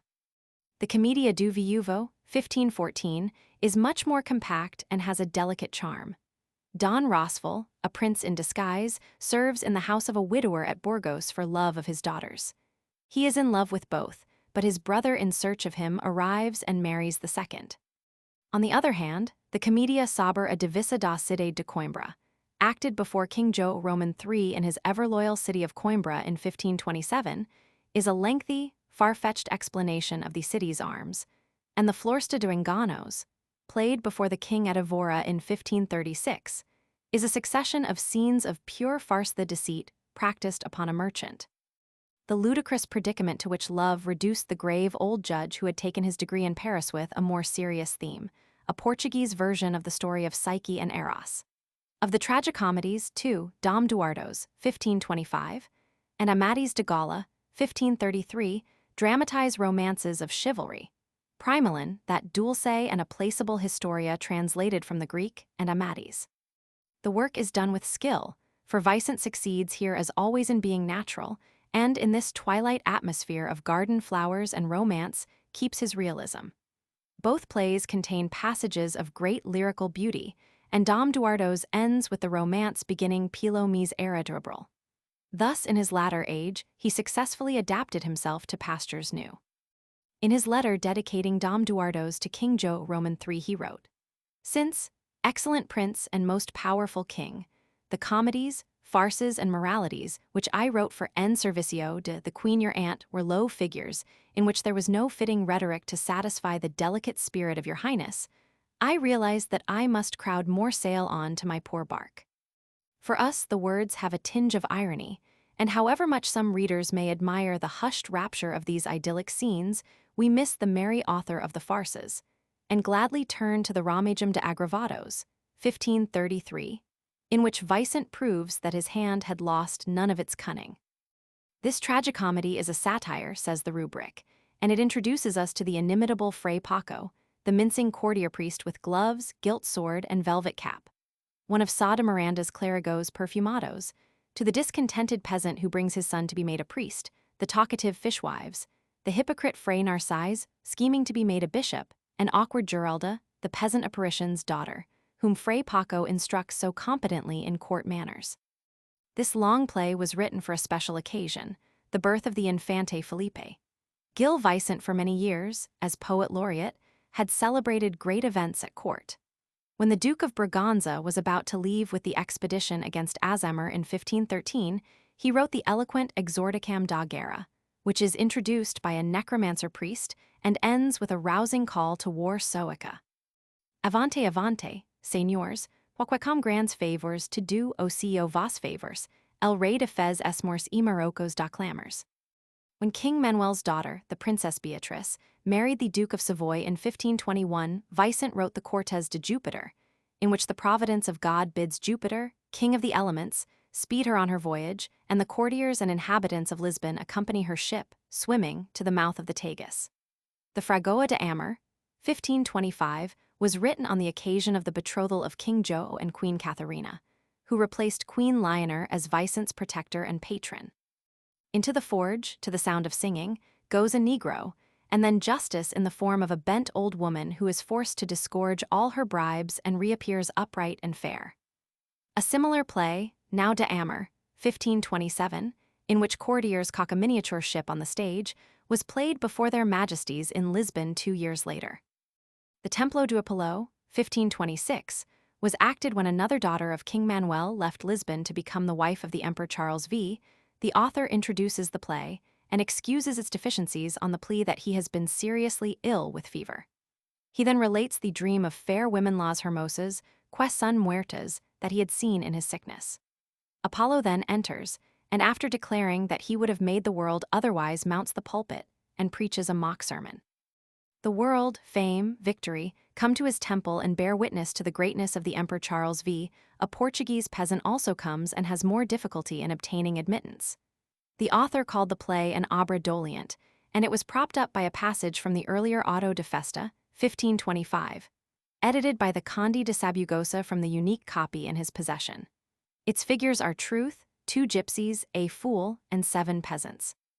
Their speech is markedly barrow, and the old woman closely resembles the Velha of the tragicomedy Triunfo do Inverno, written to celebrate the birth of Princess Isabel in 1529, as the Auto de Lusitania celebrated that of Prince Manuel in 1532, and the Tragicomedia Pastoral de Serra de Estrella, that of Princess Maria in 1527.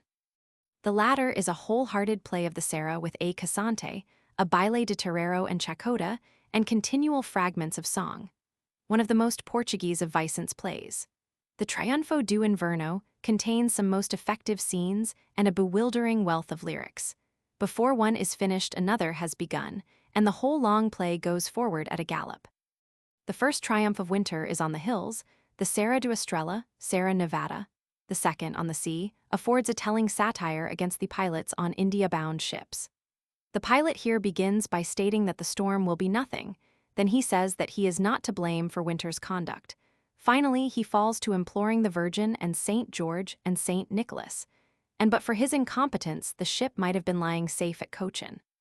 The second part of the tragicomedy is the triumph of spring in the Serra de Sintra. Spring enters in a lyrical profusion, singing, Del Rosal vengo, mi mater vengo del Rosal. Breaks off into a fura nublados, and resumes his song. Arribres de aquel rio, viera esta rosal florido, vengo del Rosal. Enough has perhaps been said to suggest the variety of these plays, the glow of color that pervades them, and to show how far their author, although his genius was never fully realized in his autos, had traveled from the first glimmerings of the drama in Portugal, and from his first model, Enzina. Rudiments of dramatic art existed in the Middle Ages in the ceremonies provided by an essentially dramatic church, and in the mummeries and mimicking joggeries that delighted the people. Benames and his companion furnished some kind of extremely primitive play, a remedilum, for King Sancho I, and they were probably only the most successful of hundreds of wandering mimics and players. Mimicry and scenic display were the principal ingredients of the momos in which Rui de Sousa excelled, and then tremeses for which Portugal was famous. They scarcely belonged to literature, although they might include a song and prose breve such as the Conde do Vimiosos, printed in the Cancioneiro Geral. Religious processions and Christmas, Epiphany, Passion, or Easter scenes gave further scope for dramatic display, as also popular ceremonies such as that in which emperors and kings figures similar, no doubt, to those still to be seen in Spanish processions, e.g. at Valencia, were carried in triumph to the churches, accompanied by joggeries who invaded the pulpit and preached profane sermons containing many iniquities and abominations, even while Mass was in progress.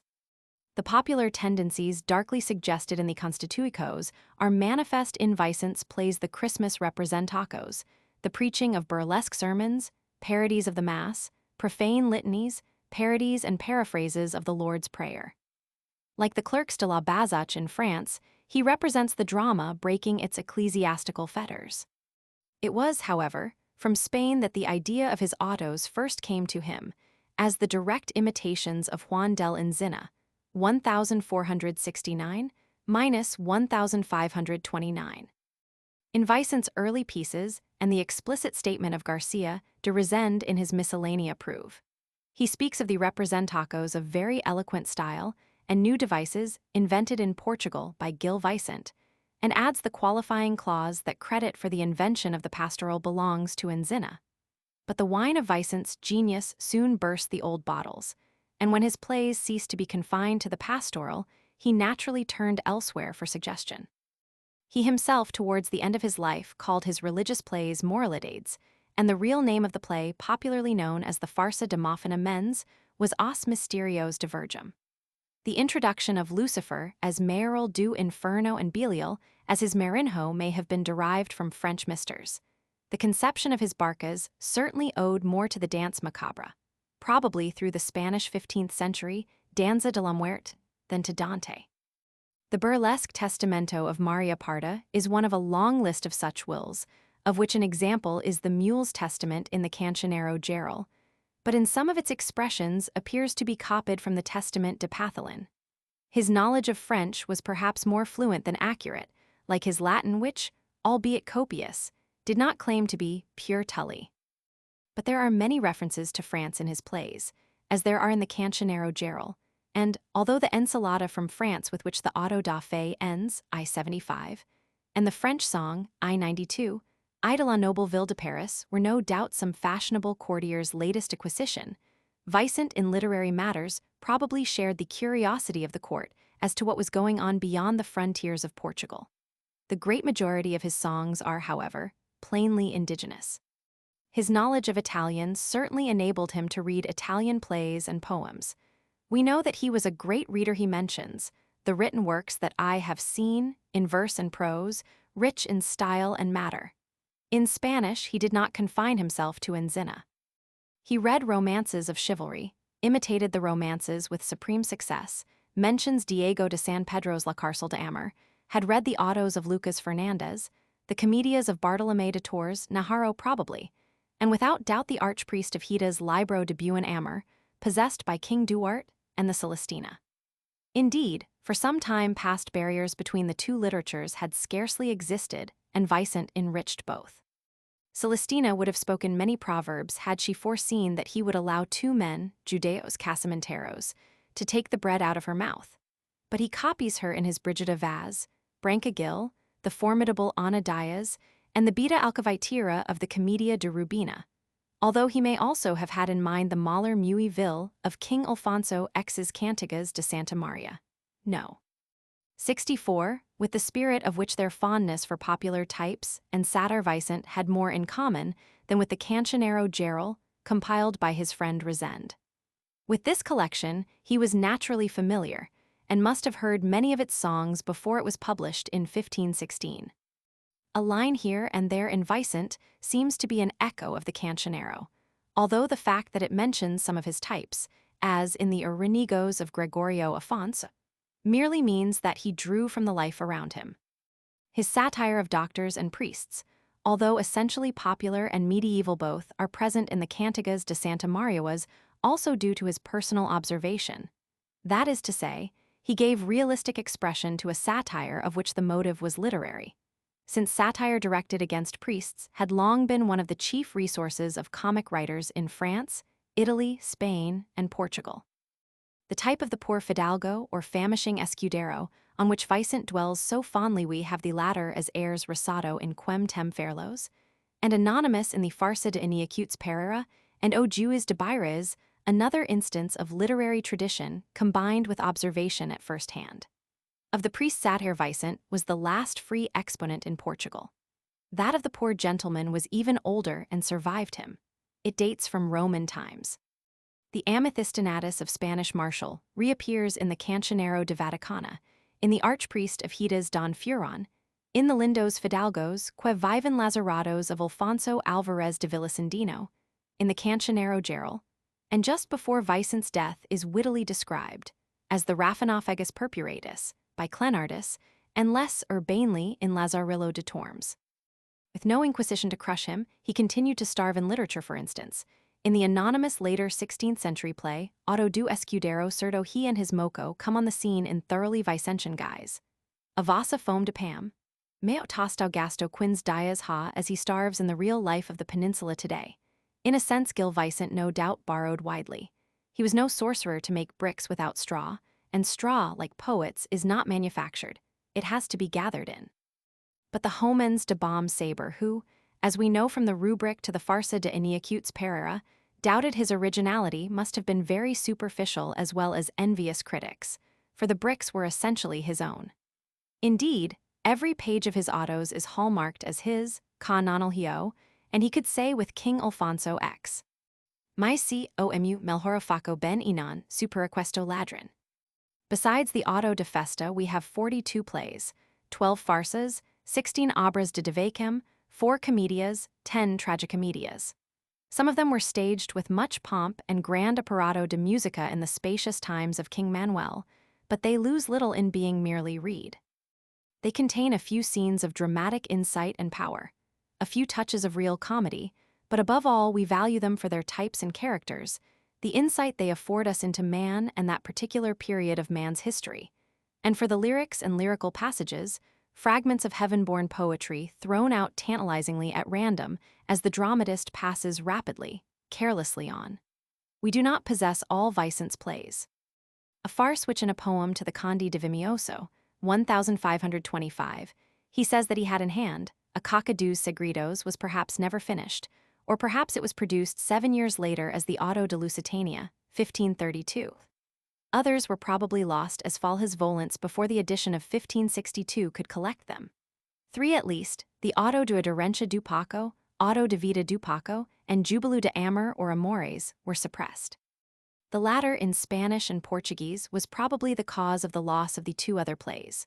For, having ventured far away from the natural piety of Portugal, it was acted in Brussels on December 21, 1531, in the house of the Portuguese ambassador, D. Pedro de Mascarenhas, and in the mind of the nuncio, Cardinal Alindro, who was among those invited. This manifest satire against Rome caused such commotion that, as he wrote, he seemed to be in mid-Saxony listening to Luther or in the horrors of the sack of Rome. Yet in 1533 impenitent, the incorrigible Vicent is pillorying the court priest, Frei Paco. The fact is that in Portugal, no one could suspect the sheepdog, who had for so long and so mordantly kept watch over the court flock, of turning wolf and encouraging the setas and cismas against which Alvaro de Brito had already inveighed. He was himself deeply, mystically religious and perhaps cared the less for creeds and dogmas. His mystic philosophy appears as early as 1502. Yet they do him a poor service who represent him as a profound theologian, a great philosopher, and authoritative philologist. His plays show us a man lovable and human, tolerant of opinions, intolerant of abuses, a man of many gifts, with a passionate devotion to his country. We have only to turn to the ringing Exordiam de Guerra or the Auto da Fama. The whole of the latter is written in a glow of pride and patriotism at Portugal's vast, increasing empire and the victories of Albuquerque. Ormas quiloa membacaso fala, cachim meland. Clearly the words to him are a sweet music. From one point of view, Gil Vicent's position exactly tallied with Herculano's description of the Bobo. He was a court jester, expected to render the idle courtiers Militos. To this purpose, he was compelled to saddle his plays with passages which for us have lost their savor and significance, but almost every line of which must have elicited a smile or a shout of laughter at the Cieros. We may instance O Clerigo da Beira, which ends with the signs and planets under which various courtiers were born, the Tragicomedia de Divisa de Cide de Coimbra, with the origins of various noble families, the malicious catalogue racine of courtiers in the Cortes de Jupiter, Brancagil's comical litany in O Velho de Horta, the 64 puzzle verses of the Auto das Fadas. But Vicent frequently had a deeper purpose than to enliven a fashionable gathering. The abuse of indulgences, the corruption of the clergy, the subjection of married women, the danger of appointing ignorant men to the responsible position of pilot, the mingling of the classes, it was not so. He remarks, in Germany or Flanders, France or Venice, the increasing tendency to shun honest labor in order to occupy a position however humble at court, the ignorance and presumption of the peasants, the false display and false ambitions, the thousand new lies and deceits, the decay of piety. The growth of luxury and corresponding diminution in gaiety, these were matters which he sought not only to portray, but to correct, with much earnestness in his Iosis Levibus. But to the end of his life, he was never able to learn that religion and virtue must be melancholy. In the introduction to the Triunfo do Inverno, 1529, he complains of the loss of the joyous dances and songs of Portugal and the disappearance in the last 20 years of the gaitero and his cheerful piping. He himself drew his inspiration from the people, from nature, and from the scriptures, with which he had no superficial acquaintance. In his love of nature and his wide curiosity, he studied children and birds, plants and flowers, astronomy and witchcraft, those myriad forms of sorcery in Portugal, some of which have fortunately survived in the prohibitory decrees of the Church. He included in his plays or alluded to many of the traditions, the songs and dances of old Portugal, the ancient cossantes, the bailes de terreiro, bailos vilaus, bailes de beira, chacotas, folias, alvaradas, janeras, lampas das João. For he stood at the parting of the ways. Desirous and capable of playing many parts, tinged unawares by the new spirit of the Renaissance, but at the same time keenly national, he linked the Middle Ages with the new learning and the old traditions of Portugal with her ever-widening dominions, for which he showed the wise enthusiasm of a true imperialist. But behind the new glitter and luxury of Lisbon, he constantly saw the growing misery of the people of Portugal, for which all the splendor of King Manuel's reign had been but a terrible storm, and his latter sadness was perhaps less personal than patriotic. He had done what he could, far more than had been required of him. He had been expected to delight a court audience, and had mingled warning and instruction with amusement. And when, having lived and laughed and loved, he went his way, he was not only spared by a crowning grace from the wrath that was to come, but left to his countrymen an heirloom more enduring than brass, more precious than all the gold of India, with a breath of that true Portugal in its simplicity, its mirth and jollity, the disappearance of which he had deplored. Portuguese literature was never so national again. A period of splendid achievement followed, but alike in subject and language, it was too often a honeyed sweetness containing in itself the seeds of decay, And if for the time it swept away all memory of Gil Vicente, for us it only emphasizes his qualities by the contrast. In his directness, his close contact with the people, his humanity, his quick observation, keen satire, love of laughter and malicious humor, in his unsurpassed lyrical gift and his natural delight in words, to be used not at haphazard but weighed and set cunningly as precious stones in the hands of an our ribs, this great lyrical poet and charmingly incorrect playwright clearly foreshadowed dramatists so different as Calderon, Lope de Vega, Shakespeare, and Molière. Yet we look in vain for a Vicentian school of great dramatists in Portugal. His fame had reached Brussels and thence Rome, and Erasmus is credited with having wished to learn Portuguese in order to read Vicente's plays. Shakespeare, who was 22 when the second edition of Vicente's plays appeared and who almost certainly read Spanish, may also have been tempted.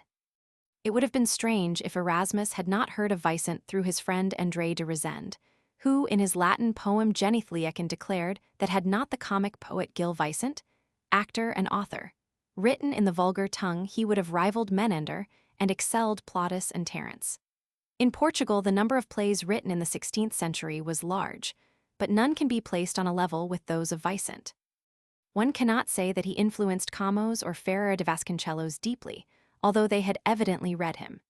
In Spain, Cervantes, who read everything, aunque Jean los Papals Rodos de las Calles, had read his plays, the Farsa dos Físicos, O Juez de Beira, the Comedia de Rubina among others, Lope de Vega likewise, Calderon possibly. Lope de Ruda probably derived the idea of his passo Las Aceitunas from the Auto de Mafena Mens. Yet it is almost with amazement, if we forget the crowded history of Portugal and Portuguese literature in the 16th century, the introduction of the Inquisition, and the great changes in the language, that we find a Portuguese, Sousa de Macedo, a century after Vicente's death, speaking of him as one whose style was celebrated of old, and a Spaniard, Nicolás Antonio, declaring that his works were written in prose and knowing nothing of a collected edition. It was with reasonable misgivings that Vicente just before his death wrote, Livro meu, que esperas tu? My book, what is in store for you? We know that it remained in manuscript for a quarter of a century, that a second edition in 1586 was so handled by the censorship that it contains but 35 mutilated plays, and that for 2.5 centuries no new edition was printed. Footnotes. Essays 1, Roman 25. Nicolae Clenardi Epistolorum Libri Duo, Antiope, 1561. Several fine sonnets have been ascribed to him, cf. Phoenix Renacida, Roman 3, 252, Horace Breves, and with more reason, Roman 3, 253, E acute redia solta cor o pensamento, as was also Gil Vicente's Dom Duardo's and a manuscript Tratado dos Modos Proporcos e Medidas. Duart Nunas de Lim, Descripco, 2a ed. 1785, cap. 80, da habilidade des malheurs portugueses para as letras e artes liberis, Severum de Feria speaks of her Sancto de Sijo de Saber. The author of Dos Preualgios and Paragatiwas, Cogenero Feminino Tem, 1557, says p9. Si pod estranhar esta hidade na qual as malhers now se applicam as letras e sciences, como faziam as antigas romanas e gregas. Gil Vicente, Obras, 1834, Roman 2, 414. Ibid, Roman 3, 350. Cf. Joe Rodriguez de Sá, e Menezes, in the Cancionero Geral de Seda adi Oschids. M. Menendez y Pello Antologia, Volume Roman 7, PCLZI. A. Herculano, Historia de Inquisico, 3a ed. 1879, I 238, cf. Camilo Castelo Branco, A Viúva do Enforcado, ad in it. No one, of course, thinks of comparing Gil Vicente with Shakespeare, but one may perhaps say that he resembles what Shakespeare might have been had he been born in the 15th century. The shipwreck in the Triunfo do Inverno recalls the opening scene of The Tempest, as the mad friar recalls poor Tom, and the magnificent Fidalgo Falstaff. In the Farsa de Iniacutes, Pereira Iniacutes, without being a shrew, is tamed by her husband, who says, Si eu digo, esto acute navello vos aves de confirmalo. In 1513, Afonso de Albuquerque writes of the son of Gil Vicente in India. It is customary in Portugal to fix the date of his birth in 1470 owing to the statement of the judge in the Floresta de Enganos, 1536, that he the judge was already 66. It is a method which might lead to comical results if further pressed in the case of Vicent or other dramatists. Was Mello 73 when he wrote the Fidalgo Aprendiz? A gentleman of good family, Tickner, hijo de illustres padres, bearer Wilerado, na qualidade nobilissimo Pedro de Poyers. Roman 3, 275. Pedernera is mentioned again in Roman 2, 390 and Roman 3, 205. The authority is Cristovam Alau de Moris in his manuscript Peditura Lusitana, 1667, number 441 in the Public Library of Oporto. This genealogist, says Casello Branco, era eacutes vezes ignorante e outras vezes mal intencionado. He does not say that Martim Vicent exercised his alleged profession of silversmith at Guimarães, or that Gil was born there. What more probable than for Guimarães, proud of its poetical traditions, to invent a silversmith father for the famous poet Goldsmith?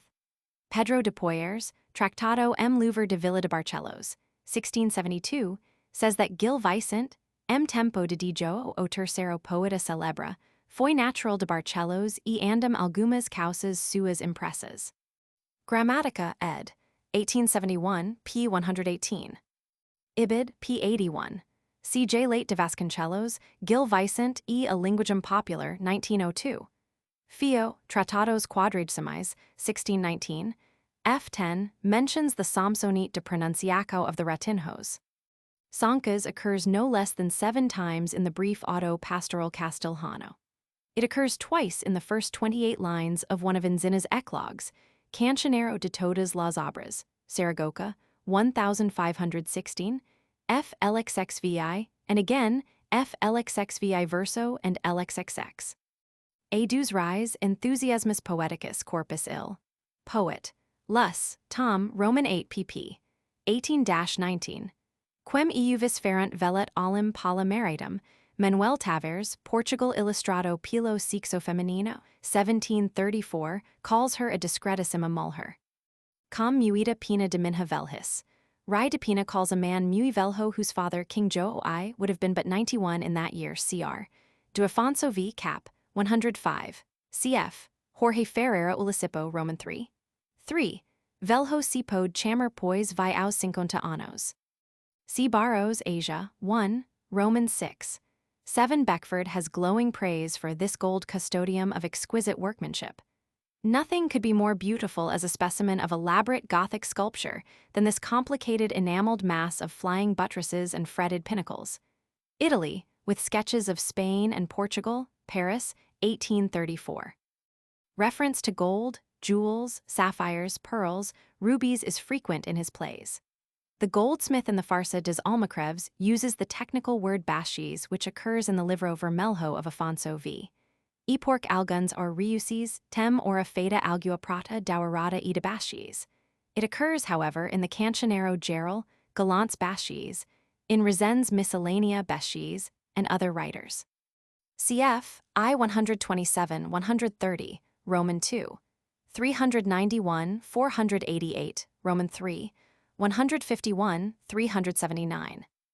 An unfortunate interpolation by the 1834 editors in the rubric of the Auto de Sibylla Cassandra was largely responsible for the belief that his patroness was not Queen Leonor, but King Manuel's mother D.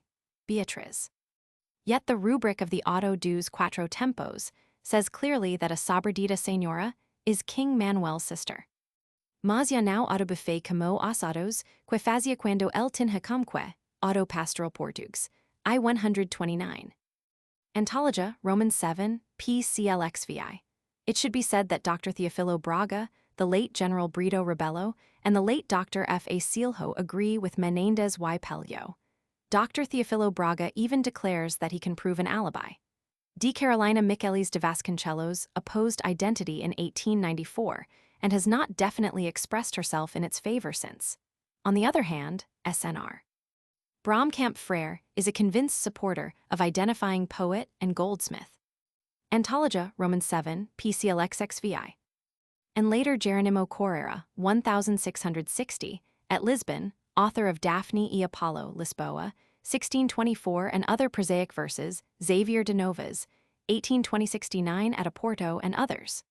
Perhaps the gold beater of Seville, Lope de Ruda, 1510-65, whose passos are akin to Vicent's farces, was fired by his example and success.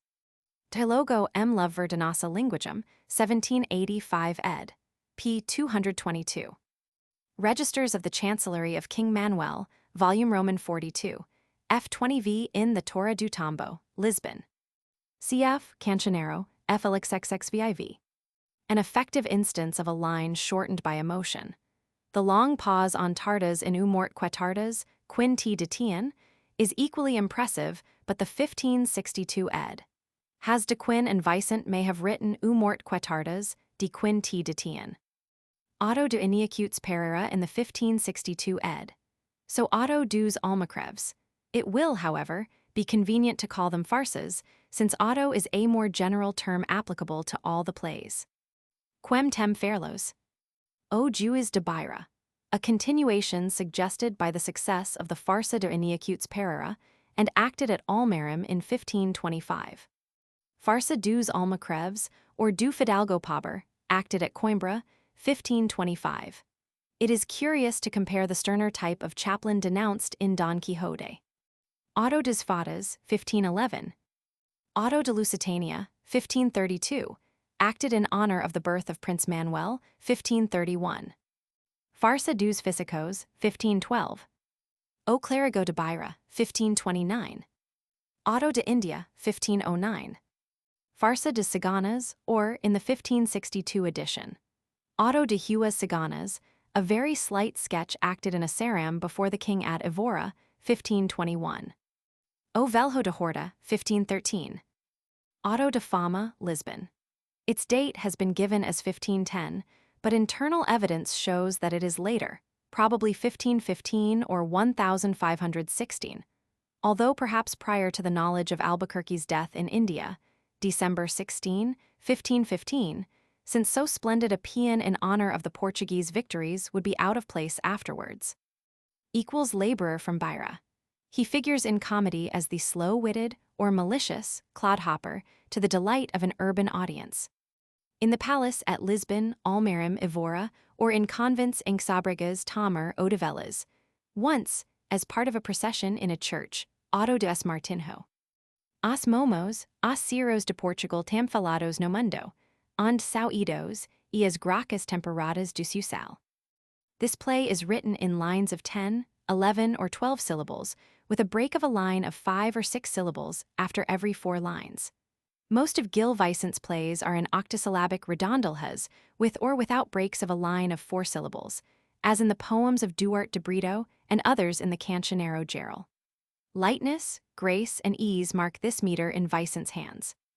This splendor-loving king bears an unmistakable resemblance to King Manuel, before whom the play was acted, but in no other instance does Vicent allow his satire to touch the king or royal family. Cumper attenter, como pomos, as maus, Cortes de Jupiter. 1598 ed.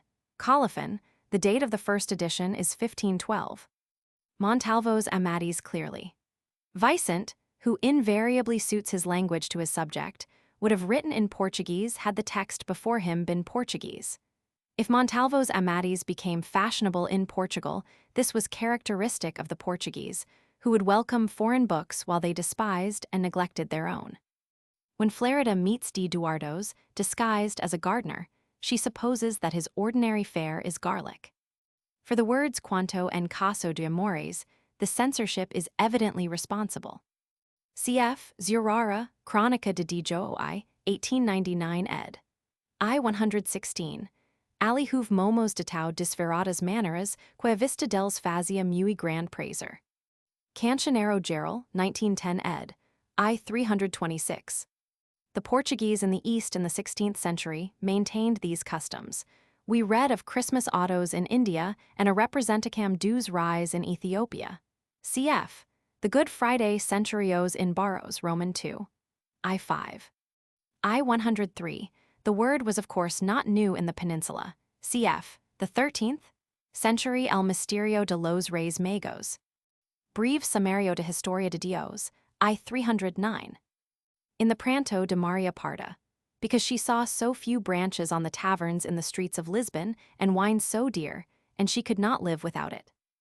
Do macho ar ruco de lais freyer estando pira more. See also Dr. H. R. Lang, CGC, pp. 174-8, Note on the Will of the Archdeacon of Toro, and the extract from a manuscript testamento burlesco in J. Late de Vasconcelos, de Campolide a Melrose, 1915. As neither of them is printed in his plays, we cannot say whether they were two or one and the same, or whether the French of his song was more intelligible than the version preserved in Barbary's Cancionero musical, number 429. For instance, the following lines and phrases of the Cancionero Gerald. Hermi a tierras estranas, mort pork tardais, vos sos o mesmo paco, e outras causas quecalo, o eco pilos veils. The Portuguese 15th century poet by whom he was most influenced was probably Duarte de Brito. They were published separately in the following century. Lisboa, 1649. Many writers note the large number of priests. The north of Portugal is Chi de Muitos sacerdotes, says Dr. João de Barros in his Libro de Antiguidades, and c. a book full of curious information collected by the author when he was a magistrate ouvidor at Braga, and written in 1549. A different work, Compendio e Sumario de Antiguidades, and c. variously attributed to Rai de Pina and to Mestre Antonio, surgeon to King Joe Roman II, appeared in 1606. Gil Vicent was never in India, otherwise he would certainly have borne witness to the devotion and courage of monks and priests in the East and on the dangerous voyages to and from India. The anonymity may have been intentional, to emphasize the fact that there was no personal allusion to any of the poor escuderos who thronged the capital and court. Ep. Roman II, 57. Letter from Evora, March 26, 1535. In the same play reappears Vicent's Spaniard, Castelhano Maifanfaro. According to the Art de Furter, decimas and sonnets were written on the subject of a poor fidalgo who was in the habit of sending his moco to two shoemakers for a shoe on trial from each, since they would not trust him with a pair. If the Dialogo de Risoracem be counted separately, we have 44 in all. Index of 1551. C.C. Michelis de Vasconcelos, Notas Vicentinas, I 1912, p. 31. But here again the auto de vida do Paco might be the Ramagem de Agravados. Cf. Barros, Prefatory Letter to Ropica Pinefma, May 25, 1531, Falem tam solto como si estivessem alemanha nos rixis de Luthero. Notas Vicentinas, p. 21, where the letter is given in the original Italian and in Portuguese. The legate had lent a cardinal's hat for the occasion, little realizing that it was to be worn by one of the actors in such a play, a witness to the realism with which Vicent's plays were staged. His tolerant spirit, expressed in his letter to the king in 1531, was remarkable in an age not very remote from the day when Duarte de Brito wrote to Anton de Montoro, c. 140580, that he would have been burnt had he written in Portugal the blasphemous lines addressed to Queen Isabella of Spain.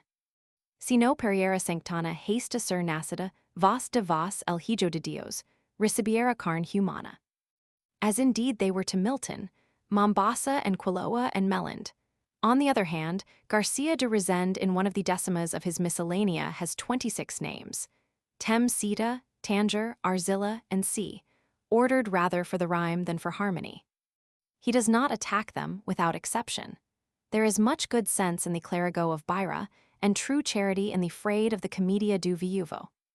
Os lavradores fazem os filhos pacos, si do não ha de haver vilaus, to dos d el rey, farsa dos almacrebs. Cf. The Balho Vilem o Morisco which Costabal his gold chain in the Cancionero Gerald, and Lopo de Almeida's third letter from Naples. Mandaram Baylor Musabrinho com Beatriz Lopez o Belo Morisco e Despois o Vilao. A century after Vicent the Shepherd's dances are but a memory. As Dancas e Balios antigament, tau usados en traos pastors, Feria e Sausa, Europa Portuguesa, Volume Roman 3, pt. 4. Cf. Ulicipo Roman 3. 6. Aquelas Maias Quepunhao, Aquelas Lampas, Aquelas Alvaradas, and de Francisco de Portugal, Prisons e Solturas de Hua Alma. Inís moca de Quintero, a gabidinha das ganwa do lugar, requistada de Velano dos Barberos, a cuja porta nunca faltu meio florido, dia de Santiago nem ramos verdes, com perenhas no desjo, aqueos praticos daquela naut chamo lampis. A acute morti, el rey de manel. His occasional coarseness is popular, rustic, and as a rule contrasts favorably with that of the cancionero geral.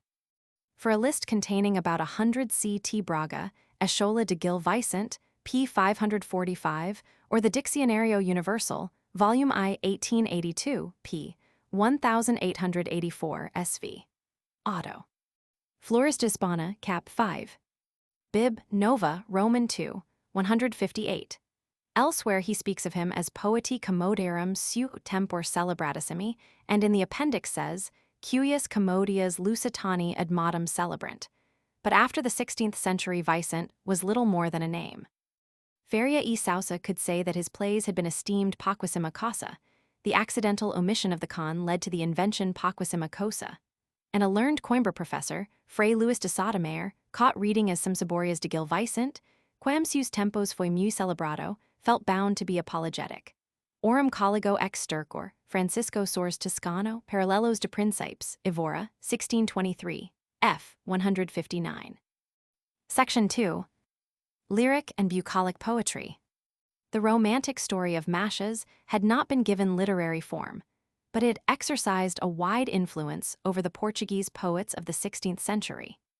Together perhaps with Diego de San Pedro's Carcel de Amor, the Spanish version of Boccaccio's Fiammetta, and especially Rodriguez de la Camara's El Ciervo Libre de Amor, containing the Historia de los dos Amadores Ardenlier y Liesa, it must have been in the mind of Bernardino Ribeiro, 1482–1552, when he wrote that gentle tale of love and languishment, the Book of Saudades, which is always known, like the first farce of Gil Vicente, from its first three words as Menina y Mocha. Yet it is not really an imitative work, being, indeed, remarkable for its unaffected sincerity as the expression of a personal experience. Its passionate truth continues to delight many readers. Almost all our information about Ribeiro's life is derived from his writings, which are in part evidently autobiographical, and it shrinks or expands according to the degree of the critic's wariness or ingenuity. His birthplace is declared to have been the quaint Alentejan village of Toro. A passage in the Eclogue Jano e Franco says that Jano fled thence at the time of the Great Famine. The unhappy frequency of famines makes the date doubtful. But if the year of Ribeiro's birth be correctly stated in an official document of May 6, 1642, as 1482, we may suppose since Jano was 21 that he left his native Alentejo for Lisbon in 1503. It is possible that he studied law and took his degree at the university, at Lisbon, a few years later, 1507–11, and became secretary to King Joe Roman III in 1524. As a Cavallero Fidalgo, he had his place at court. As poet, he contributed to the Cancionero Geral, 1516. A hopeless passion drove him from the court, drove him perhaps to Italy, and finally deprived him of his reason, so that his last years were spent in the Lisbon Hospital de Todos os Santos. Successive generations have busied themselves over the object of his passion. The romantic tradition that it was the Princess Beatriz, 22 years his junior, the daughter of King Manuel, for whose marriage to the Duke of Savoy in 1521, Gil Vicente wrote the Cortes de Jupiter, is now definitely discarded. That it was Queen Juana la Loca of Castile no one, except Varnhagen, has ever imagined. But literary critics continue to be tempted by the transparent anagrams of Ribeiro's novel, adopted evidently in order to make the story unintelligible to all except the inner circle of the court. Dr. Theofilo Braga has an ingeniously fabricated theory that Yania was Ribeiro's cousin, Jonah Tavers Zagalo. Lamentor at least can scarcely have been King Manuel, since he sends his daughter to the king's court. The scenery appears to be a combination of that of the Serra de Sintra near Lisbon with that of Alentejo. The story opens with an introductory chapter in which a young girl, Menina y Mocha, who has taken refuge in the Serra far from all human society, announces her intention of writing down what she had seen and heard in a small book, Livrinho. Not for the happy to read, but for the sad, or rather for none at all. Seeing that of him for whom alone it is intended, she has had no news, since his and her misfortune bore him away to far distant lands. Thus we have the 13th century amiga mourning for her lover. Ai Deus. Eu e acute. Presently, as she shelters from the noonday comma beneath trees that overhang a gently flowing stream, a nightingale pours forth its song, and then dying with its song falls with a shower of leaves and is borne away songless by the silent stream. She is still bewailing its fate when another, older but equally sad, Lady Dona appears, and the Menina becomes an almost silent listener to the end of the book, while the Dona unfolds the tale which is its true subject, the history of two friends Narbendel and Basciao. But it begins with the love adventure of Lamentor and Belissa. It is only in the 9th chapter that the knight Narbendel arrives and falls in love with Belissa's sister Yania, adopting a shepherd's life in order to be near her palace. It is in fact a romance of chivalry in pastoral garb, but Ribeiro might have introduced the pastoral romance without changing the fantastic features. It is in his singular combination of passion and realism that his true originality consists. His power of giving vivid expression to tranquil scenes. The whole of the first part has something of the quiet intensity of a background by Correggio, as well as his softer outline. And although there is no explicit indication of color, it is clearly felt by the reader and his gentle love of nature, or rather his love of nature in its gentler aspects, cast over the book a strange charm. The softly flowing streams, the trees and birds and delicious shade, beautiful dawns, the birds seeking their nests at evening, the flowers quae su praeser si estendum, the materos going out to cut brushwood, the shepherds asleep round their fire at night, are described with great naturalness and truth, often with familiar words and colloquial phrases. The reason of the extreme intricacy of the plot was not the wish to conceal the author's love story in a labyrinthine maze in order to exercise the ingenuity of 19th century professors, but to be true to life. In life, events are not rounded and distinct, but merge into and react on one another in an endless raveled skein. Dis tristezas now si pod cantar nada ordinatament porc disordinatament acontecem ellas. Cap. 1. Ribeiro thus anticipates by 4 centuries the theory enunciated in Spain by Azorin that a novel, like life, should have no plot, and his book has a certain modernity. We may refuse him the name of novelist, but many a novelist might envy his lifelike portrayal of scenes and sentiments. It has been doubted whether he wrote the second part of the story. It consists of 58 short chapters and opens with a new episode, the love of Avalar for Erema, daughter of Lamentor, Cap. 124, and it is even more bewildering in its confusion than is part 1. The scenes are less idyllic, the tone more that of a conventional romance of chivalry, yet the realism is maintained. It is on no hippogriff that Avalar goes to the rescue of the distressed maiden. In fact, he had set out on his adventure in a rowing boat and his hands blistered. If later there are mortal combats with wicked knights, with a bear, with giants, there are also scenes, as in chapters 9, 12, 23 of an impassioned saudade, of dove and nightingale which could only have been written by the author of part 1. His own story, still related by the Dona, is only resumed in chapter 26, or rather 32, since the intervening chapters deal with events prior to those with which part 1 begins.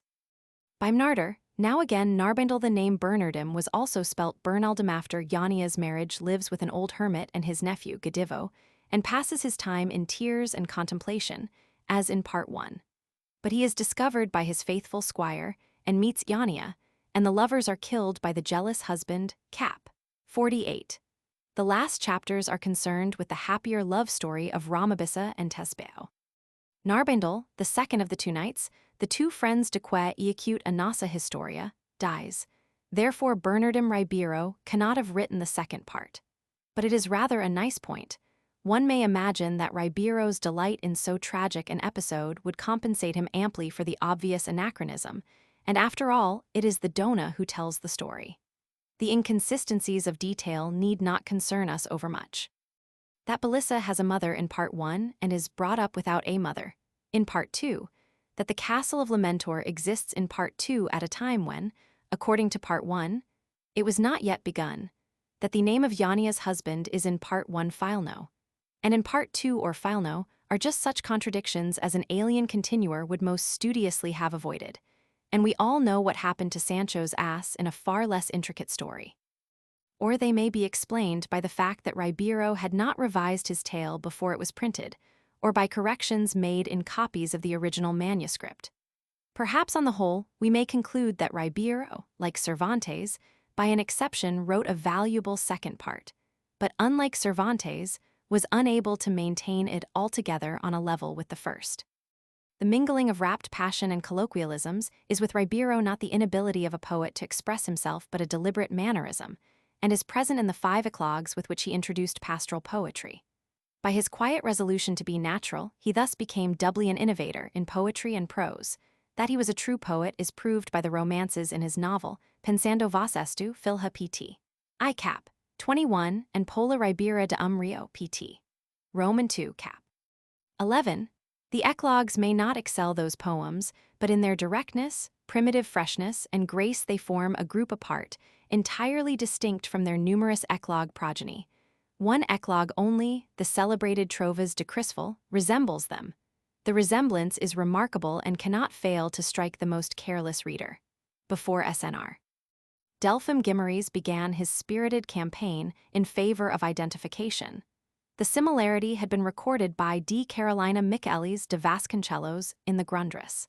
The extraordinary similarity of these trovas to the poetry of Ribeiro and to nothing else in Portuguese literature. In this poem of some 900 lines written in octosyllabic decimas, like Ribeiro's eclogues, we have that romantic, passionate saudade and sentimental grief. The mystic visions, the simplicity, the ingenuous conceits, wistfully humorous, the sententious reflections, the elliptical concision, the real shepherds, the familiar language, the love of nature which are peculiarly Ribeiro's. Tradition assigns the trovas to Cristóvão Falcão, c. 1512-53, who was born at Portugalete in Alentejo, was made a moco fidalgo in 1527, and is supposed to have fallen in love with and secretly married D. Maria Brandão, i.e. the Maria of the Trovas, whom her parents confined as a punishment in the convent of Lorvau. At the risk of being dubbed incorrigibly simplicista, one must confess that the simultaneous appearance of these two poets from Alentejo, not fertile en poetas, taxes one's belief to the utmost. May not the secret marriage deduced from the trovas have been described by Ribeiro in his keen sympathy for his friend's position, so like his own? The contention is not that Cristóvão Falcão did not exist there were severalor, did not fall in love with Maria Brandão a do Crisfel, or did not marry her, but that he did not write verses in the style familiar to us as that of Ribeiro. It is remarkable that the very critics who represent Ribeiro in his novella as hiding like a cuttlefish in his own ink change their method when they come to the eclogues and accept every name and allusion with the greatest literalness, as though it were a poet's duty to wear his heart in his verses. It is idle to adduce the fact that Cristóvão Falcão wrote ungrammatical letters, so did Keats, or to devise far-fetched interpretations, such as Crisma falso, for the word Crisfel. What more probable than that Ribeiro and Falcão, born in the same province, became friends at court, and that Ribeiro introduced his friend in one of his poems as he is supposed to have introduced Sá de Miranda in another, and as Miranda introduces Ribeiro, canta Ribeiro los males de amor. If in his favorite manner he added a little mystification in the word Crisfel, what more characteristic? The very form of the poem, in which first the otter and then Crisfel speaks, Fala Crisfel, suggests this, as does the title. Trovas de pastor per nome Crisfel, compared with the definite trovas de dos pastors, feitas por Bernaldum Ribeiro. It is not difficult to explain the printing of the trovas together with the works of Ribeiro and the hesitancy of the early editions in ascribing them, on hearsay, to Cristóvão Falcão. But the word Crisfel caught the fancy, and those who learnt that it stood for Cristóvão Falcão would inevitably confuse the explanation of the anagram with the authorship of the poem. One of those who did so was Gaspar Fructuoso or Antonio Cordero, and the tradition which had begun so shakily with a dizem sur gained strength with the years. Presumably, the editor of the 1559 edition knew what was to be known on the subject, yet he speaks with a quavering uncertainty. It is only much later that the ascription to Cristóvão Falcão becomes a fixed belief. The eighth Decada of Diogo Ducado was not published till 1673, i.e. over half a century after the death of its author. The explanatory sentence, aquel que fez aquelas antigas e nomadas, or namoradas, trovas de Crisfel may well be, and probably is, a later interpolation. But although a few scholars definitely hold that Ribeiro wrote this poem, grammatis I certain, and should tradition prove too strong, we have to accept a second writer who claims an undying place in Portuguese literature owing to the marvelous success with which, divesting his muse of any qualities of its own, he identified himself with a poet who is the most characteristically Portuguese, but also the most individual of impassioned singers, Bernardim Ribeiro. A kind of continuation of the story of Crisfel, who is now enchanted within the fountain of his own tears, appeared at the end of the century in a small collection of poems entitled Silvia de Lisardo, 1597. It contains 41 sonnets, of which one only is in Spanish, 3 eclogues in tercitos and oitavas, and various romances in Spanish and shorter poems, and has been ascribed, without sufficient reason, to the historian Fray Bernardo de Brito.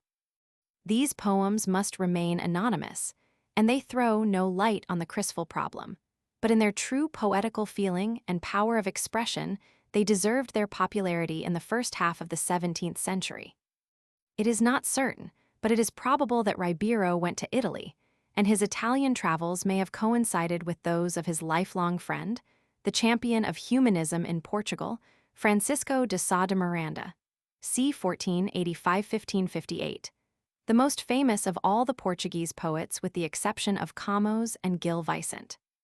As a lyric poet far inferior to either of them, his great influence was due partly to his character, partly to his introduction of the new school of poetry, the versos de medida nova, or de arte maior, replacing the national trovas de medida velha, octosyllabic redondilhas, by the Italian hendecasyllabics, Petrarca's sonnets and canzoni, Dante's terza rima tercitos, and the octava rima of Poliziano and Ariosto.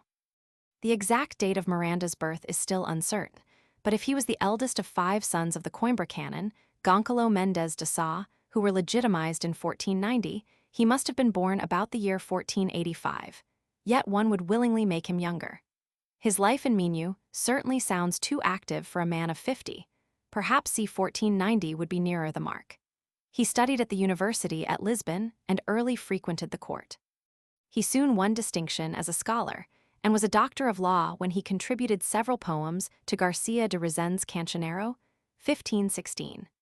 His journey to Italy a few years later, in 1521, may have been due merely to the natural desire of a scholar to see Rome, or there may have been other motives, a love affair of his own or his friendship with Bernardim Ribeiro.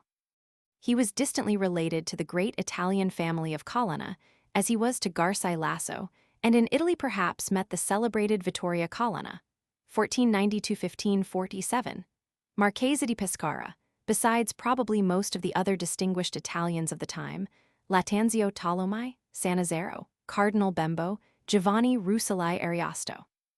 During 5 years, he saw the principal cities of Italy and Sicily, and returned to Portugal in 1526, or earlier, possibly after 3 years, in 1524, with a deep knowledge of Italian literature, and the firm resolved to acclimatize in his country the meters in which the Italians had written things so divine. If he had seen at Rome the Cancionero of 13th-century Portuguese poets, he must have realized that the meters were not so foreign as many might think. If he met Bascan on his homeward journey, his determination to become innovator or restorer would be strengthened. King Joe Roman III was on the throne, and we are told in Miranda's earliest biography, 1614, which is attributed with some probability to D. Goncalo Coutinho, that he became one of the most esteemed courtiers of his time. He was an enthusiastic believer in monarchy and in the divinity that doth hedge a king, but was less enamored of the growing corruption and luxury at court. Probably he was himself more esteemed by the king than by the courtiers, and after the poetry of Italy, he could scarcely share their taste for the trivial verses of the Cancionero Geral, nor could they see how a compliment could be turned more neatly than in the old esparsas and villancietes. During these years, he wrote his first play, Os Estrangeiros, the eclogue Elixo with oitavas in Portuguese, and the Fabula do Mondigo, perhaps in order to show his superiority over Gil Vicente. There was an obvious antagonism between the laughing and the weeping reformer, for both protested vigorously in their different ways against the growing materialism of the day. Between the learned, philosophical, and the natural, human poet, and Vicente's humor probably appeared to Sá de Miranda as unintelligible and undignified, as Miranda's hendecasyllabic poems may have appeared melancholy thin and artificial to Vicente. Et si en est point ainsi, que parla nature. But the line in the introduction of the Fabula do Mondego, in which Miranda speaks of the king's condescension, Al canto pastoral asado, probably refers to some previous effort of his own rather than to the work of Vicente, and Miranda was in Italy when Gil Vicente was taunted by certain homums de bomb sabre and turned the tables on them in the Farsa de Iniacutes Pereira. The Fabula do Mondego is a cold, stilted production of 600 lines in Petrarchan stanzas, the subject of which was partly derived from Angelo Ambrogini, Poliziano. In 1532, the king gave Miranda a commenda benefice of the Order of Christ on the banks of the Neva in Minho, and having acquired the neighboring estate of Tapata, Quinta de Tapata, he left the court and retired to it not many months later. Miranda's love of nature was very deep. From his boyhood at Coimbra, he had preferred the country to life in cities, and probably no other incentive was required, although it is thought that he may have been too zealous in support of Bernardim Ribeiro and that a passage in Alixo, 1532, offended the powerful favorite, the Conde de Castanera. Whatever the cause of his withdrawal, literature must call it blessed, for his new life in the country suited his temperament. The independence of character shone in his fine letter, one of the most famous poems in the Portuguese language, addressed to King João Roman III developed, and close contact with the country and the peasants gave his poetry that indigenous flavor and peculiar charm which have fascinated all readers of the Eclogue Basto, that individual stamp in which the court poetry was infallibly lacking. He had already written his best work for this Eclogue, and the letters show the real Miranda, pointed, original, racy of the soilland, written it in quintilhas, when in 1536 he married Briolania, the sister of his old friend, now his neighbor at Crasto, Manuel Machado de Azevedo. Some miles away, at the straggling little village of Cabeceras de Basto, he had other intimate friends, the Pereiras and the gift, by one of these two brothers, Antonio Nan Alvarez Pereira, of a manuscript of Garçai Lasso de la Vega's poems shortly before Miranda's marriage revived his enthusiasm for the alien meters. He turned again to the hendecasyllable and wrote the Eclogues Andrés, 1535, Celia and Nemoroso, 1537, the latter in memory of the tragic death of Garçai Lasso in the preceding year. He returned to the quintilha later, employing it with flowing ease in a Egyptiaca Santa Maria, or Santa Maria Egyptiaca, which was probably written between 1544 and 1554, when he was educating his two sons with Amor and Coberto y Moderato, a Egyptiaca, p3, and nearer the former than the latter date. Its vigor and the promise of more after 721 quintilhas preclude the date, 1556-8, assigned to it by its first editor, even without the statement of the 1614 biographer that Miranda wrote scarcely anything after his wife's death in 1555. But it may have been written even earlier, before 1544. And still through all these various poems, despite their undeniable value and incidental beauties, it is the man, his life and character, that interest us. The wild yet green and peaceful scenery of Minho accorded well with his alma sobrana, at once active and contemplative, disciplined and independent. At first hunting the wolf and boar occupied his leisure. We see him out with his dogs Hunter, Swallowfoot and Sea, in crimson dawn and breathless noon, and gave him 100 opportunities for quiet observation of nature, the streams, especially the birds, and the peasants. The poems written soon after his arrival still retain the freshness of these impressions. His evenings were spent with his friends at Cabeceras True Noct Scenic Diem, or in the more formal society at Crasto, or with music he played the viola or his favorite authors, Homer in Greek or Horace, the Bible, the Italians, or Garçai Lasso and Biscan. Later gardening and the education of his sons and entertainment of visitors took the place of his favorite wolf hunting. As his fame and influence spread, Diogo Bernardes, whose recollections of Miranda were recorded in the 1614 life, was not the only disciple who came to see him in his retreat, and he corresponded in verse with most of the poets of the time, Andrade Caminha, Montemer, Ferreira d. Manuel de Portugal, Bernardes. Cardinal Henrique was a steadfast admirer of his work, and the young Prince João asked for a copy. Las Mandu Pedir. This wide recognition after the first coldness was some measure of comfort for the many sorrows of his last years. The death of his eldest son Goncalo, killed in his teens in Africa, 1553, of his wife, 1555, of that promising precocious Prince João, 1537-50, for to whom he had thrice sent a collection of his poems, the departure of his brother, Mem, to become one of the most notable governors of Brazil, 1557. In the latter year, King João died, leaving an infant heir to a distracted kingdom, and Miranda's death followed a few months later. In a sense, this philosopher was the most un-Portuguese of poets, for he had no facility in verse. He went on hammering his lines, altering, erasing, compressing in a divine discontent. He had a lofty conception of the poet's art to express the noblest sentiment in the best and fewest words. 5 versions of Elixo, 12 of Basto, attest his untiring zeal and his art to blot. The elliptical abruptness of his native quintilhas, by which they have something in common with those of Ribeiro, are not their least charm, and gives an effective emphasis to his sententious philosophy. In introducing the new measures, he used the Castilian language as being the most natural and suitable until, but only until, they should be thoroughly acclimatized. He wrote Castilian not fluently, that was not his gift, but correctly, with only occasional lusitanismos. His best work, however, was written in Portuguese.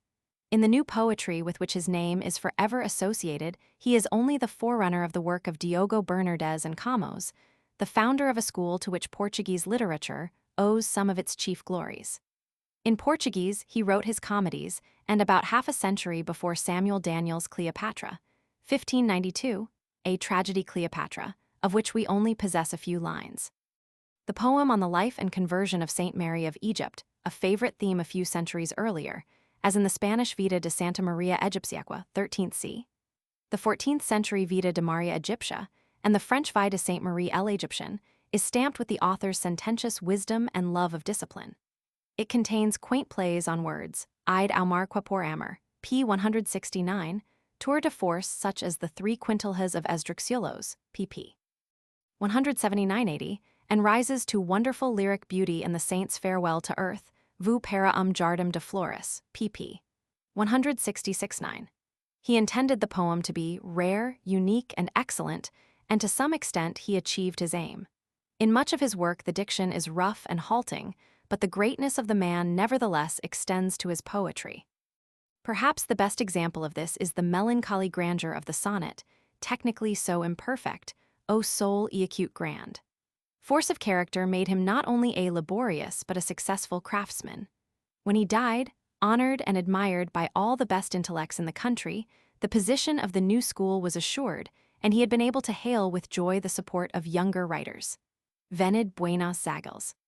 Foremost in time among these poets of El Verso Largo was D. Manuel de Portugal, 1520–1606, son of the first Conde de Vimioso and of D. Jona de Vilhena, cousin of King Manuel. He outlived all his fellow poets, welcomed the appearance of Os Lusíadas, and in 1580 took the side of the Prior D. Antonio. His obras, 1605, consist of 17 books of poems, mostly of a religious character and written in Spanish. Books 9 and 15 contain some Portuguese poems, and among them the fine mystic sonnet Epochs Minha Alma BK. Roman 9, F 199v. Among those who welcomed and acclimatized the new style none was a more talented or truer poet than Diogo Bernardes, c. 1530 c. 1600, who confessed that he owed everything to Sá de Miranda and Antonio Ferreira. Born of a distinguished family at Pont de Barca on the river Lima, he would ride over to visit Sá de Miranda or send him letters in verse, and he mourned his death in sonnet, letter, and eclogue with unaffected grief. He himself continued to sing by the banks of his beloved Lima, endeared to him all the more by disillusion at Lisbon and captivity in Africa. In a letter to Miranda, he alludes to an apparently unhappy love affair at Lisbon. Later, the retirement of his poet brother, Fray Agostinho, into a convent, the deaths of Miranda and Ferreira, the Great Plague of 1569, and the misfortunes of his country were all deeply felt by his affectionate nature. In 1576, he went as Secretary of Embassy to Madrid, but otherwise he seems to have been disappointed in hopes of lucrative employment, and he was always ready to exchange the mud of the streets and the bought meals of Lisbon, with its penurious, importunate mocos, for the dewy golden dawns, the hills and streams of Minho, and tres simples e humildes lavradores, Carta 27. In 1578, however, he who had lamented that no Mecenas encouraged those eager to sing the deeds of Portuguese heroes was chosen to accompany as official poet the Portuguese expedition, which ended disastrously in a quell funeral e turvo, die the Battle of Alcácer Quibir. It was not till 1581 that Bernardes returned from captivity. Whether he was ransomed by King Philip, or by the Trinitarians or Jesuits, or by himself or his friends, is not known. After his return and his marriage, he frequently laments his poverty. Not, he says, that he wishes to be the Pope in Rome, but merely to have enough to eat, Carta 31. Yet apparently he had no cause to regret the change of dynasty so far as his personal fortunes were concerned. Whereas he had merely held the post of servidor de Tolha at the palace under King Sebastian, he was now, 1582, appointed a Knight of the Order of Christ with a pension of 20,000 reis and was granted 500 cruzados, in property and goods, in the same year. In 1593, his yearly pension was 40,000 reis, of which one half was to revert to his wife and children. Either these monies remained unpaid, or the new Cavallero Fidalgo's ideas had changed greatly since he had sung of the joys of rustic poverty and the vanity of riches. Bernardes found his inspiration in the Portuguese and Spanish poets of the New School, Cantigas Strangeras, Stranas, and through them in the great Italians. Dante's name does not occur in his letters, written in tercetos, but Tasso mu Tasso Ariosto, Petrarca, and others are mentioned. In form and sound, some of his cancos are not unworthy of Petrarca, but they are more homely and bucolic, have more saudade and less definite images, no concrete pictures like that of La Stanca Vecchirella Pellegrina of the fourth canzone. His second source of inspiration was his native Minho and the transparent waters and fresca praia of the Lima. He was never happier than when wandering lungo el amate rive, and this gives a pleasant reality to his eclogues. His muse, a bosques dada e of fonts cristalinas, sings not only of the conventional roses and lilies, but of honeysuckle, of cherries red in May, grapes heavy with dew, golden apples, nuts, acorns, the trout so plentiful that they can be caught with the hand, hares, partridges, doves, the thrush, and the nightingale, and mentions oak, ash, elm, poplar, beech, hazel, chestnut, and arbutus. These eclogues, written in various meters, sometimes with lake sapron or internal rhyme, are collected in O Lima, 1596, which also contains his letters. His other works are sonnets, elegies, odes in rimas varias, Flores do Lima, 1596, and a third small volume varias Rimas ao Bom Jesus, 1594, which includes elegies and odes to the Virgin written during his captivity, a long Historia de Santa Ursula in octaves, and other devotional verse of much fervor and his wonted perfection of technique. If, read in the Mass, his poems produce the impression of a cloying sweetness, it must be remembered that never before had Portuguese poetry risen to so harmonious a music. Faria e Sousa accused him of plagiarizing Camões, but in the case of a writer whose accepted poems, the Dulcissima Carmina Limi, are of such excellence the accusation cannot be seriously entertained. Neither he nor Camões was a great original poet, but in both the command of the new style was such that their poems were often confused by collectors. A passage in one of Bernardes' letters, 5, L6, seems to imply that his poetry was not appreciated at Lisbon. It was too genuine and clear to suit the clever court rhymesters. But he had his followers, who would send him their poems to be corrected, or rather, praised, and later Lope de Vega recognized him as his master in the eclogue in preference to Garci Lasso. Francisco Galvão, c. 1563–1635, equerry to the Duke of Braganza, was a true poet if he wrote the sonnet A Nosso Senhor ascribed to him by his editor, Antonio Lourenço Camões, in Poesias Inéditas dos Nossos Ensinos Poetas Pedro de Costa Perestrello, Coivo do Grande Luís de Camões, e Francisco Galvão, 1791. O acute tu de puro amor Dios font pura. Inocencio da Silva vigorously doubts the authenticity of these poems, which are mostly of a religious character or concerned with Horace's theme of the golden mean, as that of the Obras Inéditas de Aires tells de Menezes, 1792, published by the same editor, who professed to have faithfully copied them from the Antigos Origines of the time of João Roman II. Bernardes, brother Fray Agostinho de Cruz, 1540–1619, born at Pont de Barca, entered as a novice the convent of Santa Cruz in the Serra de Sintra in 1560, and took the vows a year later.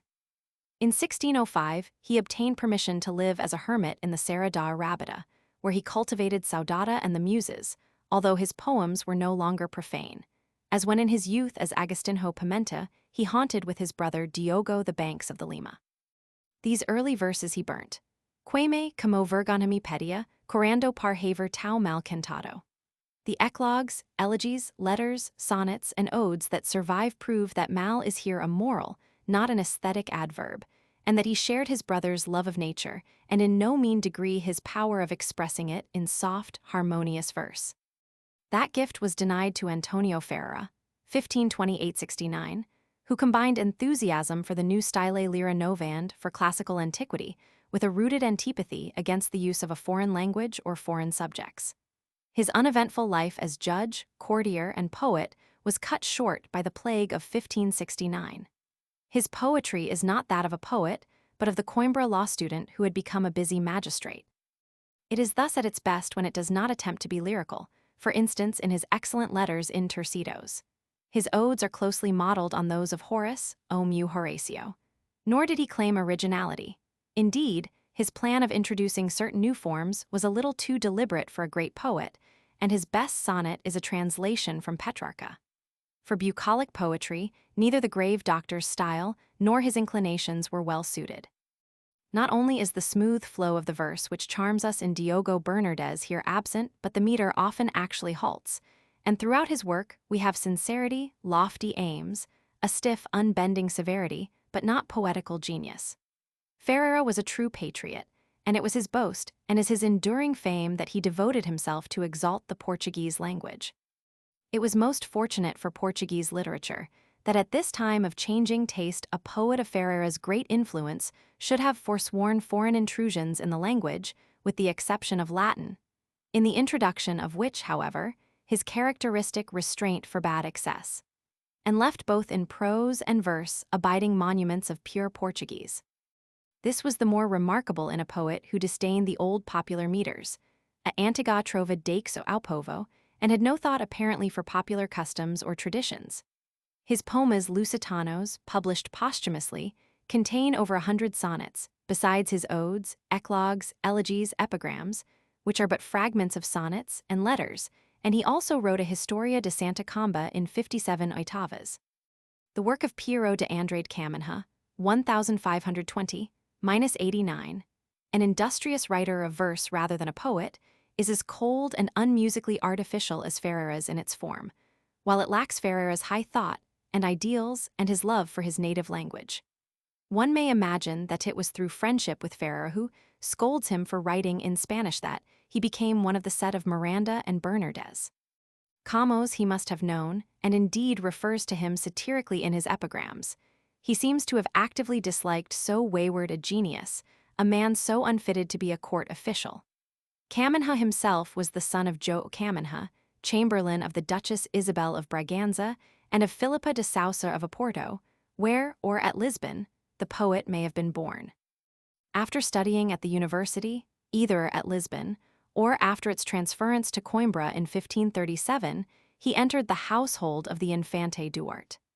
In 1576, the poet retired to the palace of the Braganzas at Villa Vicosa and died there 13 years later. During the last 10 years of his life, he held a tenka of 200 milreis besides other sources of income. He was alcaide more of Celorico de Basto, as his father had been of Villa Vicosa, so that his lot compares handsomely with that of Camões. He had planned an edition of his works in 9 books, but only a few occasional poems were published during his lifetime. He wrote short poems in all the usual kinds, but although trusted and honored by the princes he served, he entirely lacked Camões' divine furia and had no compensating sympathy or insight or lyrical charm. What would not Camões have made of his chanty, Cantiga para Calamar?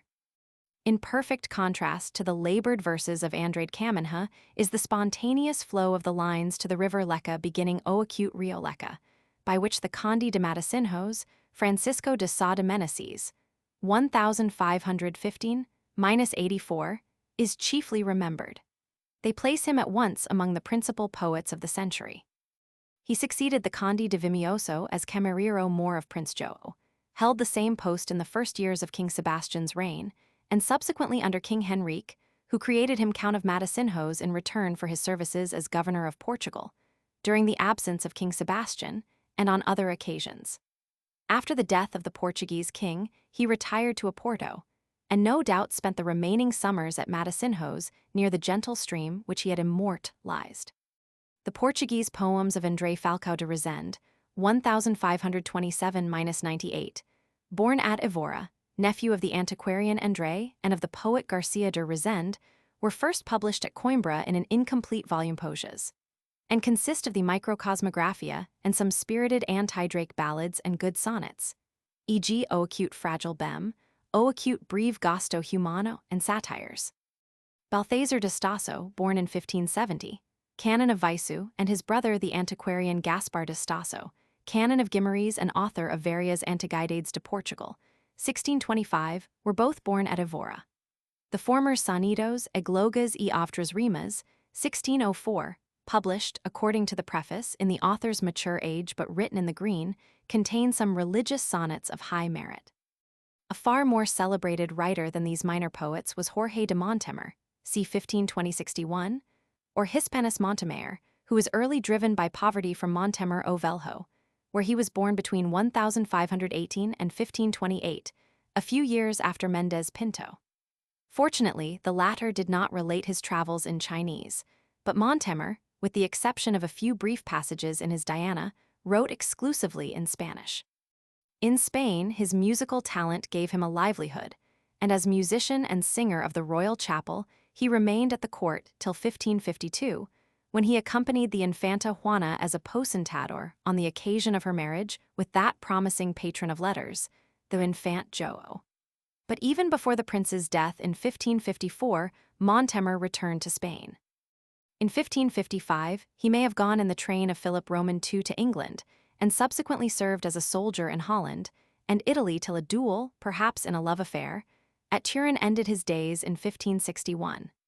Despite his brief and restless life, Montemer, who showed in Las Obras de George de Montemayor, 1554, that he was no mean poet, found time to write one of the most famous books in literature. The date of its publication it was dedicated to Prince João and Princess Juana is uncertain, but it was probably an early work. In spirit, since not in the letter, it belongs to Portugal. Its gentle, easy style, Menéndez y Pello calls it tersa, suave, melodica, expressiva, the sentimental love and melancholy, the introduction of bucolic scenes, the references to Portugal Cristalino applied to the Mondego is no conventional epithet, as only those who have seen its transparent waters can fully realize Mark the Diana as the work of a Portuguese. Its fame soon overleapt the borders of the peninsula. In Spain, it had a numerous progeny, to which Cervantes refused the grace somewhat grudgingly given to Montemer's work as the first in its kind. In Portugal this, the eldest child of Bernardim Ribeiro's Menina e Mocha, had to wait over half a century before it found a worthy successor in the Lusitania Transformata. Little certain is known of the life of Fernão Alvarez do Orient, c. 1540 c. 1595. Born at Goa, he served in the East, and may have fought in the Battle of Alcácer Quibir. His resemblance to Maury's in temperament and adventures, perhaps, gave rise to the assertion that he wrote the 5th and 6th parts of Palmerim do Inglaterra. The scene of his Lusitania Transformata, 1617, is partly in Portugal, the banks of the river Nabão and the 7 hills of Tamar, and partly in India, no Naso Orient. Like Montemer's Diana, it is divided into prosas and poems, and it is modeled on the Arcadia of Jacopo Sannazaro, 1458-1530. The mountains of Arcadia transformed into Lusitania, which, however, each of its 3 books equals in length. The prose setting, although devoid of thought, is mellifluous and clear, and the poems, which contain reminiscences of Camões, rival in the harmony and transparent flow of the verse that Prince of the Poets of our time, as Alvarez calls him. Some critics have even ventured to attribute the work to Camões, as though his genius were so poor that he must needs fall to quoting himself in whole lines, as is here the case.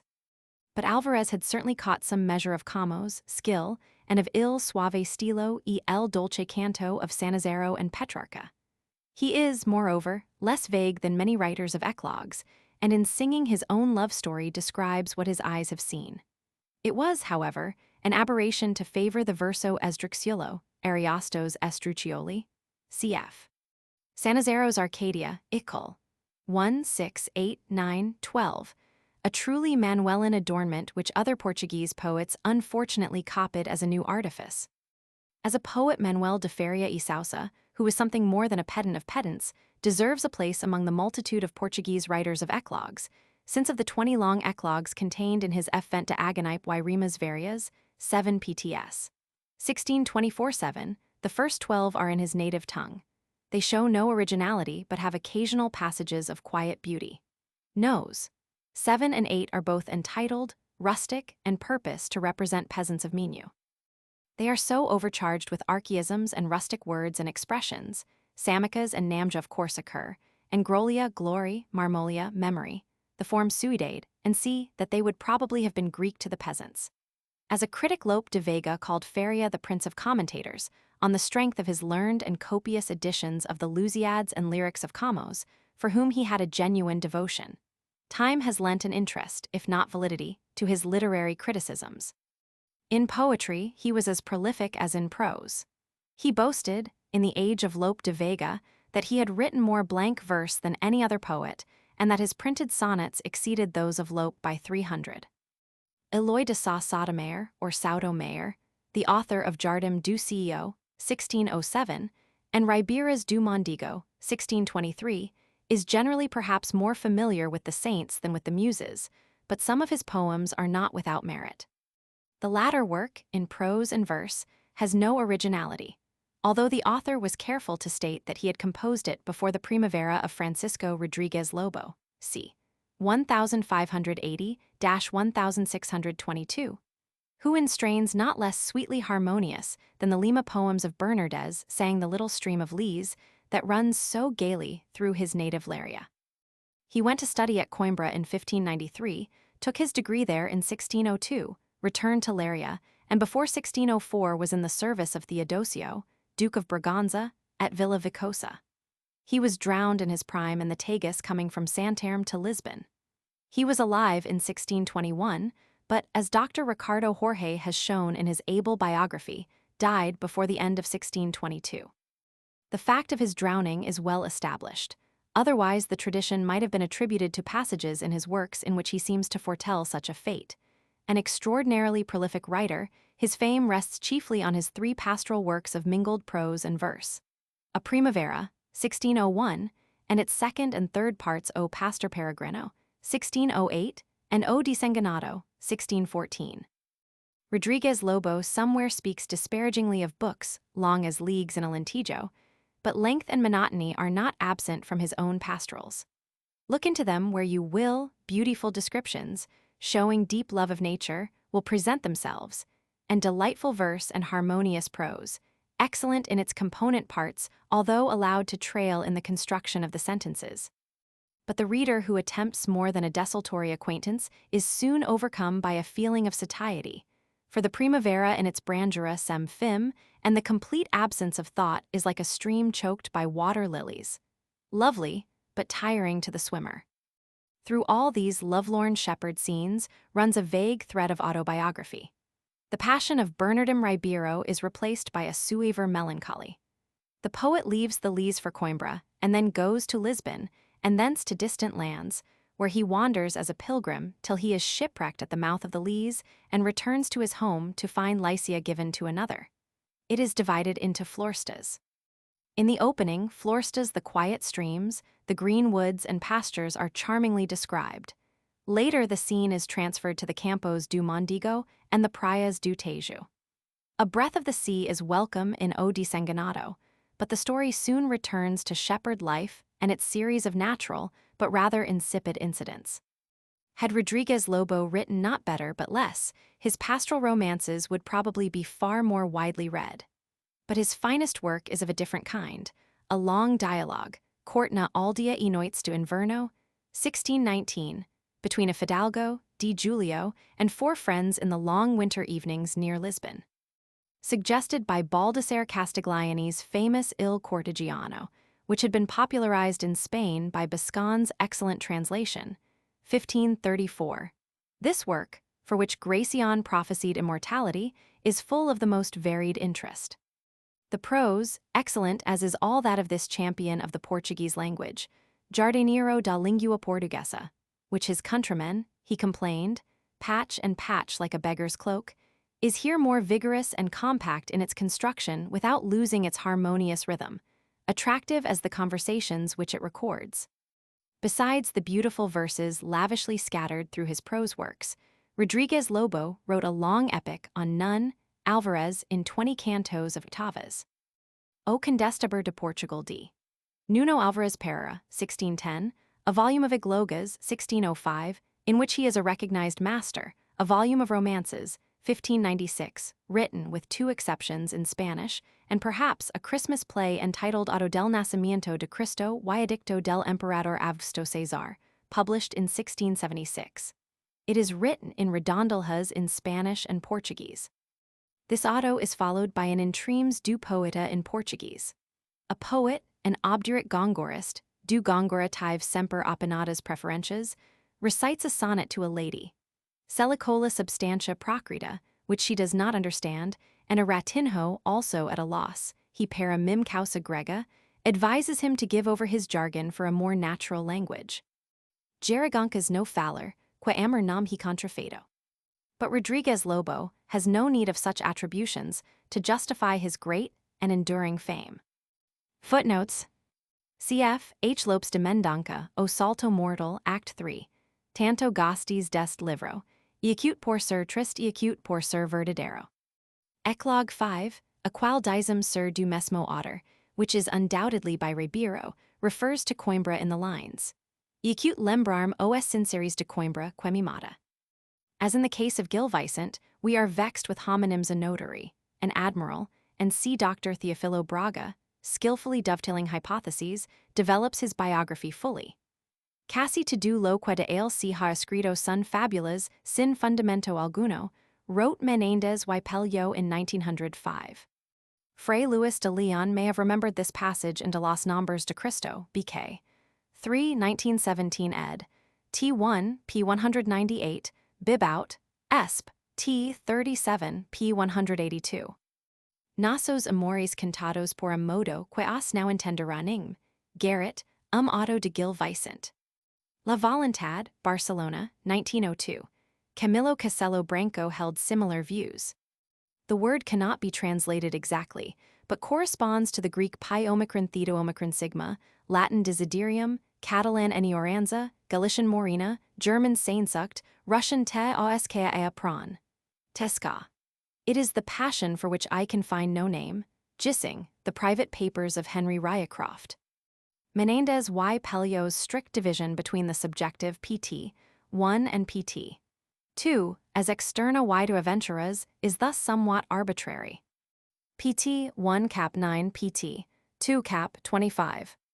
In pt. 2 cap 9 this is forgotten, outdraws quenausau escritas nest livro, a slip which throws no light on the authorship.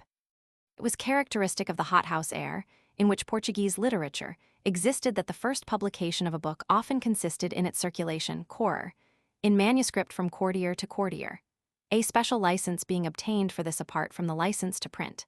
Those to whom it appealed made copies. The earliest known edition of Menina e Mocha is of 1557.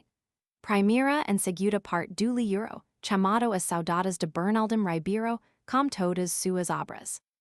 Trasladado de su propria original. Nuamente impresso. 1557, Eura. The date of the colophon is January 30, 1558. An introductory note aos lectors says, Forum tantos os traducidores deste livro and os perseers ml tam diusos, quenam hidemeralhar quena primera impressum desta historia se achassum tantas causas, contrario de Camões, forum pello octor del scriptas. Foi cosa de andar est livro tam viciosa. Canuo terars Olimpo do propria original, and C. The edition of 1554, quoted by Brunet, was probably the first in spite of the words com summa diligentia emendata, i.e. corrections of the manuscript. The phrase de novo tells more against than in favor of an earlier edition, equals rather new than anew. Ribeiro, so far as we know, wrote no line of Spanish. Biscan's romance Justifié mi perdición and the romance O acute Belerma have been wrongly ascribed to him. p. 287, so ganz personlicum still, das sei mit keinem anderen Dichter vor oder nach Eitnen, wohlabur untereinander zu verwechseln wären, and p. 292, Bernardum Ribeiro writes ganz im Style des Falco. Cf. F. Bouderweck, History of Spanish and Portuguese Literature, Eng. Tr. 1823, Roman 2. 39, a long eclogue by this writer, which forms an appendix to the works of Ribeiro, so completely partakes of the character of the poems which it accompanies that were it not for the separate title it might be mistaken for the production of Ribeiro himself. It therefore proves that Ribeiro's poetic fancies, his romantic mysticism not excepted, were by no means individual. According to Dr. Theofilo Braga, he was born in 1515, married in 1529 Maria Brandão, aged 11, was profoundly influenced by Ribeiro's Trovas de dos Pastores, 1536, but did not plagiarize it in the Trovas de Crisfel, 1536-41. Similar passages being due to the situação quasi similar, i.e. quasi identica, of the two friends, went to Italy on a diplomatic mission in 1541. Spent the year 1543 in Rome, and returned to Portugal in the winter of 1543-4. Was factor of the fortress of Arguim from 1545 to 1548, and died in 1577. The whole question at issue is whether the de Trovas de Crisfel equals, by or about, cf. O livro das Trovas de El Rey equals rather belonging to than by the king, and protests against a iluso de pretender identificar, emum mesmo poeta o apaixonado de Yania e o de Maria Obras, 1915 ed. p. 10, or o intuito de converterum Christovum Falco emum mytho ibid. p. 42 are beside the point. That one of the figures is identical in the woodcuts of these two falhas volants is not significant. It appears also in an anonymous edition of the Pranto de Maria Parda. In the 1559 ed. The words hua mai nomada e agradol igloga, chamada Crisfel, que dizem ser de Christuam Falcam, ho que pers eludir ho nome de mesma gloga, may legitimately be held to imply merely that some persons, misled by the anagram, attributed the poem to Falco. Decada 8 cap. 34, 1786 ed. p. 322. The Lysenka of the 1632 edition says, Est livrinho, muitas vezes se imprimio. Cf. 1885 ed. Number 109. Eu digo os provinciais quando se sent, o som das brandas rimas quantorum. Cf. Biscan app. Menendez y Pello Antologia, Tom. Roman 13, Juan Biscan, p. 165. En tiempo de Dante y un poco antes florsuran las pronzales, cuyas obras por culpa de los tiempos andan en pocas manos. Menendez y Pello also, ibid. p. 174, gives a reference by Feria e Sousa to King Dinis. El Rey Don Dionys de Portugal nació, primero que el Dante tres, o acute cuatro años, y escribió mucho deste propio género en decsilabo, como consta de los manuscritos. Cf. 1885 ed. Number 112. Como se perdieran entre nos el cantor, como el tenor que tanto nombre a los pasados dirán. Adieus later a mais ver, pork ainda haves de ver mais, a Egyptiaca, p. 181. He must often have repeated Nuno Pereira's lines, which may have influenced him when he read them in the Cancionero Geral. Privar cas de reinha dios valo dakes phaser, iami hua vinha e regar hua almanha queten ho more praiser. Lavro, cavo quanta passo. O jingrardemu casero, and c. His complaint in the second elegy, 1885 ed. Number 147, L17 shows how far he was in advance of his age in Portugal. Villancit brando o sejum kist, letras eacutes invencos, motes eacutes damas, hua pregunta scura, esparsa trist, tudo bom quemo nega, mas pork, si algum discover mais, si li recist. Often he combines several in the same poem. Thus the long, 533 lines eclogue on the death of García Lasso, Nemoros, begins in tercitos, proceeds with rima and caudata internal rhyme, and ends with Petrarchan stanzas. Cf. The Sonnet 1885 ed. Number 126, Espirito Quevost with Alma Minha Gentle. The autograph manuscript of this and of other poems, discovered in the Lisbon Biblioteca Nacional by SNR. Delphim Guimarães in 1908, has been reproduced in facsimile by D. Carolina Michelis de Vasconcelos in the Boltim of the Lisbon AC. Des Sciences, Volume V, 1912, pp. 187-220. See Infra, p. 164. Leonel da Costa, the translator of Virgil and Terence, later wrote a poem in 7 cantos of redondilhas on the same subject. A Conversao Miraculosa de Felis, Egyptia Penitent, Santa Maria, 1627. Faria e Sousa even makes him the first Portuguese poet to write hendecasyllabics, setting aside those of Sá de Miranda as unreadable, son incapazes de ser leídos. Varias rimas, pt. Roman 2, p. 162. He was Moco de Camara in 1566. He was appointed a Knight of the Order of Christ in 1582. He married apparently after his return from Africa in 1581. He was alive in 1596, although in one of his poems he refers to a premature old age and dead in 1605. On the other hand, he was apparently over 25 in 1558. It is thought that the right of passing on his official posts to his children, sobraviventia, granted to his father in 1532, may indicate the date of the birth of the eldest of his 11 children, Diogo Bernardes, who did not, like some of his brothers, use his father's second name, Pimenta. Carta 12, Confesso de virtudo aquela rara doutrina tua. The succeeding generation was also distinguished. One of the poet's nephews becoming Bishop of Angra, another governor of Angola, a third professor at Coimbra University. Bernardes' letters in verse contain many such references to everyday life, e.g. the Lisbon negress selling fried fish in the Baitesca. A confident sonnet by him in this capacity is extant, Pois armars por Cristo now duvida sebisceo. O dos estio tu tomo por guia and escrivo, leo e risco he writes to Miranda, but his muse was far more spontaneous than Miranda's, and it appears from another passage, in Elegia 5, that his alterations were less of style than of matter. Carta 32 is an exception, and consists of 72 ottavas. He introduces Italian lines, Cartas 23, 27, 30, and wrote a sonnet in Italian. Cf. Carta 4.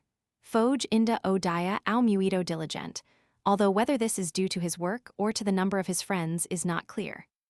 Com cujo exemplo mupai, quantam esto nossos estudos, pretendeo como verdade distes sens manifestar, como a lingua portuguesa, eciem copia de palavras como grade distilo, en huma he inferior, Miguel Leite Ferreira. Preface to Poemas Elvisitanos, 1598. To take an example not from the eclogues, but from one of his sonnets, the words De guerra nossa livres vives, paz gloria, correspond but ill to their peaceful sense. Cf. Carta 2. Bernardes, in an elegy on Ferreira's death addressed to Andrade Caminha, records that among all Ferreira's verses not a line was written in a foreign tongue. So nunca lidu lingua ulhia. 13 times the same subject is treated by Camões and Caminha, sometimes exclusively by them. See Michelis de Vasconcelos, Piero de Andrade Caminha, 1901, p. 55. Obras ed. Prebsch, p. 361. All that he wrote in Portuguese is contained in 2 pages, 389-90, one of Garcia Per's Catalogo, 1890. Fray Bartolomé Ponce, Prima Parte de la Clara Diana a lo Divino, 1582. Mi didron como en mi amigo suyo la había muerto por ciertos zelos o acute amores, quoted by Tickner, Roman 3. 536, and by T. Braga, omitting ciertos, Bernardim Ribeiro, 1872, p. 80. Argumento deste obra. Age. No mato horas maninho, a branca esteva, no campo o lirio azul queo cabria. Que est si chamum poetas. Rightly exclaims Fray Lucas de Santa Catharina, Serum Politico, 1704, p. 146, of those who revel in the use of esdrúxulos. The whole of Canto 14 is given to a vigorous account of the Battle of Aljubarrota, already described more vividly in fewer stanzas by Camões. Another poem in oitavas by Rodrigues Lobo, Historia da Árvore Triste, was published in Fenix Renascida, volume Roman 4. In Spanish also are the 56 romances which make up the poem La Jornada, and c. 1623, written on the coming of Philip Roman III to Portugal in 1619. In the eclogues, written chiefly in redondelhas, he sings with spontaneous charm as praticas humildes y os cuidados, now por art fingidos y enfeitados of the rusticos vaqueros, as he says in the prefatory sonnet. Many of the words are pleasantly indigenous: Milho, Baroa, Salgueires, Rafero, Charneca, Chocalho Abigos, Ovaleros. For instance, when the angel has announced in Spanish Las Alegres Nuvas, the goatherd Ratinho Mendo says, Adin re I. Questu amor encantado, acude malgum Christum u Sancristum. Lorino, the shepherd, speaks Portuguese and Spanish, and Sylvia says, Porco quesinto quais redislo embom portugues, and auto y colloquio do nascimento de Cristo, 1646, attributed to Francisco Lopes, was reprinted in 1676. Section 3. The drama. After Gil Vicent's death, the autos continued to flourish in number if not in excellence, and evidently answered to a very real popular demand. It was in vain that the Jesuits produced their Latin plays, and that serious poets of high reputation sought to wean the affections of the people from the auto to the classical drama. This opposition of the educated did, however, conduce to the swift deterioration of the auto, although some of those of a religious character, chiefly the nativity plays, still succeeded in reflecting a part of the charm that characterized the Vicentian drama. To Gil Vicent's lifetime probably belongs the obra famosissima Tirada de Sancta Escriptura, chamada de Juraco Humana, on si representum sentencas mai católicas and proetoses pira to do Christa. Feta por hu famoso otter, 1536. Indeed, the verse runs so easily, the peasants are so natural, that one might almost suspect him of having had a hand in its composition. But the meter 884884 is more monotonous than he would have used throughout. The dramatis personae are angels, peasants, Adam, justice, reason, malice, two devils, a priest, four saints and doctors of the church, a Levite, the church, the heavenly Samaritan. Adam, in a scene closely resembling that of the Auto de Alma, is tempted by malice. Justice intervenes, and finally the Samaritan leads him to the estalagium of Holy Mother Church. The Auto de Dies Padre and Justica and Mia belongs to the same period. It is written in octosyllabic verse and contains a similar medley of peasants, prophets, and abstract virtues. In the first part, the angels in Portuguese announce to the Virgin the birth of Christ, and in the second part the peasants, who speak Spanish, go to offer rustic gifts to El Mi Chiquito Donzel. Another early and anonymous play is the Auto do Dia do Juízo, included in the Index of 1559, which for its subject closely follows Gil Vicent's Auto de Barca do Inferno. A peasant, a false and lying notary, a market woman who had offered weekly bread and wax to Santa Catharina, but had robbed the poor people, a butcher, a miller who had mixed bran in his sacks of flour, are introduced in turn and duly consigned by Lucifer to hell. If we only knew the quondam Franciscan monk Antonio Ribeiro Chayado, c. 1520-91, and his contemporary and rival, the mulatto servant of the Bishop of Evora, by their mutual abuse, we could form no very high opinion of their character or their wit. In bitter quintilhas, Chayado reviles the latter for his dark complexion. Afonso Alvarez answers by upbraiding Nano Chayado as the son of a cobbler and a market woman, and for the habits which had made the cloister seem so dismal a place to Fray Antonio do Espírito Santo. Fortunately, some of the plays of both of them survive, and we are better able to judge of their merits. The mulatto, who is a valued member of his master's household and prides himself that Chayado has nothing worse to throw in his face than the color of his skin, was certainly Chayado's inferior in wit and talent. Both imitate Gil Vicente without having a vestige of his lyrical genius or greater skill in devising a plot. Alvarez preferred religious subjects. In his Auto de Santo Antonio, Saint Anthony restores to life the drowned son of two peasants, who are imitated from Vicente's Auto de Fera. The only other of his plays that we have is the Auto de Santa Barbara, but we know that he also wrote an Auto de S. Vicente Martyr and an Auto de Santiago Apostolo. Chayado's plays and witty sayings, avisos para guardar and parveses, appear to have made him extremely popular in Lisbon. Camões recognized his talent, and Lisbon's most famous street still bears his name in common speech. His boisterous life at Lisbon after leaving his convent may have given him his name Chayado, cf. the Chyer of ox carts, but it existed as a surname earlier. His Prática de Oito Figuras, 1543, Auto das Regadoras, 1568 or 1569, and Prática dos Compadres, 1572, are the work of an accomplished wit who is intimately acquainted with the farces of Gil Vicente and, in the last two, with the prose plays of Jorge Ferreira. Many of Vicente's types are present, but all in a town atmosphere, in which cards take the place of the rustic dances and lyric yields to epigram, the natural genius of Vicente to a labored smartness.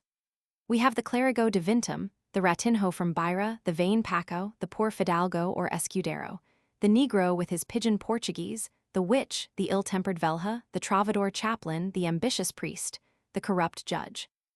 The scenes are even more disconnected and less dramatic, and the ingenious redondilhas necessarily seem artificial, because their author so often challenges comparison with the more genuine skill of his master, Gil Vicente.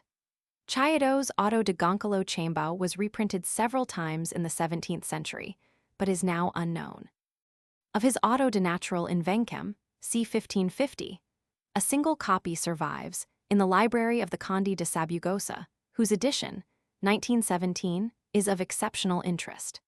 The play, as reminiscent of Vicente as are the other plays of Chayado, describes the acting of an auto in a private house in the reign of Joe Roman III, and bears witness to the frequency of such representations at Lisbon and to their extraordinary popularity. Balthazar Dias, a blind poet or jogrel of Madeira, in the first half of the 16th century wrote plays which have retained their popularity. He versified at great length traditions of chivalry and of medieval saints. We do not possess his trovas written on the death of Diego de Castro, 1548, and many of his plays, Auto da Paixão de Cristo, Auto del Rei Salomão, Auto de Fera de Ladra, have become rare or unknown. One of the best of them, the Auto de Santo Aleixo, perhaps owes its survival to its subject, akin to the popular theme of a prince in disguise. The rich and noble Aleix wanders in rags to the Holy Land. The devil, who tempts him in the form of a wayfarer, declares that now the eternal querulus, now of the poets only, the rich are honored, and learning is neglected.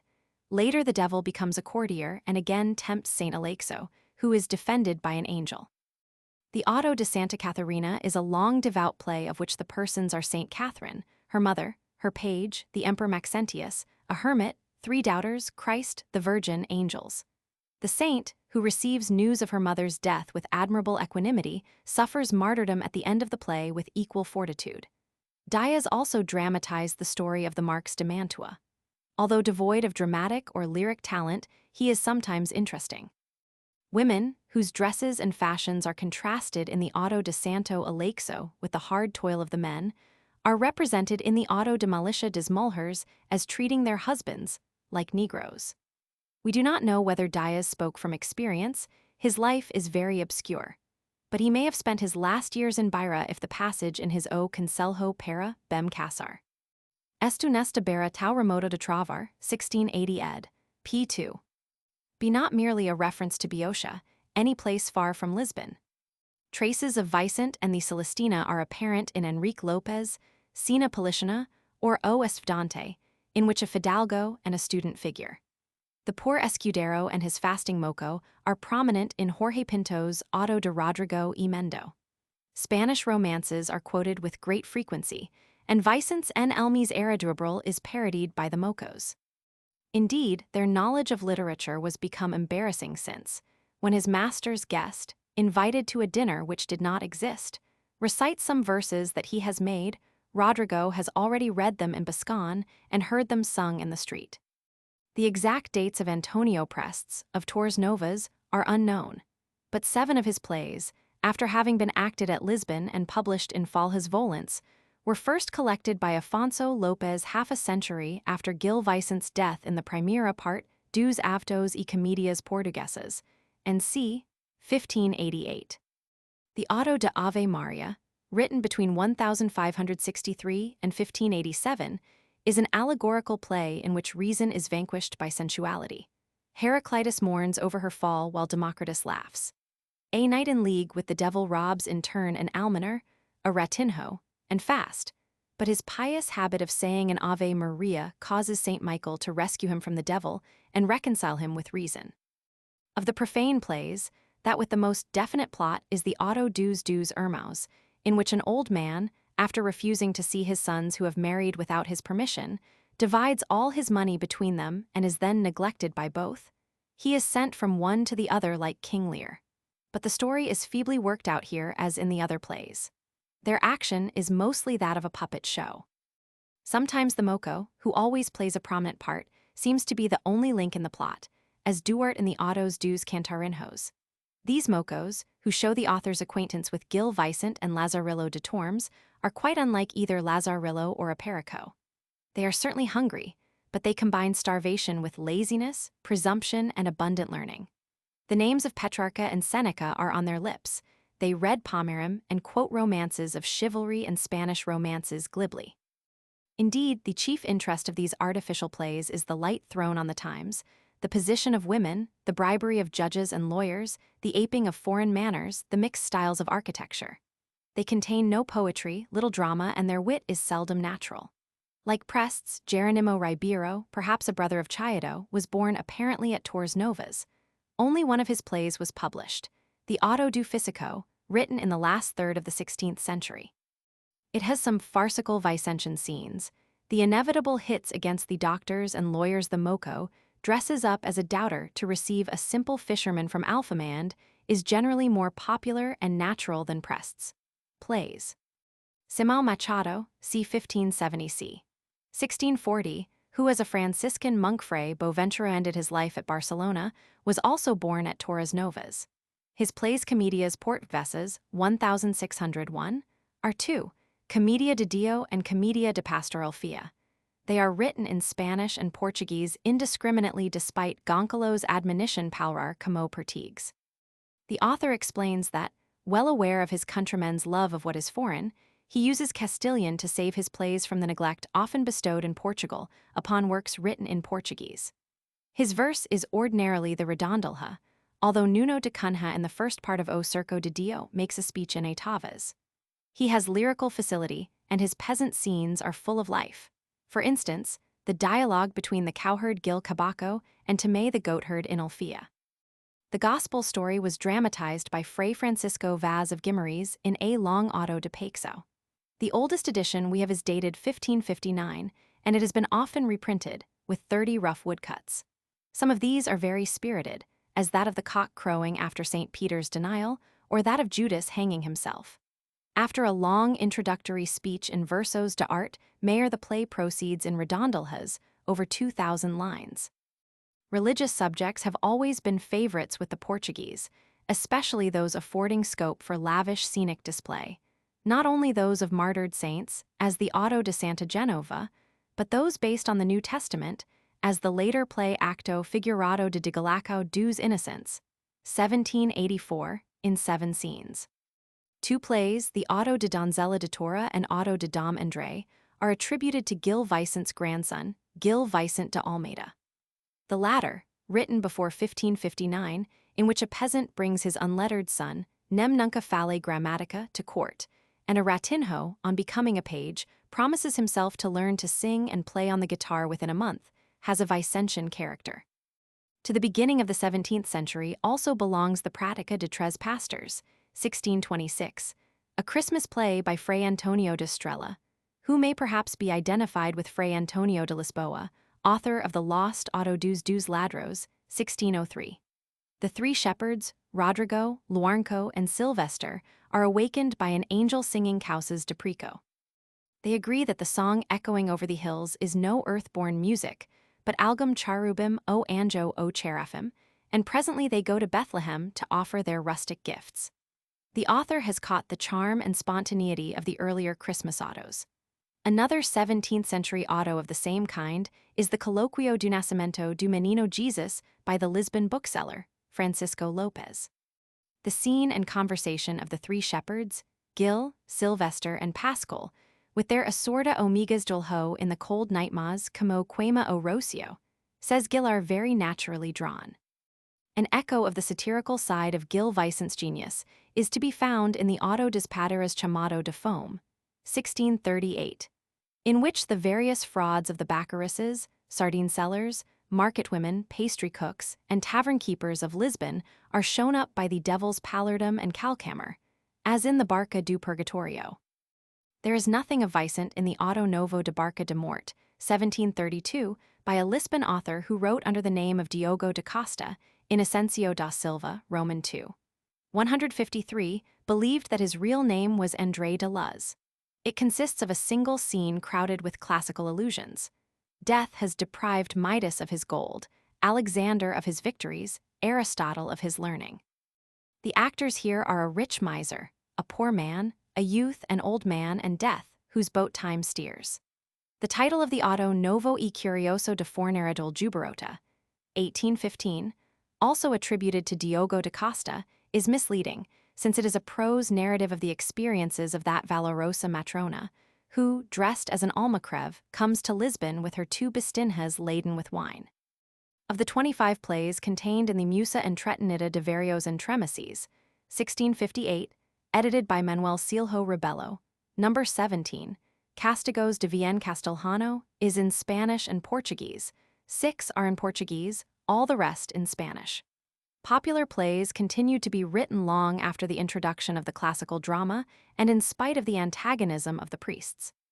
They were often composed in a variety of meters, as the Acto de Sta Genova, Prince de Barbante, 1735, by Balthazar Luis de Fonseca, if its verse can be called meter, or the Commedia Famosa intitulada a Melhor Dita de Amor, 1745, by Rodrigo Antonio de Almeida, which opens with a sonnet and proceeds in redondilhas, hendecasyllables, and prose. In the Christmas plays and peasant scenes, some of Gil Vicent's poetry had lingered. The plays of more fashionable authors caught no gleam of his lyrism, but sketched types and satirized manners successfully, none more so than Mello's Auto do Fidalgo Aprendiz, written, it must be remembered, before Le Bourgeois Gentilhomme, 1670. Both kinds, consciously or unconsciously, were derived from Vicent's genius as manifested in his plays for the court and of the people. During Gil Vicent's lifetime, perhaps, Sá de Miranda had written the two plays, Os Estrangeiros, c. 1528, and Os Vilhilpandos, 1538, with which he introduced classical comedy into Portugal, nearly a quarter of a century before its introduction into France and England. Os Estrangeiros was a novelty in more ways than one, for it was written in prose. Both plays were, as the author admitted, imitated from Plautus and Terence and also from Ariosto, whose comedies were composed in the first third of the century.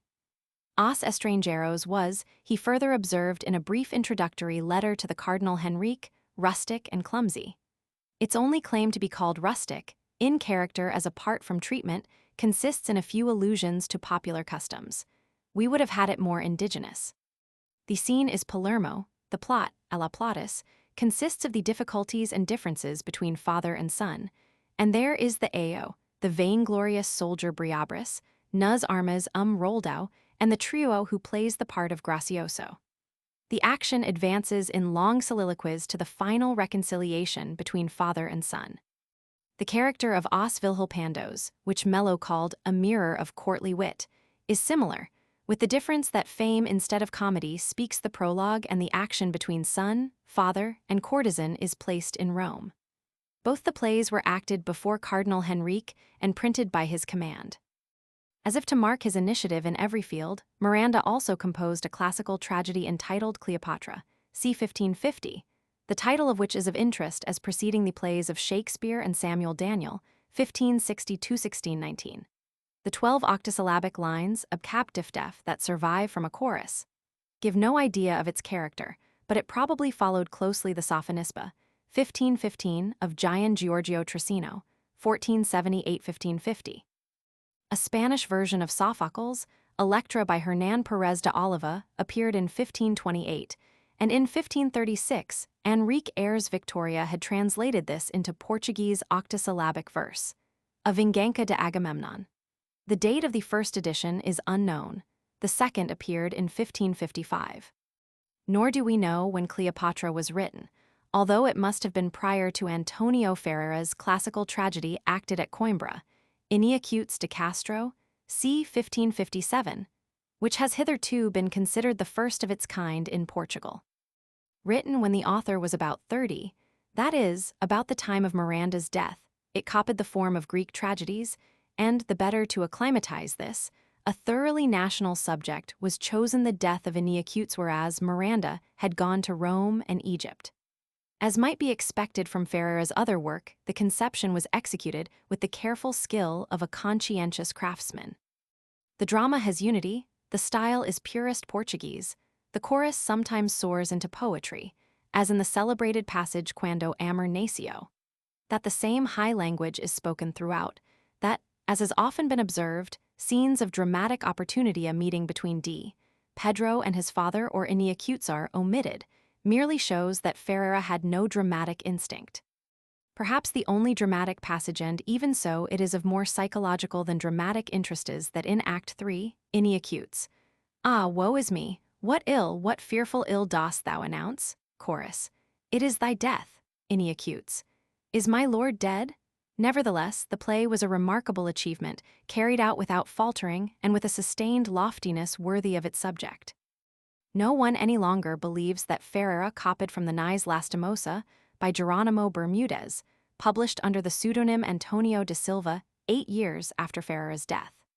This is a slightly expanded Spanish translation, closely following the 1587 edition of Ineacutes de Castro, which differs considerably from that of 1598. The Nais Lorida which accompanied it is perfectly insignificant. Like Miranda, Ferrera wrote, besides one tragedy, 2 comedies, Bristow and Ocioso. There are indications that he had in mind Ferrera de Vasconcelos, Eufrosina, as well as Miranda's comedies. Bristow soliloquizing is the counterpart of Filtra, and in his dedication of Bristow to Prince João, he acknowledges his debt to previous plays. In this comedy, written during some vacation days at Coimbra University, the action is very primitive, but the braggart Annibal and the charlatan Montalvo account for some farcical scenes. His later play, Ocioso, the jealous husband, is also handled by Gil Vicent and Prests, belongs to a higher plane, i.e. to comedy rather than farce, although Bristow is not entirely devoid of character drawing. Bristow was made publicata, before 1554, but neither play was published till 1622.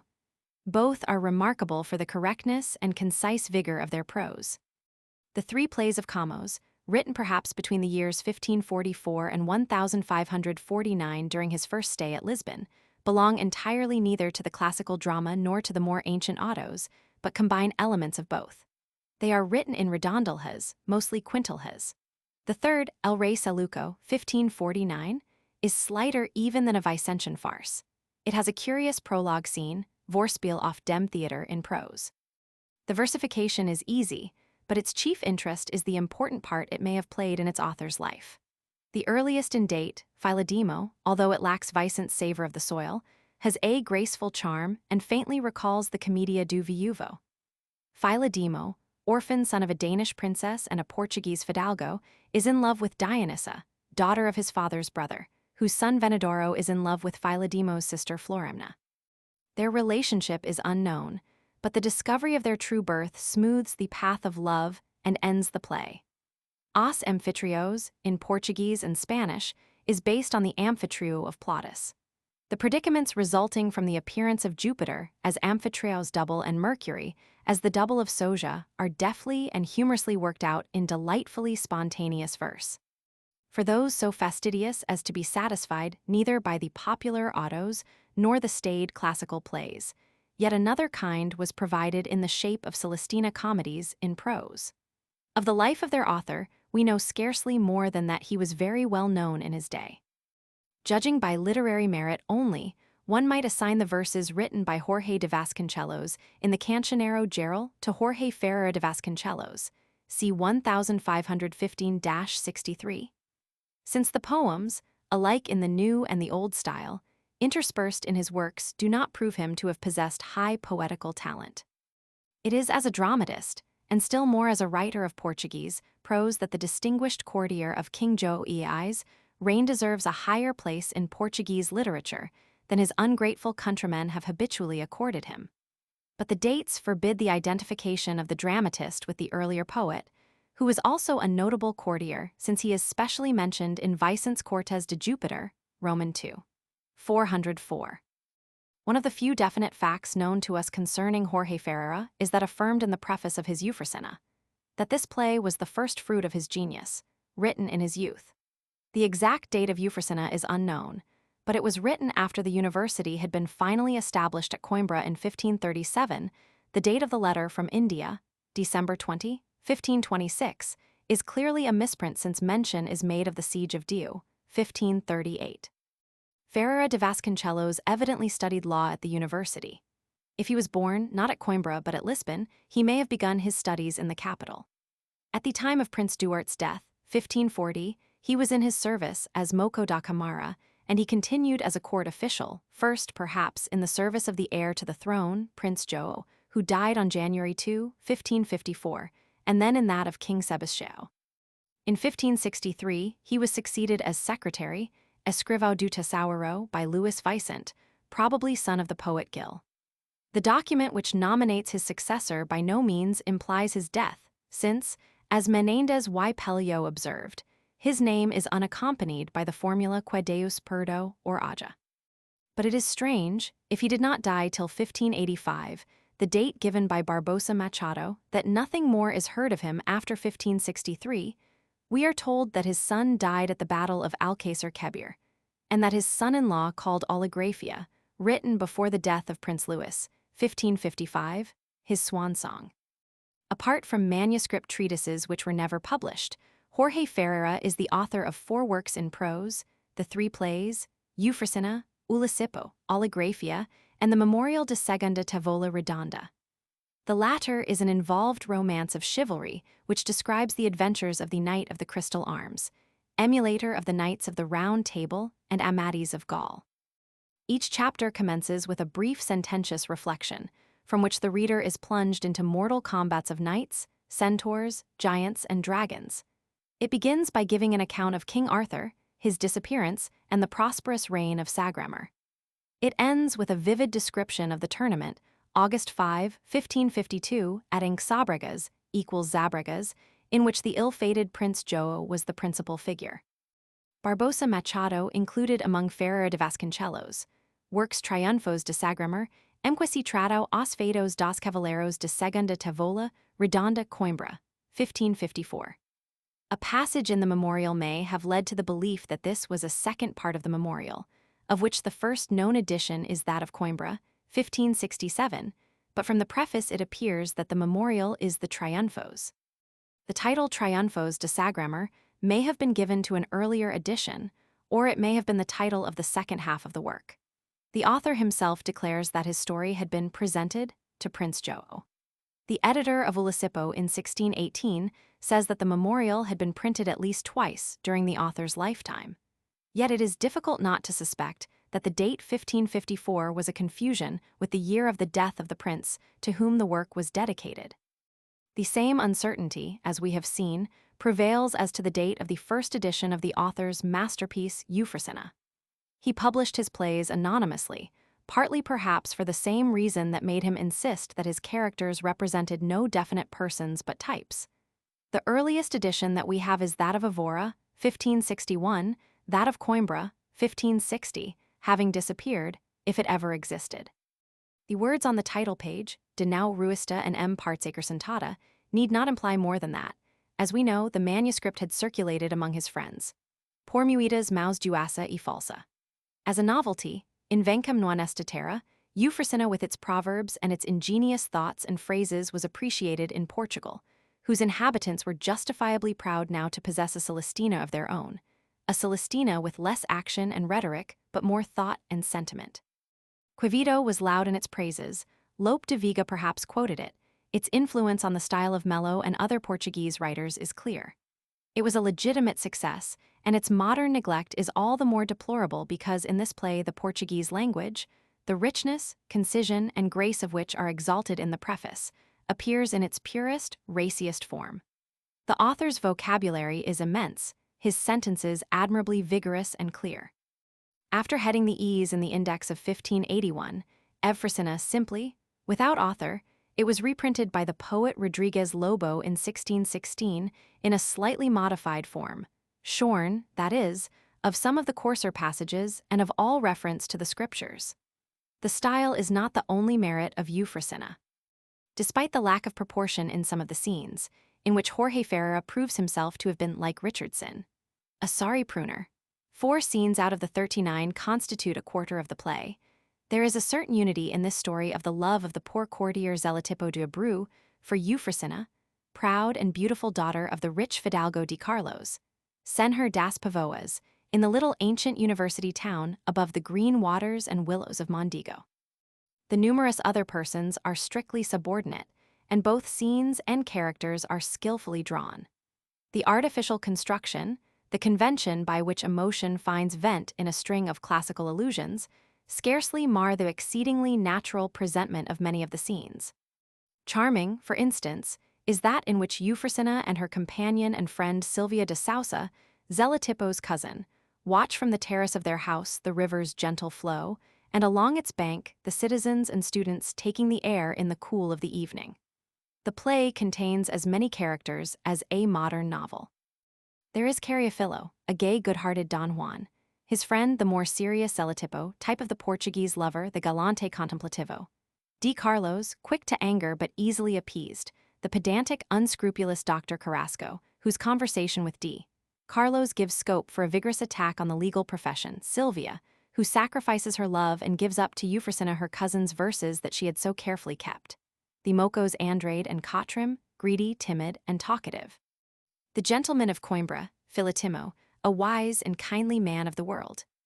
Other phases of Coimbra life are shown in the mocas de Rio and de Cantero, who fetch water or wash clothes in the Mondego and metaphorically toss in a blanket Galindo, the rich D. Tristau's agent from Lisbon.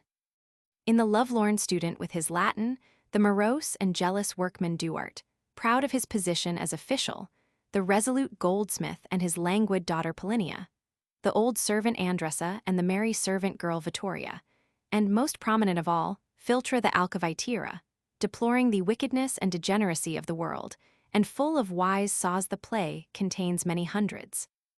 Euphrosina herself is first described by the lover brow of Diana, lips of Venus, limbs of Pallas, clear green eyes of Juno, quietly mirthful. Then by his servant Andrade the fairest thing that ever he thought to see, fan in hand, the sleeves of her dress like a ship at full sail so that we have an effective impression of her beauty. Besides Coimbra life, we obtain glimpses of that of the court at Lisbon and Almerim in a letter from the courtier Crisendor, of India in a very real and interesting letter from Silvia's brother, even of Cottrim's native village. That the unity was not sacrificed to these many by scenes says much for the author's skill. This praise cannot be given to his second play written some 10 years after the first, Ulisipo, 1547. For here the reader loses his way among the many courses of true love. There are 21 dramatis personi, but the principal interest is in the sketch of Constanca Dornella's The Hypocritical Beta. Or, rather, that is the most original part, since in the play as a whole there is a certain monotony after Euphrosina, and many of the proverbs are the same. Excellent as the earlier play in its terse and idiomatic prose, full of interest in the insight it gives into the customs and life of the people, its chief fault is the intricacy, or absence, of plot which makes it difficult reading. And of course it would naturally please less on its first appearance as being no longer a new thing. The author, who knew how the Portuguese prized novedades, appears to have been conscious of this, since his third play, Oligraphia, written perhaps in 1555, and first published in 1619, was developed on somewhat different lines. It is concerned, as its name implies, exclusively with the court, and the people and popular proverbs are in abeyance. In its 50 scenes, we are introduced to typical court ladies, noble fidalgos, poor gentlemen, and their servants, one of whom considers it mais fidalgo nam saberler. The play is by its author termed a long treatise on court manners, and as such it is admirable and full of interest, however negligible it may be as drama. Its style, moreover, even excels in Atticism Ferrer's other works. The most remarkable character is that of the young Menina e Mocha and very wily aunt of Philomela. She is twice described in detail, F46 and F153v, and we perceive that Philtra of the people, the middle-class Constanca Dornellas, and the aristocratic Oligraphia are really three persons and one spirit. In Ulisipo, one of the lesser personages was the Spanish Sevillana, mentioned also in Euphrosina, and here a boastful Spanish adventurer is introduced in the person of Agramont de Guzman, who disdains to speak Portuguese. The scene of both the later plays is Lisbon. The author drew from his experience here, as previously at Coimbra, and often describes to the life the persons that he had met. Scarcely any other writer gives us so intimate an idea of the times of this, the latter heyday of Portugal's greatness, of the gallant, lovesick, dreaming Portuguese, who considers love as much a monopoly of his country as the ivory and spices of India. Footnotes: the disapproval of the popular drama is frequent in religious writers. In the 17th century, Antonio Vieira declared that uma das felicidades que se cantava entre as do tempo present era acabarem-se as comedias em Portugal. Fio earlier, in common with many others, had similarly denounced the romances of chivalry pelos quas o demonio convosco fala, livraria do diabo trat. Qvad. 1619, ff. 156-157. One of them, Joe Lavrador, says, Vimos ver si hiacionam de hua aremedecum que saca de remedar. Ora nos dies I si hiasique phasum ho idoca. E.G. Branca Janes says of her husband, He hum grau comedor, destruidor de fazenda and c. Cf. est Leo Yacelistina, primera part dos avdos and c. 1587, F44. The student's song on F44v and F46. Polyphma me postuma grand mal he currer bem, parodies lobiras Leonoretta fin rosta. Ibid F49. Primera part dos avdos, F57. Ro, senor, si mi da licenca, ya eu aquella trova li. As, qual trova lest, ro, essa sua camoa de senuri crua. As, e andalest villo. Ro cuido, sener quem bosco e cantasi pela rua. The devil speaks both Portuguese and Spanish. All the other characters in Prest's plays, with the exception of an enchanted Moor, speak Portuguese. On the other hand, there are frequent Spanish words and quotations. The word algorithm occurs twice in these plays, but the attempt to retain the old style of peasant conversation is but half-hearted. Duart in the Auto dos Cantarinhos sleeps on an arca chest like the moco in O Juas de Beira. There are other echoes of Vicent, as the words quem tem ferlos, 1871 ed. p. 65, the reference to Flerida e Dom Duardos, p. 485, the line quema causa sau villaus, p. 420, the peasant who, like Moffin Mendes, builds up his future on the strength of an apple of gold, which proves to be a coal, pp. 407-8. Auto do Muro Encantado, p. 347. Unless there was an earlier edition of Lazarillo de Tormes, this play must therefore have been written after 1554. Prest's Auto do Procurador was written before 1557. p. 262. For a corresponding knowledge of Amadis de Gaula, and c. Among English servants see Dr. Henry Thomas, The Pomeran Romances, London, 1916, pp. 3840. Ulfia ed. 1631, p. 59. The wonderful spelling is due to the printer E.G. ses equals cease, as well as to the peasants E.G.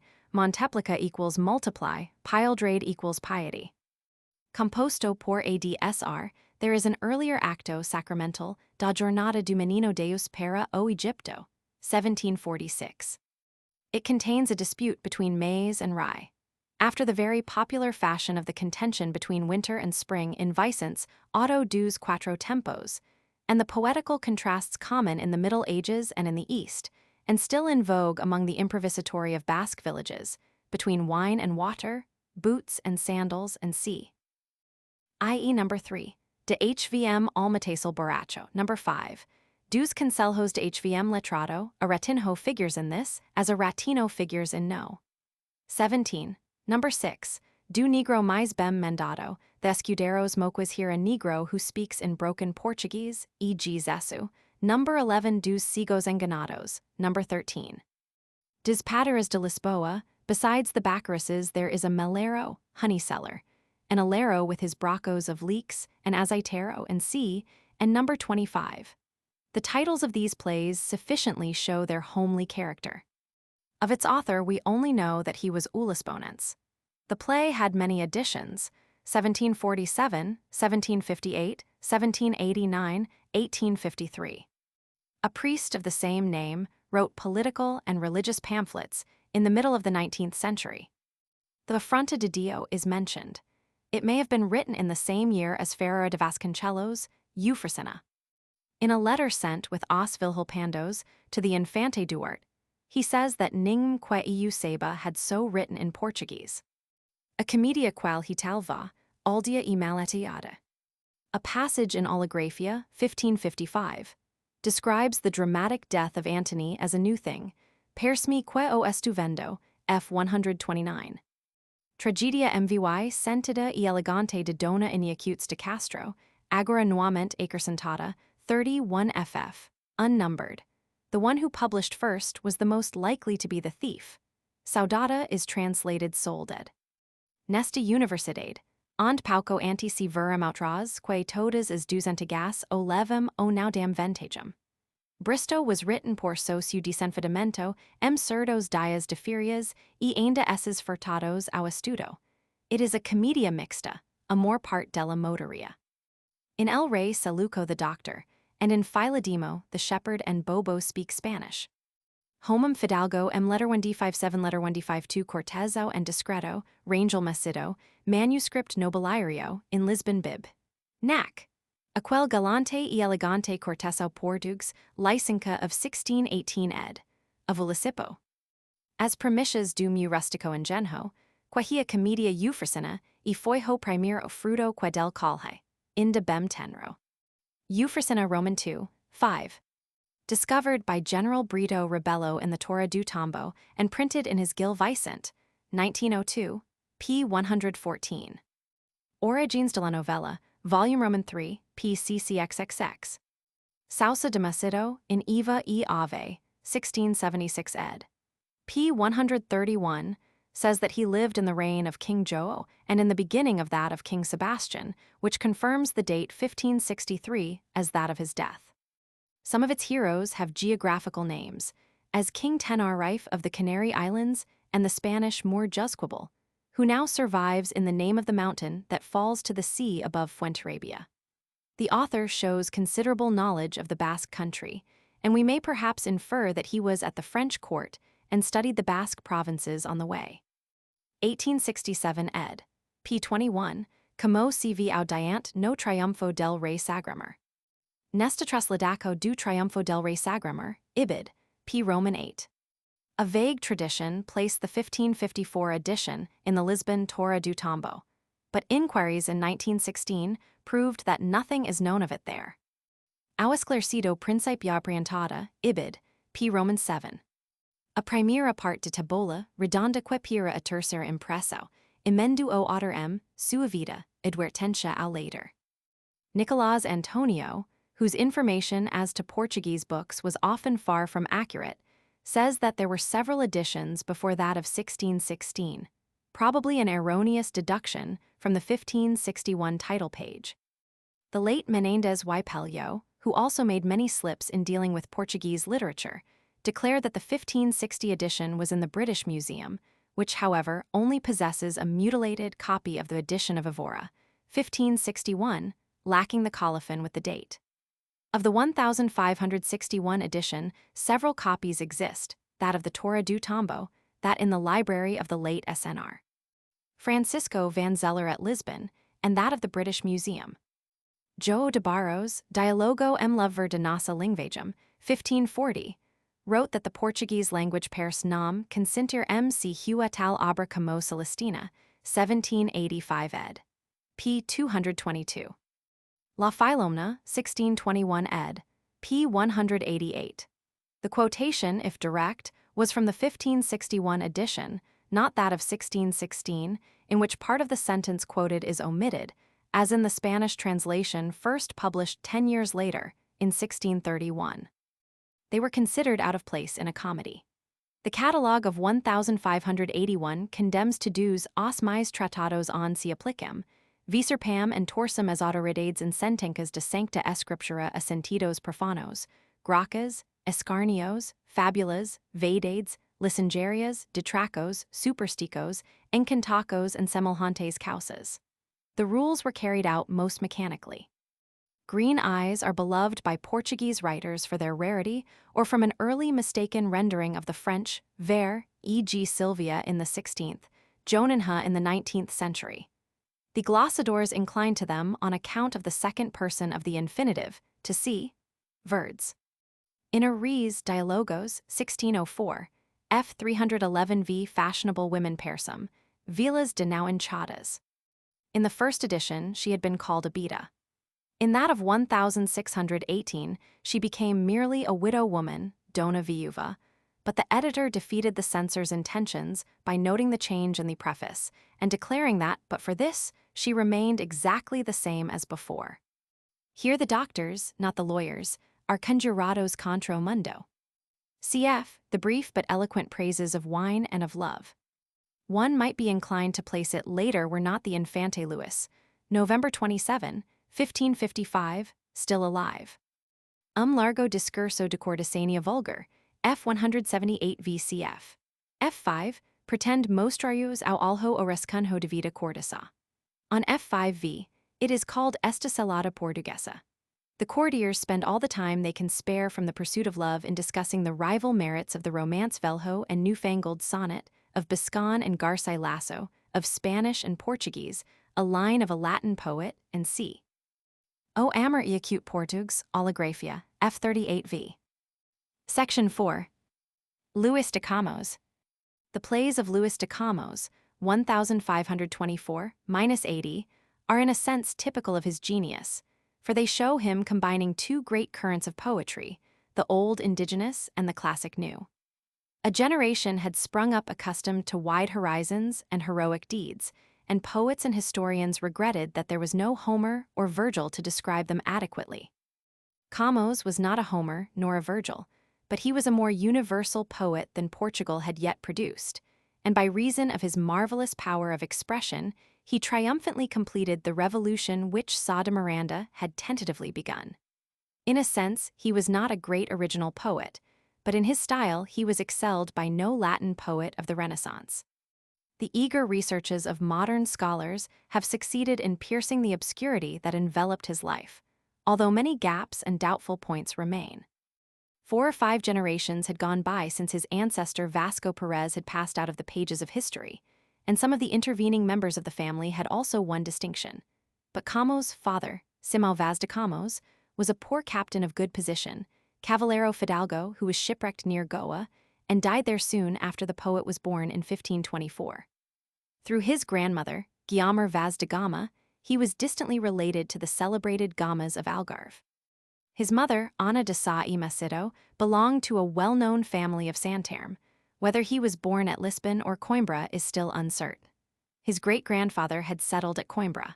That Camões studied there scarcely admits of doubt. He alludes to it in his poems, and nowhere else in Portugal could he have received his thorough classical education. In the year 1542 or 1543, he went to Lisbon. The exact dates of events in his life during the next 10 years are difficult to determine, but the events themselves are clear enough. His birth and talents assured him a ready welcome in the capital. Whether he became tutor to D. Antonio de Noronha, son of the Conde de Linhares, the Portuguese ambassador whom Maurice accompanied to Paris. Or not, he soon had many friends and was probably received at court. Referring later to this time, he is said to have spoken of himself as Chio de Muido's favors, and in this popularity, he wrote a large number of his exquisite redondilhas and also sonnets, odes, eclogues, and the three autos. But Camões had fallen passionately in love with a lady-in-waiting of the queen, Catharina de Adide. Tradition has it that he first saw her in church on a Good Friday, 1544. We may surmise that Natursha's parents objected to the suit of the penniless Cavallero Fidalgo, and that Camões pressed his suit on them with more vehemence than discretion. He was banished from court and spent 6 months in the Ribatejo, Santarém, and 2 years in military service in North Africa, Ceuta. He admits that he had been in the wrong, but not seriously so, and hints that envy had played its part in his downfall. It is probable that his play El Rey Saluco had given a handle to the enemies that his growing reputation as a poet had made. It must be confessed that its subject was tactless, for in the play the king gives up his bride to his son, which could easily be interpreted as a reflection on the conduct of the late King Manuel, who had married his son's bride. The 2 years in Africa passed slowly. In a letter, Esta v Cama Candia Numau, he describes sadness eating away his heart as a moth a garment, and it was with his thoughts in Lisbon that he took part from time to time in skirmishes against the Moors, in one of which he lost his right eye. Hard blows, scanty provisions, and no chance of enriching oneself as in India were the features of military service in North Africa, and when Camões returned to Lisbon, his prospects contrasted sharply with those which had been his when he first came from the university a few years before. He was now nearly 30, disfigured by the loss of an eye and embittered by the turn his fortunes had taken. He no longer looked on life from the inside, gazing contentedly at the show from the windows of privilege, but was himself in the arena. For the school of Sá de Miranda he had probably never felt much sympathy, considering it too severe and artificial. He wished to live and enjoy, and although the patronage of literary Prince João may have encouraged him to hope for better times, he meanwhile set himself to sample life as best he might, associating with rowdy companions, valentos, who brought out the cariophilo side of his character at the expense of the contemplative zelatipo. Whether he had intended to embark for India in 1550, or this be a pure invention on the part of Faria e Sousa, it is certain that he was still in Lisbon on June 16, 1552. On that day the Corpus Christi procession passed through the principal streets. In the crowded Rocio, Camões was drawn into a quarrel with a court official, Goncalo Borges, and wounded him with a sword cut on the head.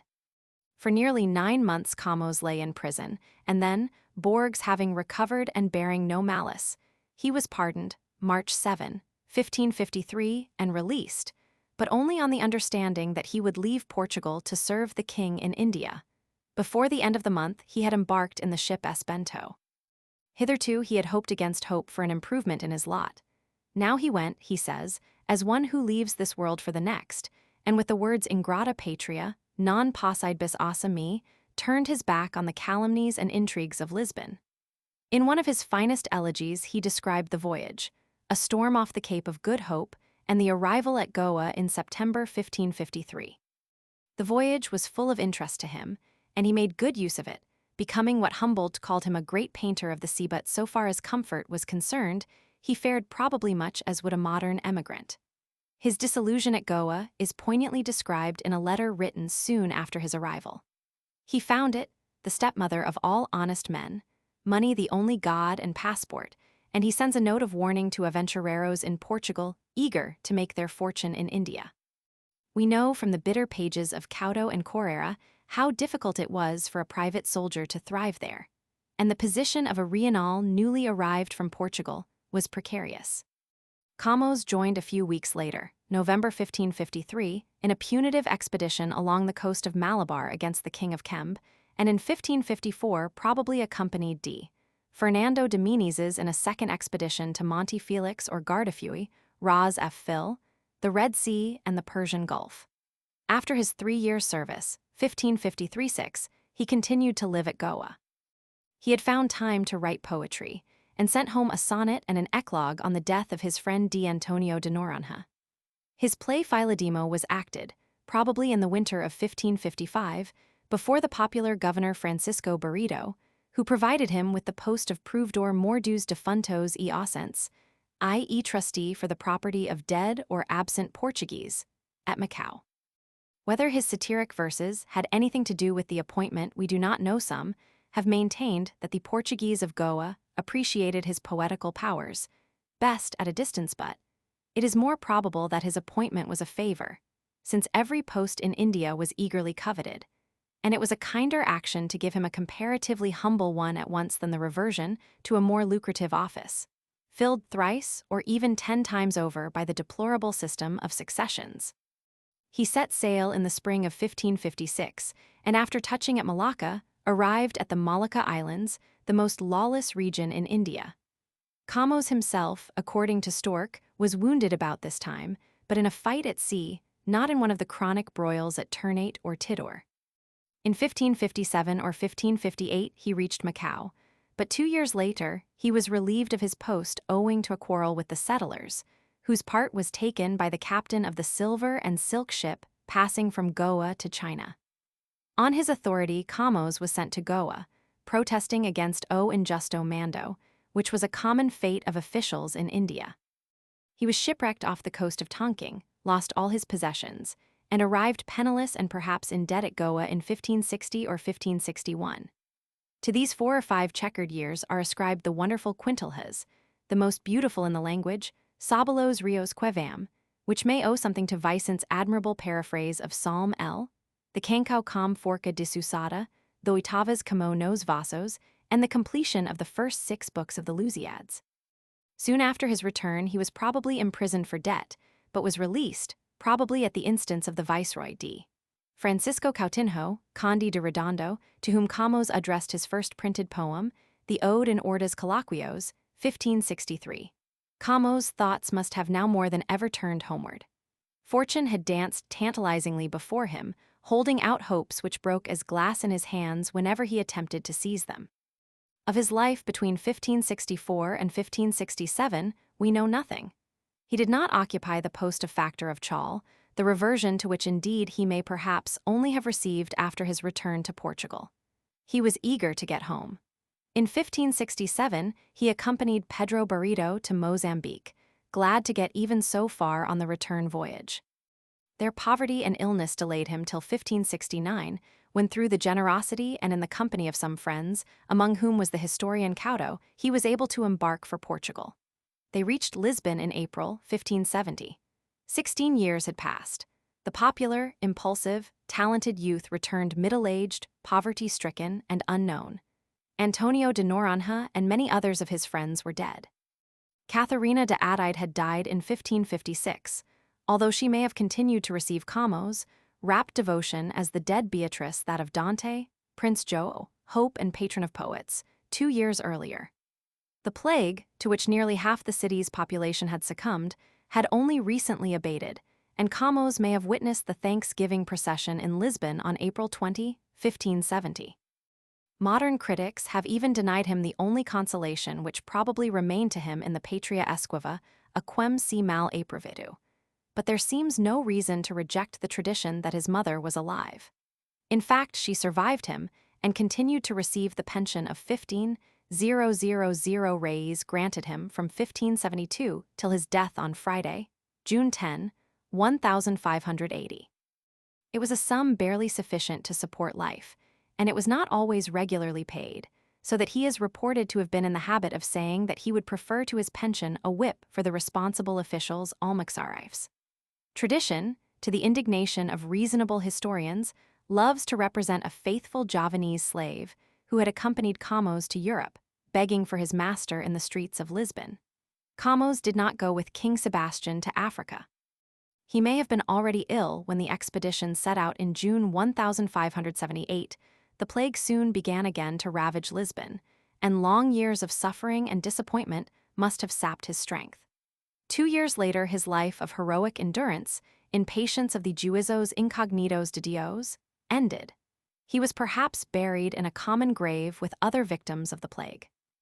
Long absence had served to strengthen his love for his patria ditosa amata, and the news from Africa left him no heart to battle against disease, content, as he wrote to the Captain General of Lamigo, to die with his country, with which his name has ever since been intimately linked.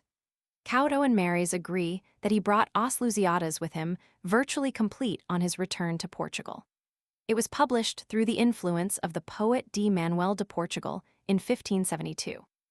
Camões has often been called the Prince of Heroic Poets, but it is noteworthy that Feria y Sousa in 1685 says that all have hitherto, especially in Spain, considered him greater as a lyric than as an heroic poet. Os Lusíadas, rather than an epic, is a great lyrical hymn in praise of Portugal, with splendid episodes such as the descriptions of the death of Iñiacuts, the Battle of Aljubarrota, the storm, Adamastor, the island of Venus. Apart from the style, its originality consists in the skill with which in a poem, but half the length of Tasso's Jerusalem Liberata and a fifth of Ariosto's Orlando, Furioso, the poet works in the entire history of his country. It is this which gives unity to his 10 cantos of oitavas, this and the wonderfully transparent flow of the verse, which carries the reader over many weaknesses and inequalities of detail. It is a nobler poem than the crowded garden of flowers in a high wind that is the Orlando Furioso, and at once more human and intense than the Jerusalem Liberata.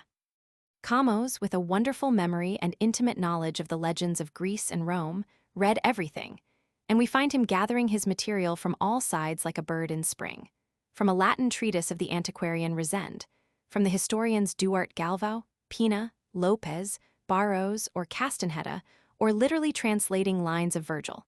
As in his shorter poems, he imitated Petrarca, Garci Lasso, and Biscan. Tasso used the mode just when in a sonnet addressed to Camões, he called him Dato e Buon Luigi.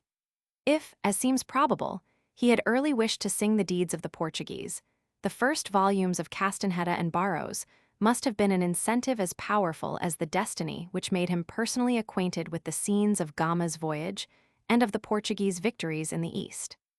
It seems probable that Cantos Roman III and Roman IV, containing the early history of Portugal, were already written, and that around them he wove the epic grandeur revealed in the histories of the discovery of India. The poem opens with an invocation to the nymphs of the Tagus and to King Sebastian, and then, in a wonderful stanza of the sea, John no largo oceano navegavam, I-19, Gama's ships are shown in mid-voyage. The gods of Olympus take sides, and Venus protects the daring adventurers in seas never crossed before, while Mars stirs up the natives of Mozambique and of Mombaca to treachery, I Roman II. In contrast to the natives farther south, the king of Melinde receives them with loyal friendship, and Gama rewards him by relating the history of Portugal, Roman III, Roman IV. He then continues his voyage, and after weathering a terrible storm brewed by Bacchus, arrives at Calicut v Roman VI. After a visit to the Samori, the king of Calicut, the Cachuel, the governor, accompanies Gama on board, and Paulo de Gama explains to him the warlike deeds of the Portuguese embroidered on the silken banners of the ships, Roman VII, Roman VIII. On the return voyage, they are entertained by Tethys and her nymphs in the island of Venus, supposed to be one of the Azores, Roman IX, and the poem ends with a second invocation to King Sebastian, X 145-56. Thus the time of the poem occupies a little over 2 years, July 1497 September 1499. Into this, the previous 4 centuries had been ingeniously worked, but in order to include the 16th century, fresh devices were adopted, by which Jupiter, Canto II, Adamastor, V, and Tethys, X, foretell the future. Almost every land and city connected with Portuguese history finds a place in the poem. Small wonder that it was well received by the Portuguese, combining as it did intense patriotism with hundreds of exotic names. The extraordinary number of 12,000 copies is said to have been printed within a quarter of a century of Camões' death, and by 1624, the sale had increased to 20,000 and his fame had spread throughout the world. It would have been still stranger if the murmuradors maldizents had been silent.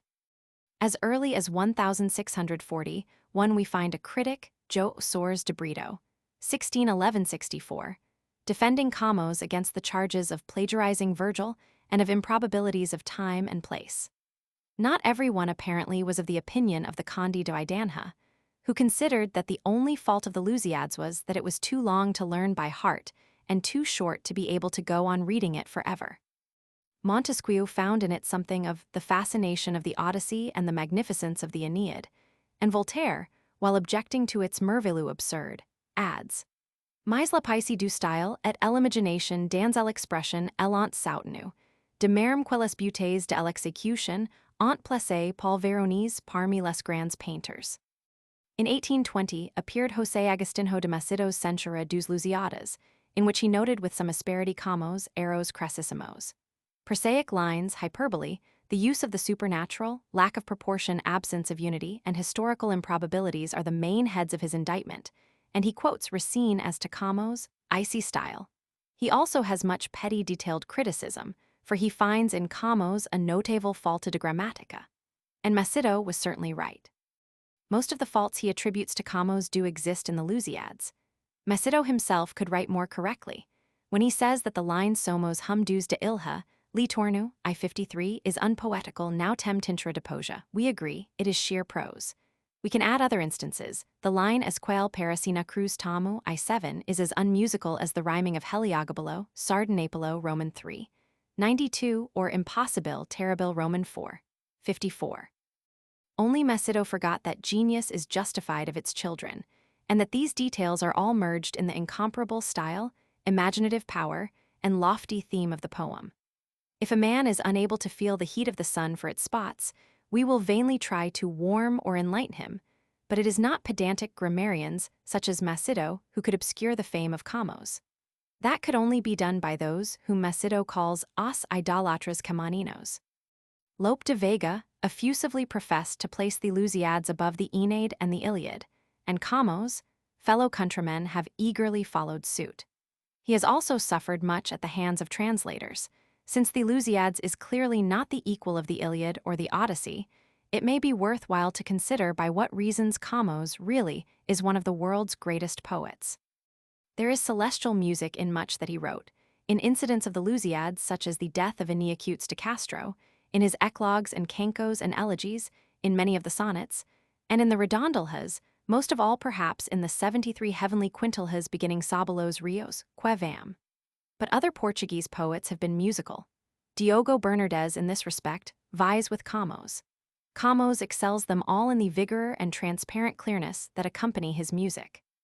But his principal excellence is that, still without losing the music of his versos deleitosos, he can think in verse. The thought in some of his elegies and oitavas is remarkable and describe with scientific precision, as in the account of the tromba, Lus. v. 1922. Like Milton, he could transform an atlas into a fair harmony of names. His influence on the Portuguese language has been very great. Whether it was wholly for good may be open to doubt, mentioned by one of his earliest biographers, Severim de Faria, in 1624. The Lusíadas, he says, greatly enriched the Portuguese language by ingeniously introducing many new words and expressions which then came into common use, although some severe critics have censured him for this, considering the use of Latinized forms a defect in his poem. An inch farther than he went in this direction, or in that of Furia Grand e Sonorosa and Estilo Grandiloquo, would have been an inch too far, and subsequent writers did not always observe his restraint, the sobriety due to his classical education. But his poems certainly helped to fix the language, and he cannot be blamed for the excesses of his followers, or for a change which had begun before his time. Caudo records the theft of the Parnaso in which Camões was collecting his lyrics with a view to publishing them. He must have written many more lyrics than we possess, but even so the number existing is not small. Successive editors have added to them from time to time, and often clumsily. Faria e Sousa, a century after Camões' death, declared that he had added 200, and, while upbraiding Diogo Bernardes for his robos, was himself the thief. Camões might have been somewhat surprised to find in the first edition of his lyrics, 1595, 2 poems which had been in print in the Cancioneiro de Resende 8 years before he was born. This 1595 edition contained but 65 sonnets, but their number grew to 108, 1598, 140, 1616, 229, 1668, 296, 1685, 352, 1860, 354, 1873. D. Carolina Michaelis de Vasconcelos has already contributed much towards a critical edition, and it is to be hoped that before long it may be possible to read the genuine lyrics of Camões in a complete edition by themselves. That would certainly cause him to be more widely read abroad. It is perhaps inevitable that a comparison should arise between Camões and Petrarca, although it must be remembered that they are separated by 2 centuries. Yet he would be an extremely bold or extremely ignorant critic who should place the one of them above the other. In genius they were equal, but a different atmosphere acted on their genius, the artistic atmosphere of Italy and the natural atmosphere of Portugal. Petrarca was the more scholarly writer, so that if he perhaps never attains to the rapturous heights occasionally reached by Camões, he also keeps himself from the blemishes which sometimes disfigure Camões' work. Camões' life was far more varied, many-colored as an Alentejan manta, and this is reflected in his poems. Intensely human, he is swayed by many moods, while Petrarca is merged in the narrower flame of his love. Petrarca excels him in the sonnet, for although many of those by Camões are beautiful, and nearly all contain some beautiful passage, he was not really at his ease in this scanty plot of ground. His genius required a larger canvas for its expression. The following lines from his long and magnificent Cancao Vind Ka are worth quoting because they triumphantly display many of the noblest characteristics of his poetry. No mais, Cancao, no mais, que iri falando semo sentir, 1000 anos. E se acaso te culperm de larga e de pesada não pode ser, li diz, limitada e agoa do marem tau pequeno vaso, nem eu delicades vu cantando co gasto do louver, mas explicando puras verdades ya por mi passadas, oxala forum fabulas senhadas. Here we see the force and precision, the amazing ease and rapidity, the crystalline transparency, the sad saudade, and above all the deep sincerity that marks so much of his work. Both Petrarca and Camões are representative of their country, the latter not only in his poems, in which almost every Portuguese hero is included, but in his character and his life. In his wit and melancholy, his love of nature, his passionate devotion, his persistency and endurance, his independence and sensitive pride, in his lyrical gift and power of expression, in his courage and ardent patriotism, he is the personification and ideal of the Portuguese nation. Many of Camões' friends were also lyric poets, but their poems have mostly vanished. One of them, Luis Franco Correia, compiled a cancionero of contemporary poems which still exists in manuscript. A few later poets, chiefly pastoral, have already been mentioned, but after Camões, death the star of lyric poetry waned and set, and the only compensation was a brilliant noonday in the realm of prose. Camões was a learned poet, but he also plunged both hands in the songs and traditions of the people. The later poets withdrew themselves more and more from this perennial spring of poetical images and expression, till at last in the ripeness of time, Almeida Garrett turned to it again for inspiration, even Bocage, devoted admirer of Camões though he was, having neglected this side of his genius, as was inevitable in the 18th century. Epic poetry scarcely fared better than the lyric, despite 100 honest efforts to eclipse the Lusíads. A favorite legend of Portuguese and other folklore tells how the stepdaughter comes from the fairies, dwelling speaking flowers for words or with a star on her forehead, but her envious half-sister, who then visits the fairies, returns uttering mud and toads or with an ass's head. If the epic poems of those who emulated the fame of Camões are something better than mud, they nevertheless fail, for the most part lamentably, in that inspiration, which Portuguese history might have been expected to give. Alguns Misera Gent, in Utilment compoem Grandes Iliadas. Wrote Dinas de Cruz, O Hyssop, Canto 1. The epic fever had not abated even in the beginning of the 19th century. The Madeira poet Francisco de Paula Medina y Vasconcelos, c. 1770–1824, alone wrote 2. Zargeta, 1806, Georgeta, 1819. And José Agustinho de Macedo in his Modum Literario imagines himself at the mercy of a poet with an epic in 60 cantos entitled Napolata, and himself became the mock hero of 1 in 9. Agustin Heda, Launders, 1817. Written by his unfortunate opponent Nuno Alvares Pereira Pato Manes, 1781–1827. The strange poet of Setúbal, Tomás Antonio de Santos y Silva, 1751–1816, published a Brasileada in 12 cantos in 1815. Of the earlier epics, Camilo Castelo Branco wrote sarcastically, "They contain impenetrable mysteries of dullness and inspire a sacred awe, but they are the conventional glory of our literary history, untouched and intangible." Of the two long epic poems of Jeronimo Cortreel, c. 1530–1590, As Vicesso do Segundo Cerco de Div, 1574, and Naufragio, e Lastimoso as Vicesso de Perdicam de Manuel de Sousa de Sepulveda, and c. 1594, we may perhaps say that they are excellent prose. He dwells more than once upon the inconstancy of fortune, and this may be something more than a platitude. Of his life little is known. He is by some believed to have been born in the Azores in 1533. A document in the possession of the Viscount de Esperança shows that he died before May 12, 1590. He may have been a musician as well as a poet and a painter.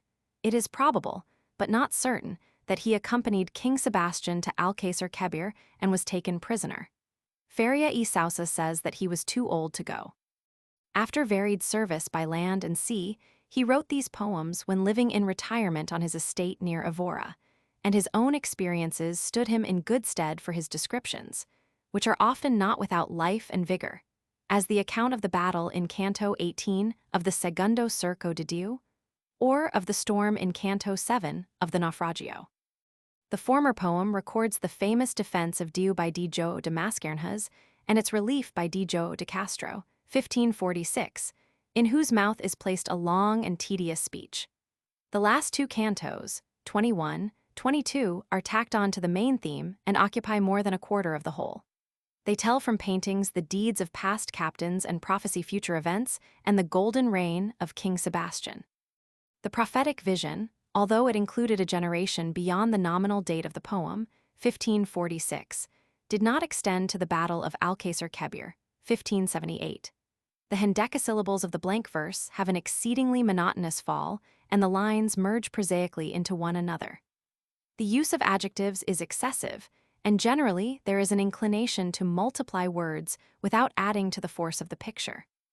The same plethora of epithets, elaborate similes, and slow, awkward development of the story mark the 17 cantos, some 10,000 lines of blank verse, with some tercets and oitavas which constitute the naufragio. In cantos 13 and 14, a learned man tells from sculptures the history of the Portuguese kings, from Afonso I to Sebastian. The remaining cantos have a more lively interest, ending with the death of D. Lionel in Canto 17, but the poet could not resist the temptation to round off with an anticlimax, in which Phoebus, Proteus, and Pan make lamentation. His short auto dus quattro nivissimos du homum, 1768, in blank verse is written with some intensity, but the style is the same. His Austriada, composed to commemorate Don John of Austria's Felicissima Victoria of Lepanto, consists of 15 cantos in Spanish blank verse. Luis Pereira Brandão, born at Oporto about 1540, was present at Alcácer Quibir, and after his release from captivity is said to have worn mourning for the rest of his life. That later generations might also suffer, his epic Elegiada, 1588, in spite of his professed temor de ser prolixo, was published in 18 cantos. Beginning with the early years of King Sebastian, it recounts the king's dreams and ambitions, his first expedition to Africa, and the later disastrous adventure.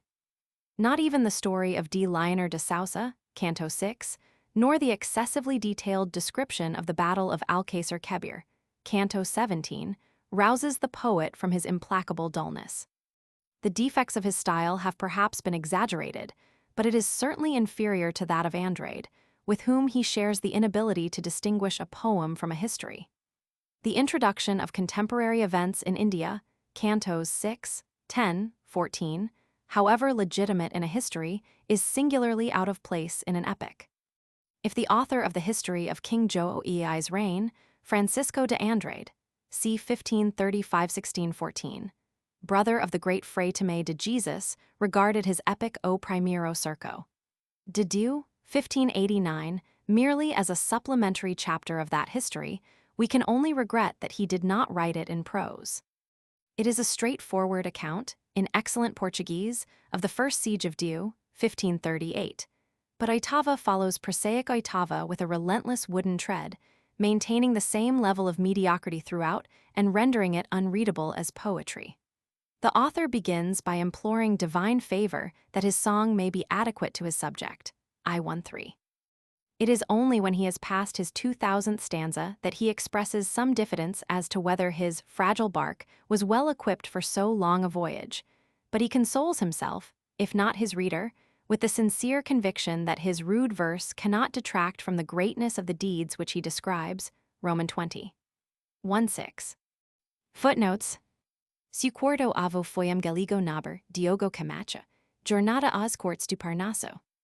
Dr. Wilhelm Storck, the author of the most elaborate life of Camões in existence, considered that the words quando vim de materna sepultura in one of Camões' poems could only mean that his mother, Ana de Macedo, died at his birth, and that he was survived by Ana de Sá, his stepmother. It may have been so, but there is not a scrap of evidence in favor of the theory, nor were the words materna, sepultura anything more than a conventional phrase. Cf. Antonio Fio, Tratados Quadragesimis, 1609 pt.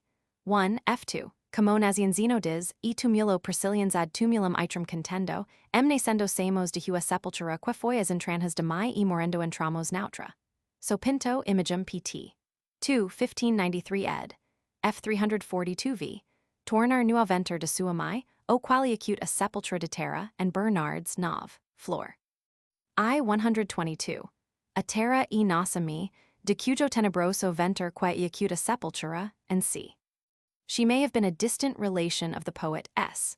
The name was a common one, but Camões was connected with the Gamas, and the wife and granddaughter of the first Conde de Vidigueira were both named Catharina de Adide. According to Dr. Storck, he was banished in 1549, and in the same year, after the sentence of banishment had been commuted to service in Africa, left Portugal, returning to Lisbon in the autumn of 1551. Others believe that he was in Lisbon again in 1550, and that his 2 years in Africa must be placed between 1546 and 1549. The important document containing his pardon is printed in Juro Menha's edition of his works, I 166-7. This quotation is assigned to various other persons, as to Nuno da Cunha when arranging that he should be buried at sea. O poetus Simonides falando. Cf. Lus, I 1943, Roman 2, 2067 v 1922, Roman 6, 79. Disege tanto.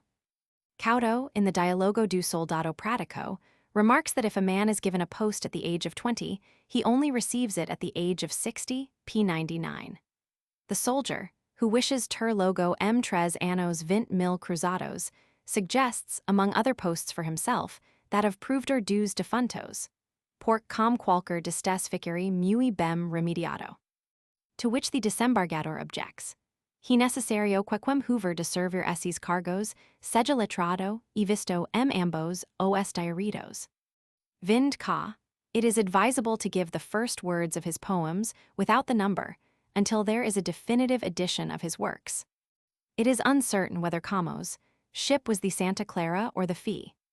Barrows Decada Roman 3, Roman 9, 1. It is about the sum, apart from any grant of pimenta, which a common soldier on active service might earn in India, see Barrows I. Roman 8. 3. 1,200 times 12 equals 14,400. Environ Hewitt sense livers de nader monu dodgered Huey, Voltaire. It would scarcely correspond to more than 50 pounds of today. Lus v 45. Prophetically he had echoed Lus. X23, the complaint of the historians of India, More nos hispidas pobres lados asque aure e acute le servum demuro. To dus hastaoi y principament en Castilla, tuverin semper emi meister por mayor en estes poemas que en el heroico, varias rimas, prologo, 2 vols, 1685, 1689. Cf.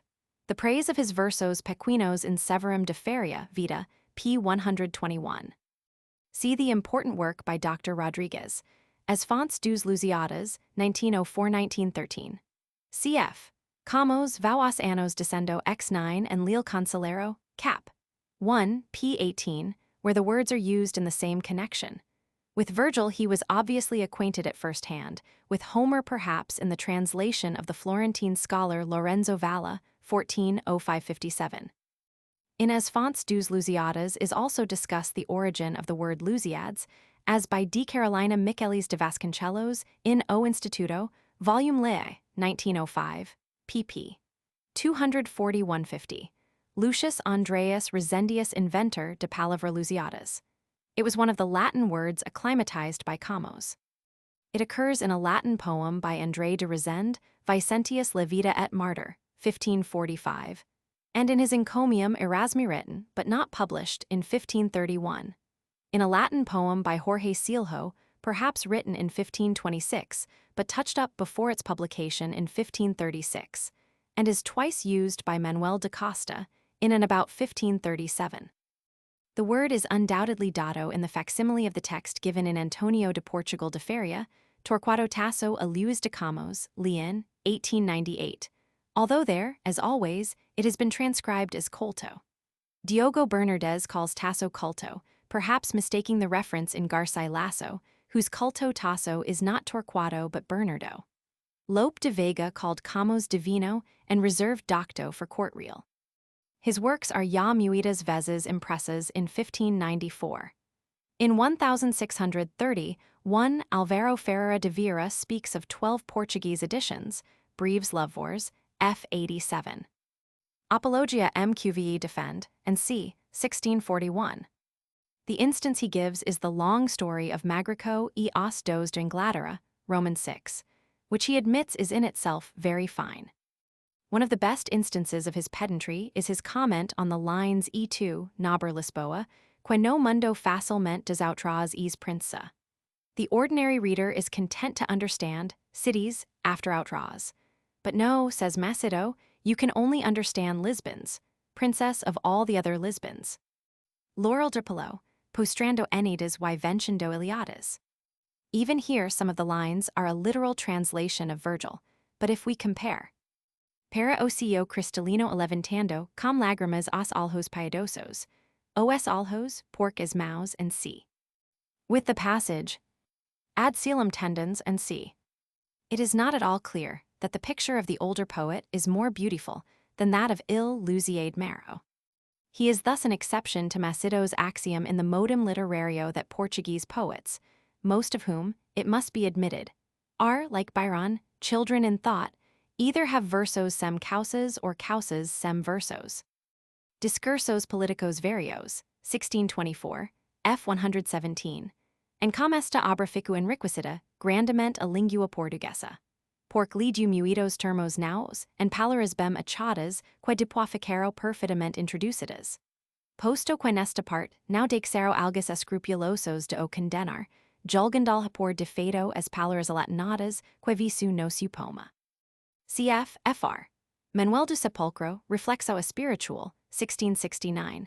Now ha dúvida que maior mudança fez a língua portuguesa nos primeiros 20 anos do reinado de Manuel, quem 150 anos da para cá. Barros, however, in his Dialogo em Lover, 1540, says Latinization had not yet begun. See O nos usarmos. The authorship of the fine sonnets Horas Breves do meu contentamento, attributed to Camões, Bernardes, the Infante Luis, and c.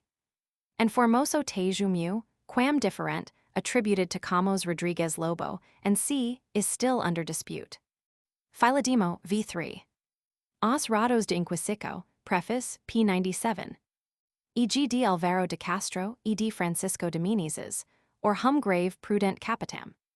E.g. Valor, Esforco e Valencia, Mar Sereno e Camo, Abundosa e Largavi, a dura defensa rigurosa, accautando e batendo. The line often consists of 3 adjectives and a noun. Between court reels cruel molesto duro mortal frio and Dante Saturna maledetta, freda e grieve inf. Roman 6 is all the difference between a heap of loose stones and a shrine. The conception of the auto, especially the third Nivissimo, que o inferno, was no doubt derived from Dante. These are the first words of the original title of the poem, 1578.